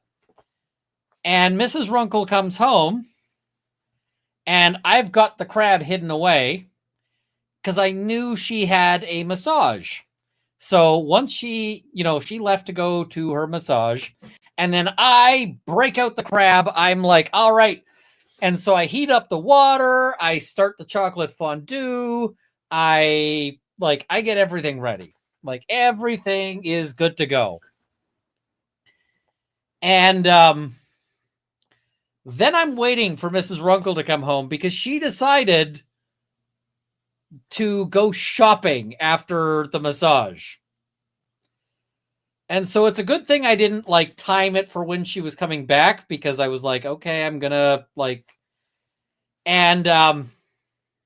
so anyway, she eventually gets home, and when she gets home, I put the crab in the pot, and then we start, and she immediately knew something was up. But the funny part was when she came home, in between coming home and then going to her massage, I've got these crab that are still live crab wrapped in newspaper, and I've got them hidden in a cupboard. And the crabs start moving, and she hasn't left yet.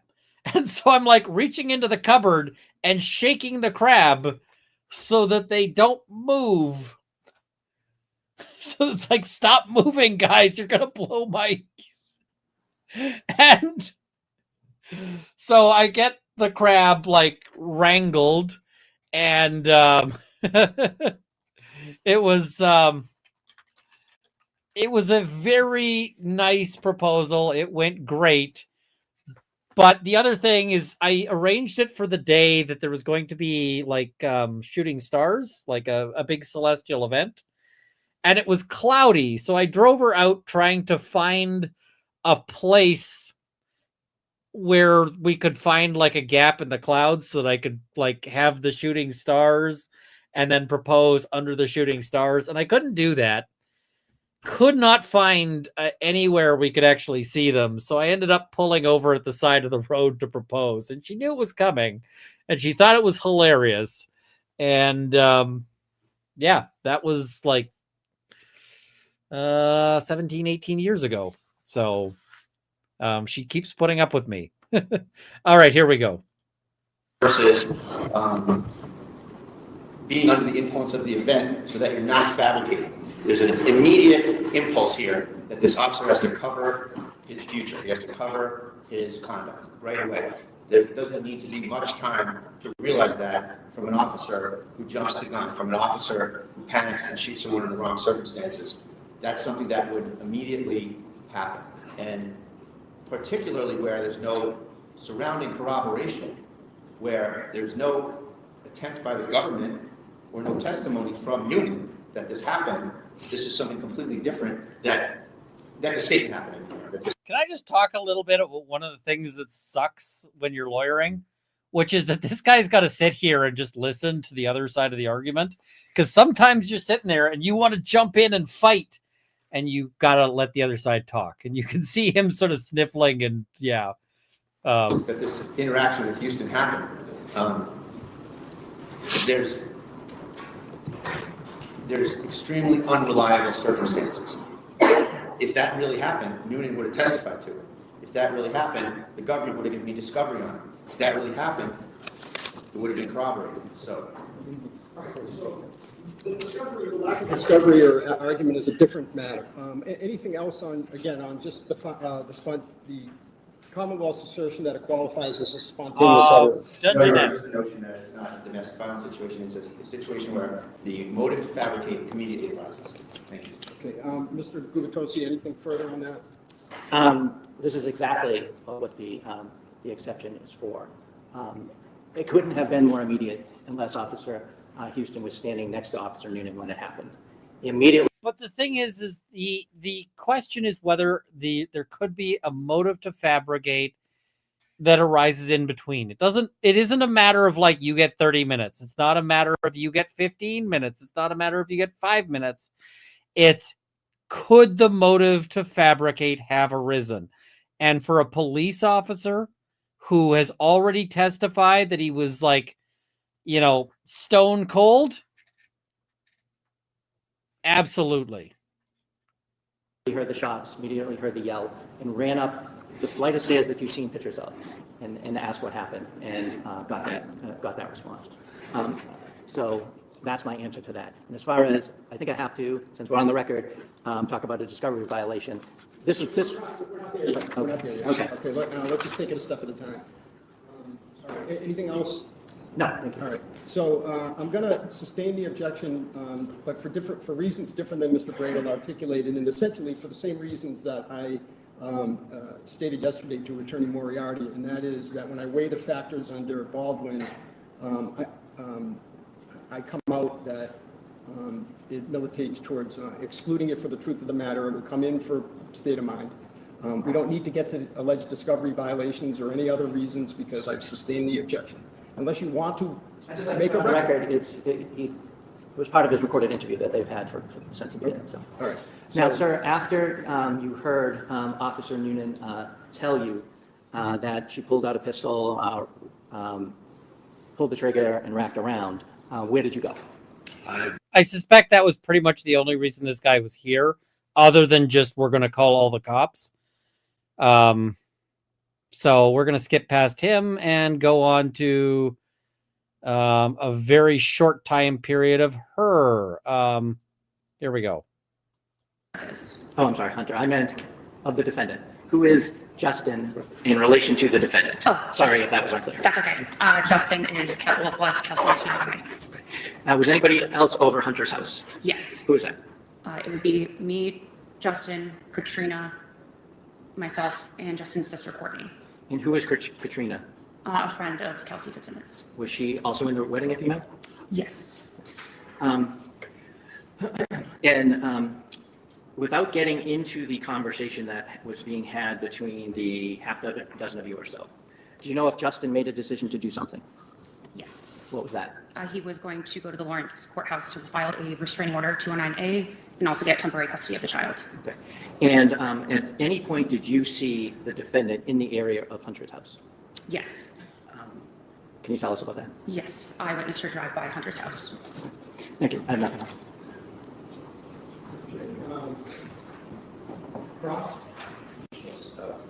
Good afternoon, Ms. Mitchell. Good afternoon. Just a couple questions. You said that you spoke with Kelsey on 6/30/25, That is correct. and she told you that she was driving around. She said that she was meeting Justin, right? No, she did not meet Justin. Did you say meeting Justin? I thought you said meeting. I did.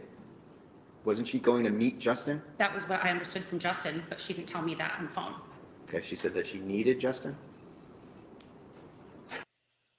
They spend like 45 minutes on meeting Justin versus needing Justin, and I just wanted to shoot myself in the head. Like, oh my, I suppose this is the wrong trial for that particular idiom. Okay. Like, oh, wow. Yeah, we're going to jump past that.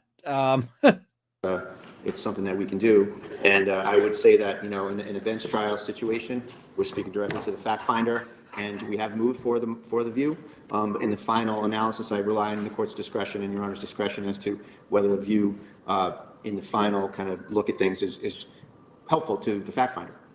So ultimately, the judge is like, all right, if we can do the view, we'll do the view, I guess.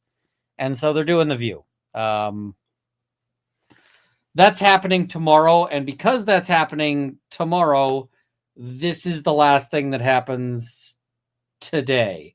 What is it? Yes, she contradicts herself. She doesn't matter in this trial. Ultimately, she's, I don't think she's terribly significant. It's going to come down to Noonan. So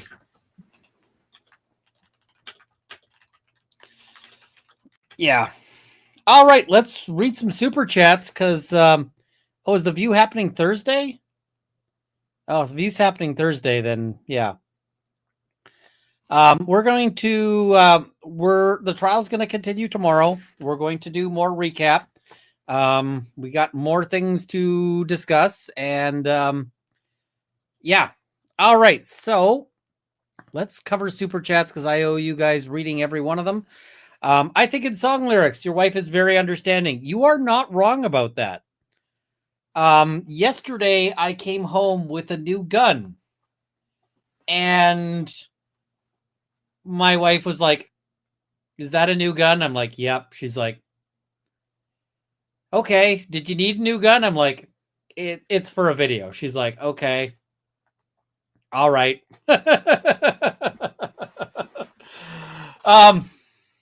I can't show you the gun on a live stream because I can't. But I will make a video of it because that's what it's for. And it is the most idiotic firearm that has ever been idiotic. And I've got to go buy some, what caliber? It is a 410 shotgun. That is tiny, but has a big, long stuff. It's dumb. It's idiotic. And because it's idiotic, it falls into Canadian law in weird ways. Yes, it is a revolver. And also, I have on order from Amazon the world's most dumbass attachments for it. So, yeah, I have to go and... Oh, right, that did arrive. I was like, this never arrived. So I've got to go and attach the world's dumbest attachments to it. And it's going to be stupid. It's going to be whatever.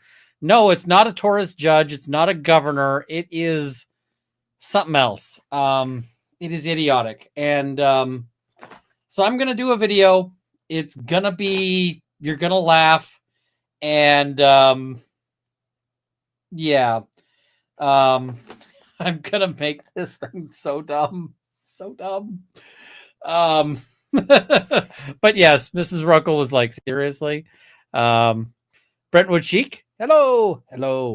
Avrila's Hobby Channel. Extra fancy rescheduled date night fund. I got to take her somewhere nice sometime. Vez from Quebec. Thank you, Mrs. Ruckle, sharing in with us tonight. We'll be in on a conference till Saturday. I'll receive a distinguished emeritus title Thursday morning. That is amazing. I think in song lyrics, date night fund.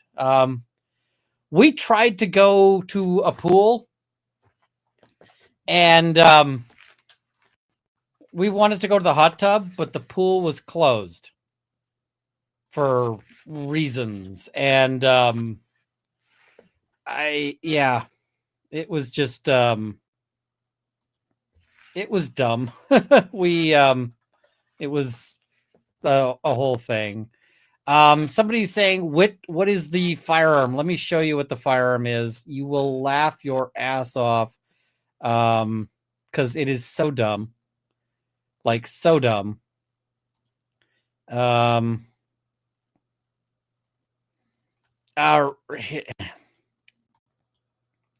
right, let's minimize that. Let's move this over. So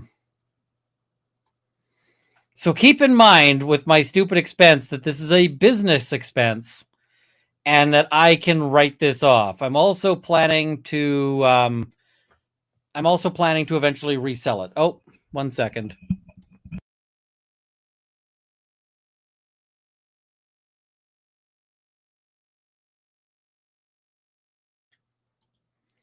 It is a TR 410. So this is a website. This thing. It is so dumb. It is so dumb.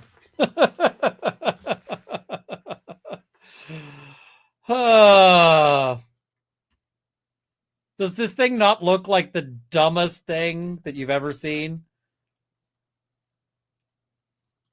And then I'm going to mount like a ridiculous optic on it because I have to. So, yeah. Glamasu's, I've been looking forward to this all day. Me too, actually, believe it or not. Jamie 143 Kevin, plum wine drink date night. Thank you so much. Alex Ron, date night tax. Thank you. Joy W, I don't understand how Kelsey could have moved physically the way Noonan explained. Me either. I find like the description of what he says she pulled off was very difficult. I don't think it happened. So I just don't. Patricia, thank you, Mrs. Runkle. I'm a big fan of Mrs. Runkle. Big Apple Hoosier, date night, thank you. Thank you. Glamasu's, what a total shit show today. These cops are worse than Canton PD. I mean, some of the cops I don't, yeah. Some of the cops are fine. What is it? One more mic reset. Okay, 1 second.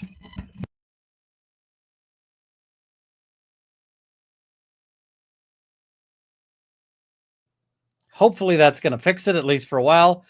Old Gal Corona, thank you so much. Much appreciated.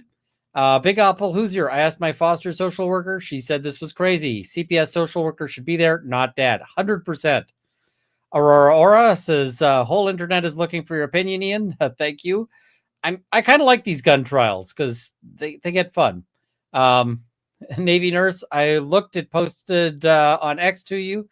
I looked, I couldn't find which one was the thing. So, yeah.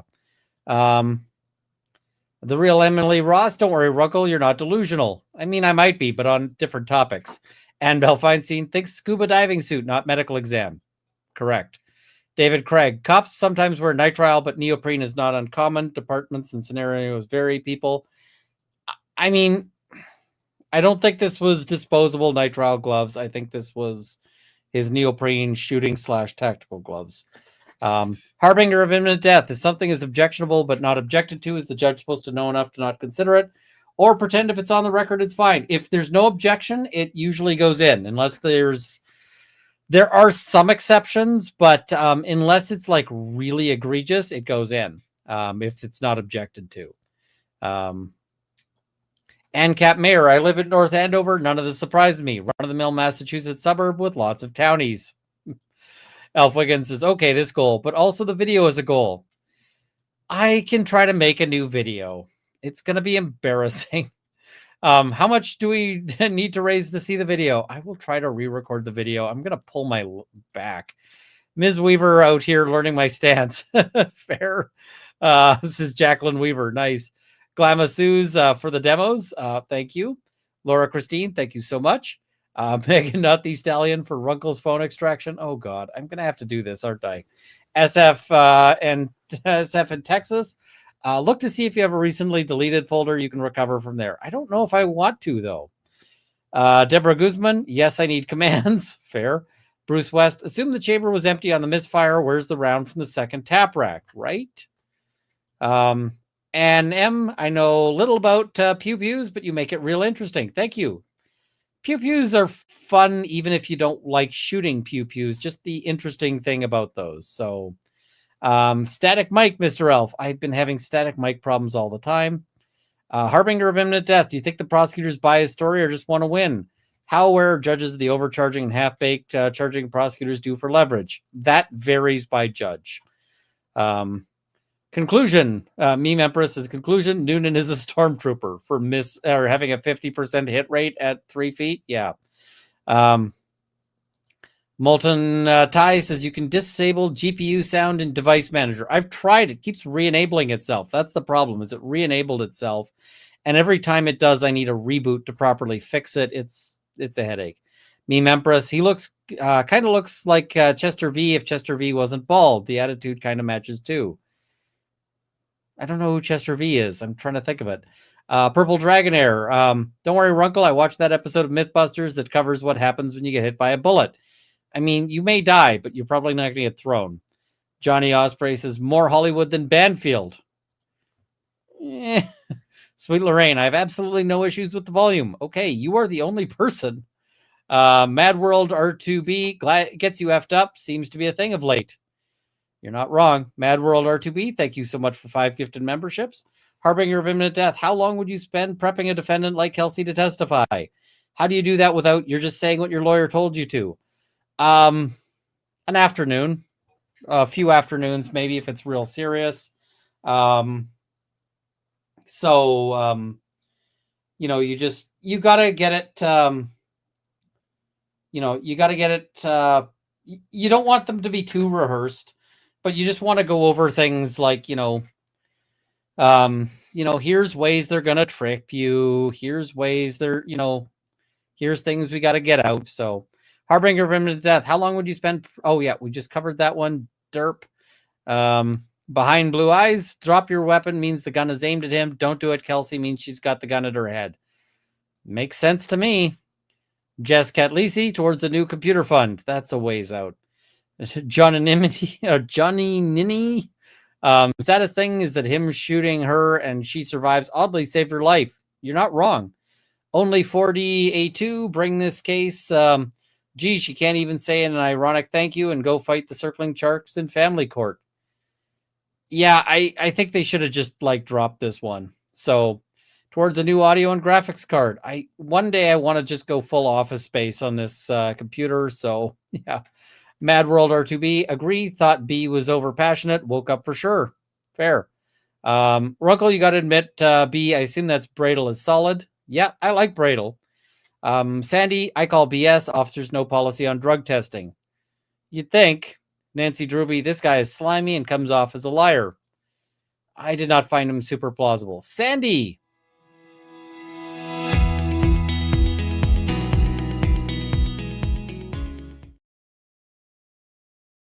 Thank you for the 20 gifted memberships. Shy Gals, thank you so much for doing this, Runkle. Thank you. I really enjoy doing these. B is for Bob, just joining, but can you please start calling this Runkle Recaps? I feel like you're missing an opportunity. I'll give it a try. Probably for the next trial as opposed to this one because they want some title consistency or else YouTube punishes you, but I'll try it for the next trial. Michigan Farm Boy just joining after a township board meeting. Update on where we are. Director Cross appears to be direct by somebody who doesn't know guns. I think you had that right. Priscilla Thompson, MSP was messy as per usual. AL, yep. Cool Springs, thank you very much. Tough Cookie, I always love a story time. It's kind of a short story, but it's a fun one. Michigan Farm Boy, Semi-Troll Tax are the books I bought from the 24 Action still around, hoping to make Chicago if it would matter. Michigan Farm Boy, if you bought a book set, I thought I sent you one, but if I didn't, I will talk. I think I've got one then. So I can make sure. Michigan Farm Boy, if you want me to bring them to Chicago, I'll bring them to Chicago. If I forget to bring them to Chicago, I will send them, but I will bring them to Chicago. So let's do that. The Goodmans, thank you for the gifted membership. Much appreciated. And Belle Feinstein, I want the backstory on your interested Pew Pew. You have the interest or backstory. Annika, let's hear it. Runkle's hero origin story. Thank you. Fiona W, thank you for the 20 gifted memberships, and we got to roll this.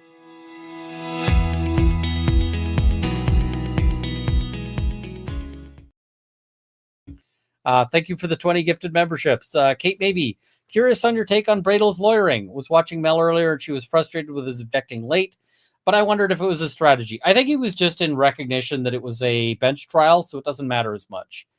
Horse Welfare, does Mrs. Runkle know she has a lot of fans? She does. Mrs. Runkle came to one meetup, and she ended up talking a whole lot of people who were like, "Oh my God, you're real." And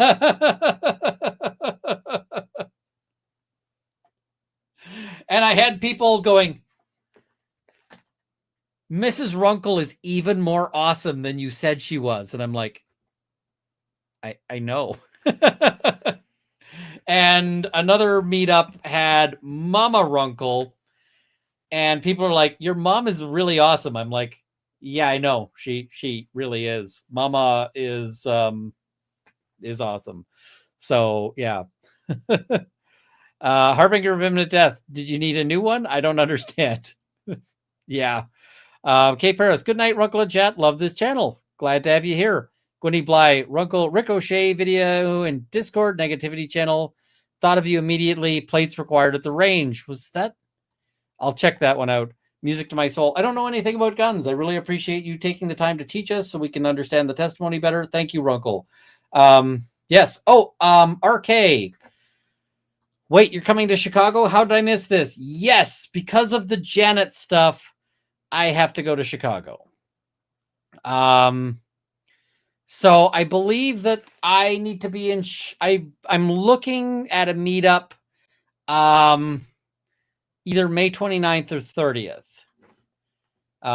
So May 29th or May 30th. I am still trying to firm this up. I'm going to find a place to do it. I'm going to find a bar. I got to find accommodation. And I'm going to see if I can get I'm going to see if I can do a meetup. I'm going to do a meetup. I'm going to see if I can bring some other people in at the meetup. I'm going to invite Law Talk with Mike. I'm going to invite the Matas. I don't know who else is in Chicago, but I think it's them. Now that's partially for me because I totally want to hang out with Law Talk with Mike and the Matas. So that'll be a thing. And, but yeah, just a meetup where we can all hang out and we can all, chat and have some drinks and, all of those things. So yeah, we're going to try to make that happen. And I think it'd be a lot of fun. So, but I got to make sure it's a wheelchair accessible. Somebody sent me an email saying I want to go, but need a wheelchair space, and I'm like, I will make that happen. That will be a thing. I'm gonna make that. I'm gonna make that work. If I have to fight for it, so we're gonna do it. I don't know where it'll be. I'm still looking. So, yeah. Let's see. Marmar says, I met Mama Runkle. We had a good chat. Mama Runkle is really nice. So that is, yeah. KPT says public places must have wheelchair accessibility. Do they have like the other thing is there's like wheelchair accessibility and then there's wheelchair accessibility. And I want a place that's like actually good for that, right? I want a place that's like, I want a place where people are going to feel comfortable and not like a place where it's like, we can wheel the wheelchair person into the one space that they're able to, be at, and they won't be able to move around and talk to people and any of that. So I want them to actually to feel comfortable and not just, we technically comply. Right. So that's going to be a thing. Maybe I guess I'll ask on Reddit. So yeah. Anyway, thank you guys all for joining me, and I will see you tomorrow. We're gonna do a thing and go from there. So yeah, we have a ramp out back versus we designed this entry thinking of everyone. Different thing, right? So I want that to be proper. All right. So good night all. See you tomorrow.